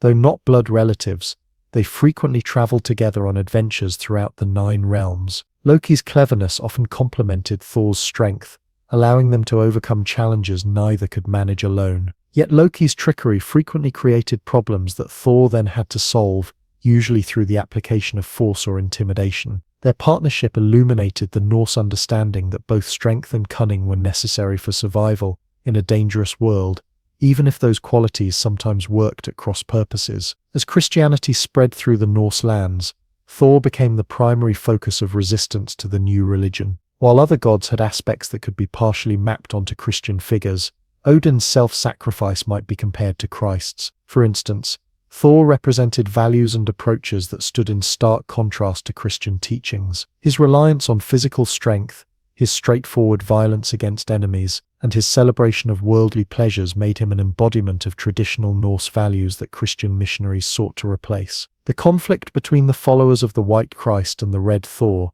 as they were sometimes known, played out over generations. In Iceland, when the Althing, the legislative assembly, voted to adopt Christianity in the year 1000 CE, a special exemption was made, allowing people to continue making private sacrifices to Thor and the old gods, though public worship was to follow Christian practices. This compromise reflected both the enduring popularity of Thor and the pragmatic approach the Norse people took to religious change. Thor's legacy extends far beyond the Viking Age. His name lives on in the English weekday Thursday, Thor's Day, and his hammer remains one of the most recognizable symbols of Norse heritage. In modern popular culture, from comics to films to literature, Thor continues to embody the archetype of the powerful protector, the straightforward hero whose strength serves a moral purpose. Yet the Thor of ancient Norse belief was more nuanced than many modern portrayals suggest. He was not simply a warrior god, but a complex figure who embodied the ideal balance of strength, courage, and moral purpose that the Norse people aspired to achieve. His protection extended to all who lived honorably and kept their oaths, from the highest jarl to the humblest farmer. In a world full of dangers, both natural and supernatural, Thor's thunderous presence reminded the Norse people that they were not facing those perils alone. As we leave the red-bearded god with his hammer raised against the giants, we turn now to a very different figure in the Norse pantheon. If Thor represents straightforward strength and moral clarity, Loki embodies ambiguity and disruption, the force of change that can both create and destroy. The relationship between these two powerful figures, one the upholder of order and the other its challenger, reveals much about how the Norse understood the necessary balance between stability and transformation. The Norse people imagined their universe as a vast interconnected structure of 9 distinct worlds, all held within the mighty branches and roots of Yggdrasil, the world tree. Unlike the heaven and hell of later religious traditions, these realms existed alongside one another, each with its own landscape, inhabitants, and role in the cosmic order.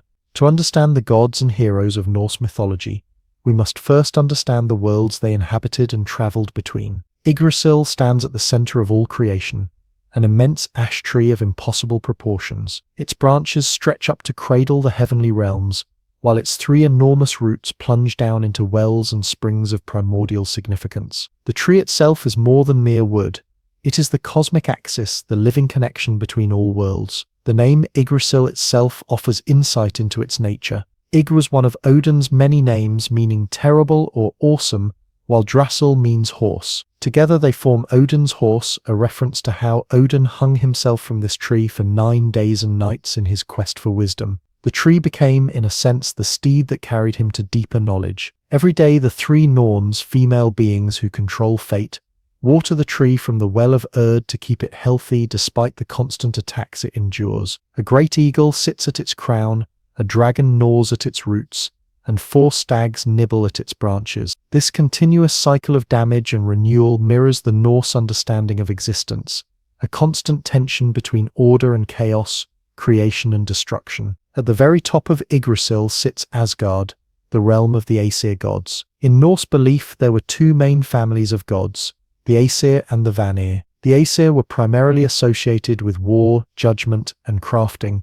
while the Vanir governed fertility, wisdom, and the ability to see the future. After an ancient war between these 2 divine families ended in stalemate, they exchanged hostages and largely unified their pantheons, with most gods dwelling in Asgard. Asgard is a place of splendor, surrounded by a mighty wall built by a giant who was later cheated of his payment, leading to one of Thor's many battles. Within this realm stand magnificent halls belonging to different gods. Most famous is Valhalla, Odin's hall where fallen warriors feast and fight each day, preparing for their role in the final battle of Ragnarök. There is also Bilskirnir, Thor's enormous hall of 540 rooms, Sessrumnir, the hall of the goddess Freya, where she receives her share of the battle slain, and many others. Asgard is connected to the human realm by Bifrost, the rainbow bridge guarded by the god Heimdall. With his extraordinary senses, including the ability to hear grass growing and see 100 miles in all directions, Heimdall keeps watch for giants or other enemies who might threaten the gods. Below Asgard lies Midgard, the realm of humans. This middle world, hence the name, was created by the gods from the body of the slain giant Ymir at the beginning of time. The gods fashioned Ymir's flesh into the earth, his blood into the seas, his bones into mountains, and his skull into the sky. To protect humans from the chaotic forces outside, they used Ymir's eyebrows to build a wall around Midgard. Midgard is encircled by a vast ocean where the great serpent Jörmungand, one of Loki's monstrous children, lies coiled around the world, gripping its own tail. Thor has several encounters with this massive creature, including one famous fishing trip, where he nearly pulls it from the sea before his giant companion cuts the line in fear. Connected to Midgard, but distinct from it, is Jotunheim, the realm of the giants. In Norse mythology, giants are not merely big humans but primordial beings of tremendous power, often associated with the untamed natural forces. Many are enemies of the gods, yet others become their allies, friends, or even lovers. Thor's mother was a giantess, and Loki was born of giant stock, highlighting the complex relationship between these 2 races. Jotunheim is a wild, mountainous land of extremes, towering peaks, deep valleys, dense forests, and icy wastes. Here, giants live in stone fortresses or mountain caves, plotting against the gods, or simply living according to their own ancient ways. Many of the most famous Norse myths involve gods journeying to Jotunheim, usually Thor to battle giants, or Odin to seek knowledge from their ancient wisdom. In the dark places beneath Midgard lies Svartalfheim, realm of the dwarves, also called the Dark Elves in some sources. Despite their small stature, dwarves play crucial roles in many myths. Master craftsmen without equal, they created some of the most powerful objects in Norse mythology: Thor's hammer Mjolnir, Odin's spear Gungnir, and the magical golden ring, Dropnir. Dwarves live underground, mining precious metals and gems, forging magical items, and guarding ancient secrets. They are often portrayed as greedy but bound by their word. Once they promise to craft something, they must deliver, though they might seek to trick or cheat their way out of unfavorable bargains. Their realm is one of forge fires and hammerfall, glittering treasures and deep mountain halls. Above Midgard lies Alfheim, home of the Light Elves. Unlike the dwarves, the elves are beautiful, luminous beings associated with fertility and light. The god Freya, originally of the Vanir family, was given lordship over Alfheim as a teething present, showing the close connection between the Vanir gods and these fair creatures. While less prominent in the myths than dwarves or giants, elves were important in daily Norse religious practice. Offerings were made to them for health and good harvests, and they were thought to interact with humans more frequently than the gods themselves. Their realm is depicted as a place of ethereal beauty, with fields of flowers and forests of silver-leaf trees beneath an ever-bright sky. Opposite to the light of Alfheim is the primordial darkness of Niflheim, a realm of ice, mist, and cold that existed even before the gods. One of the two primeval realms, along with fiery Muspelheim, Niflheim was a place of freezing fog and ancient darkness. Here the 11 venomous rivers known as the Elevagar originated, flowing from the roaring cauldron Hvergelmir before winding their way through the cosmos. In later Norse cosmology, parts of Niflheim became associated with Helheim, the realm of the dead governed by the goddess Hel, another of Loki's children. Those who died of illness or old age rather than in battle were sent to her domain. Unlike the Christian concept of hell, Helheim was not a place of punishment but simply another state of existence, cold and misty but not tormenting. Muspelheim, the land of primordial fire, stands in eternal opposition to icy Niflheim. This blazing realm is home to fire giants and elemental beings of heat and destruction. Most fearsome among them is Surtur, a fire giant who wields a flaming sword and will lead the sons of Muspel against the gods at Ragnarok, ultimately engulfing the world in fire. The tension between ice and fire plays a crucial role in Norse creation stories. In the beginning, in the Great Void, called Ginnungagak, the icy rivers of Niflheim flowed toward the sparks and flames of Muspelheim. Where cold and heat met, droplets formed, and from these droplets emerged the first living being, the frost giant Ymir. The ninth realm, Vanaheim, is the original home of the Vanir gods before many relocated to Asgard after the Aesir-Vanir War. Less is known about this realm than the others, as few myths take place there. What stories do reveal suggest a lush land of wild magic, fertility, and ancient wisdom. The Vanir gods who remain there continue their old ways, governing natural cycles and practicing forms of magic different from those of Odin and his kin. This cosmic structure, with 9 interconnected worlds spread throughout the mighty Yggdrasil, reflects the Norse understanding of a universe that is ordered yet wild, unified yet diverse. The gods, humans, giants, and other beings all have their places within this framework, but the boundaries between realms are not impenetrable. Roads connect them, magic bridges span the distances, and those with knowledge and power can travel between worlds. For the Norse people, these realms were not merely mythological constructs but explanations for the world they experienced. The harsh winters came from the influence of Niflheim. Thunder was Thor riding across the sky in his goat-drawn chariot. The northern lights might be the Bifrost Bridge gleaming, or the reflections from the shields of the Valkyries. This cosmic map also reflected the Norse understanding of their own society, a world where different groups had different functions, where boundaries existed but could be crossed, where opposing forces maintained a tense balance. Just as the realms were connected by Yggdrasil, Norse communities were connected by ties of kinship, oath, and shared stories. To navigate these 9 realms required wisdom, courage, and often cunning, qualities embodied most fully in Odin, the Allfather. As chief of the Aesir gods, his power extended throughout the cosmos, yet even he was subject to its underlying laws and the decrees of fate. His endless quest for knowledge took him to every corner of the 9 realms, from the highest branches of Yggdrasil to its deepest roots. Odin understood, perhaps better than any other being, that knowledge itself was the greatest power in the 9 realms. His wisdom came at terrible personal cost, the sacrifice of his eye to drink from Mimir's well of knowledge, the 9 days hanging wounded from Yggdrasil to learn the secrets of the runes, the countless disguised wanderings among giants and humans seeking hidden truths. This one-eyed god, with ravens at his shoulders and wolves at his feet, moved through the 9 realms like a shadow, gathering secrets and preparing for the doom that he knew would eventually come to gods and worlds alike.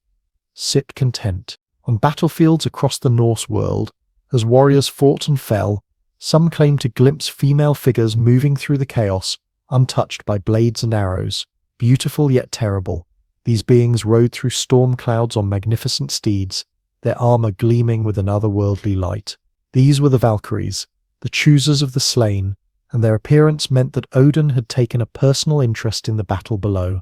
The Valkyries served as Odin's direct agents in his endless quest to build an army for Ragnarok. Their primary duty was to select the bravest warriors from among those who died in battle and escort their souls to Valsalo, Odin's great hall in Asgard. Not every fallen fighter earned this honor, only those who had demonstrated exceptional courage and skill. The remainder of the battle dead were claimed by the goddess Freya, who received them in her hall, Sessrumnir, while those who died of old age, illness, or other non-combat causes were destined for the misty realm of Hel. The name Valkyrie itself tells us much about their role. It comes from the Old Norse Valkyria, combining Valsa slain with Kurja chooser. They were literally choosers of the slain, deciding which warriors would be elevated to the ranks of the Einherjar, the elite fighters who would stand with Odin at the end of days. This selective process reflected the competitive values of Norse warrior culture, where how one died mattered as much as how one lived. In their appearance, the Valkyries embodied a blend of beauty and terror appropriate to their function. They were typically described as tall, fair women with flowing hair, often blonde or golden, wearing gleaming armor, and sometimes carrying spears or shields. They rode through the sky on magnificent horses, and some sources suggest their armor was what caused the atmospheric phenomenon, now known as the Aurora Borealis or Northern Lights, the night sky, illuminated by reflections from their breastplates and helmets. The number of Valkyries varied in different accounts. Some sources mention only a handful, while others describe them as a vast host. Among the named Valkyries in the ancient texts are Hilda Battle, Brutha Strength, Skogul, Shaker, Gundul, Wand Wielder, and perhaps most famously, Brynhilda, whose tragic story forms a central part of the Volsunga saga. Their names nearly always related to aspects of battle, reinforcing their connection to warfare and death. While serving as psychopomps, guides for the dead, was their primary function, the Valkyries also took active roles in battles themselves. They could influence the tide of combat, determining which side would be victorious according to Odin's complex and often inscrutable plans. Some accounts describe them weaving on looms made of weapons, with intestines for thread and severed heads for weights, literally weaving the fates of warriors and the outcomes of battles. For the Norse people, the Valkyries represented the glorification of battle death that formed a cornerstone of their warrior ethos. To be chosen by a Valkyrie was the highest honor a fighter could achieve, recognition that one's courage and skill had earned the attention of the gods themselves. Many warriors went into battle hoping for this fate, rather than fearing death, believing that a glorious end in combat was preferable to a peaceful death from old age or illness.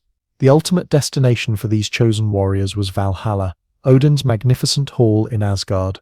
The name Valhalla translates to Hall of the Slain, and it represented the ultimate warrior paradise in Norse belief. More than merely an afterlife of pleasure, it was a place of purpose where the bravest fighters from throughout history prepared for their crucial role in the final battle of Ragnarok. The scale of Valhalla defied ordinary imagination. According to the Grimnismal, one of the poems in the Poetic Edda, the hall had 540 doors, each wide enough for 800 warriors to march through side by side. Its ceiling was made of golden shields, its rafters were spears, and mail coats were strewn across its benches. A wolf stood guard at the western door, and an eagle hovered above. Outside roamed the stag Akerna, from whose antlers water dripped down to form all the rivers of the world. Life in Valhalla followed a consistent pattern that reflected the values of Norse warrior culture. Each morning, the Einherjar would arm themselves and march out to a vast field called Ithaverl, where they would fight one another in glorious battle until they were cut down. For ordinary mortals, such wounds would mean death. But for the Einherjar, this was merely training. As evening approached, their wounds would heal completely, and the slain would rise again, whole and unharmed. After this daily combat, the warriors would return to the hall for a feast of almost unimaginable abundance. They ate the meat of the magical boar, Sarimnir, which was slaughtered each evening only to return to life the next day to be slaughtered again. They drank mead and ale that flowed from the udders of the goat Heidrun, who consumed the leaves of the tree, Laratha. The Valkyries served at these feasts, bringing drink to the warriors and ensuring their needs were met.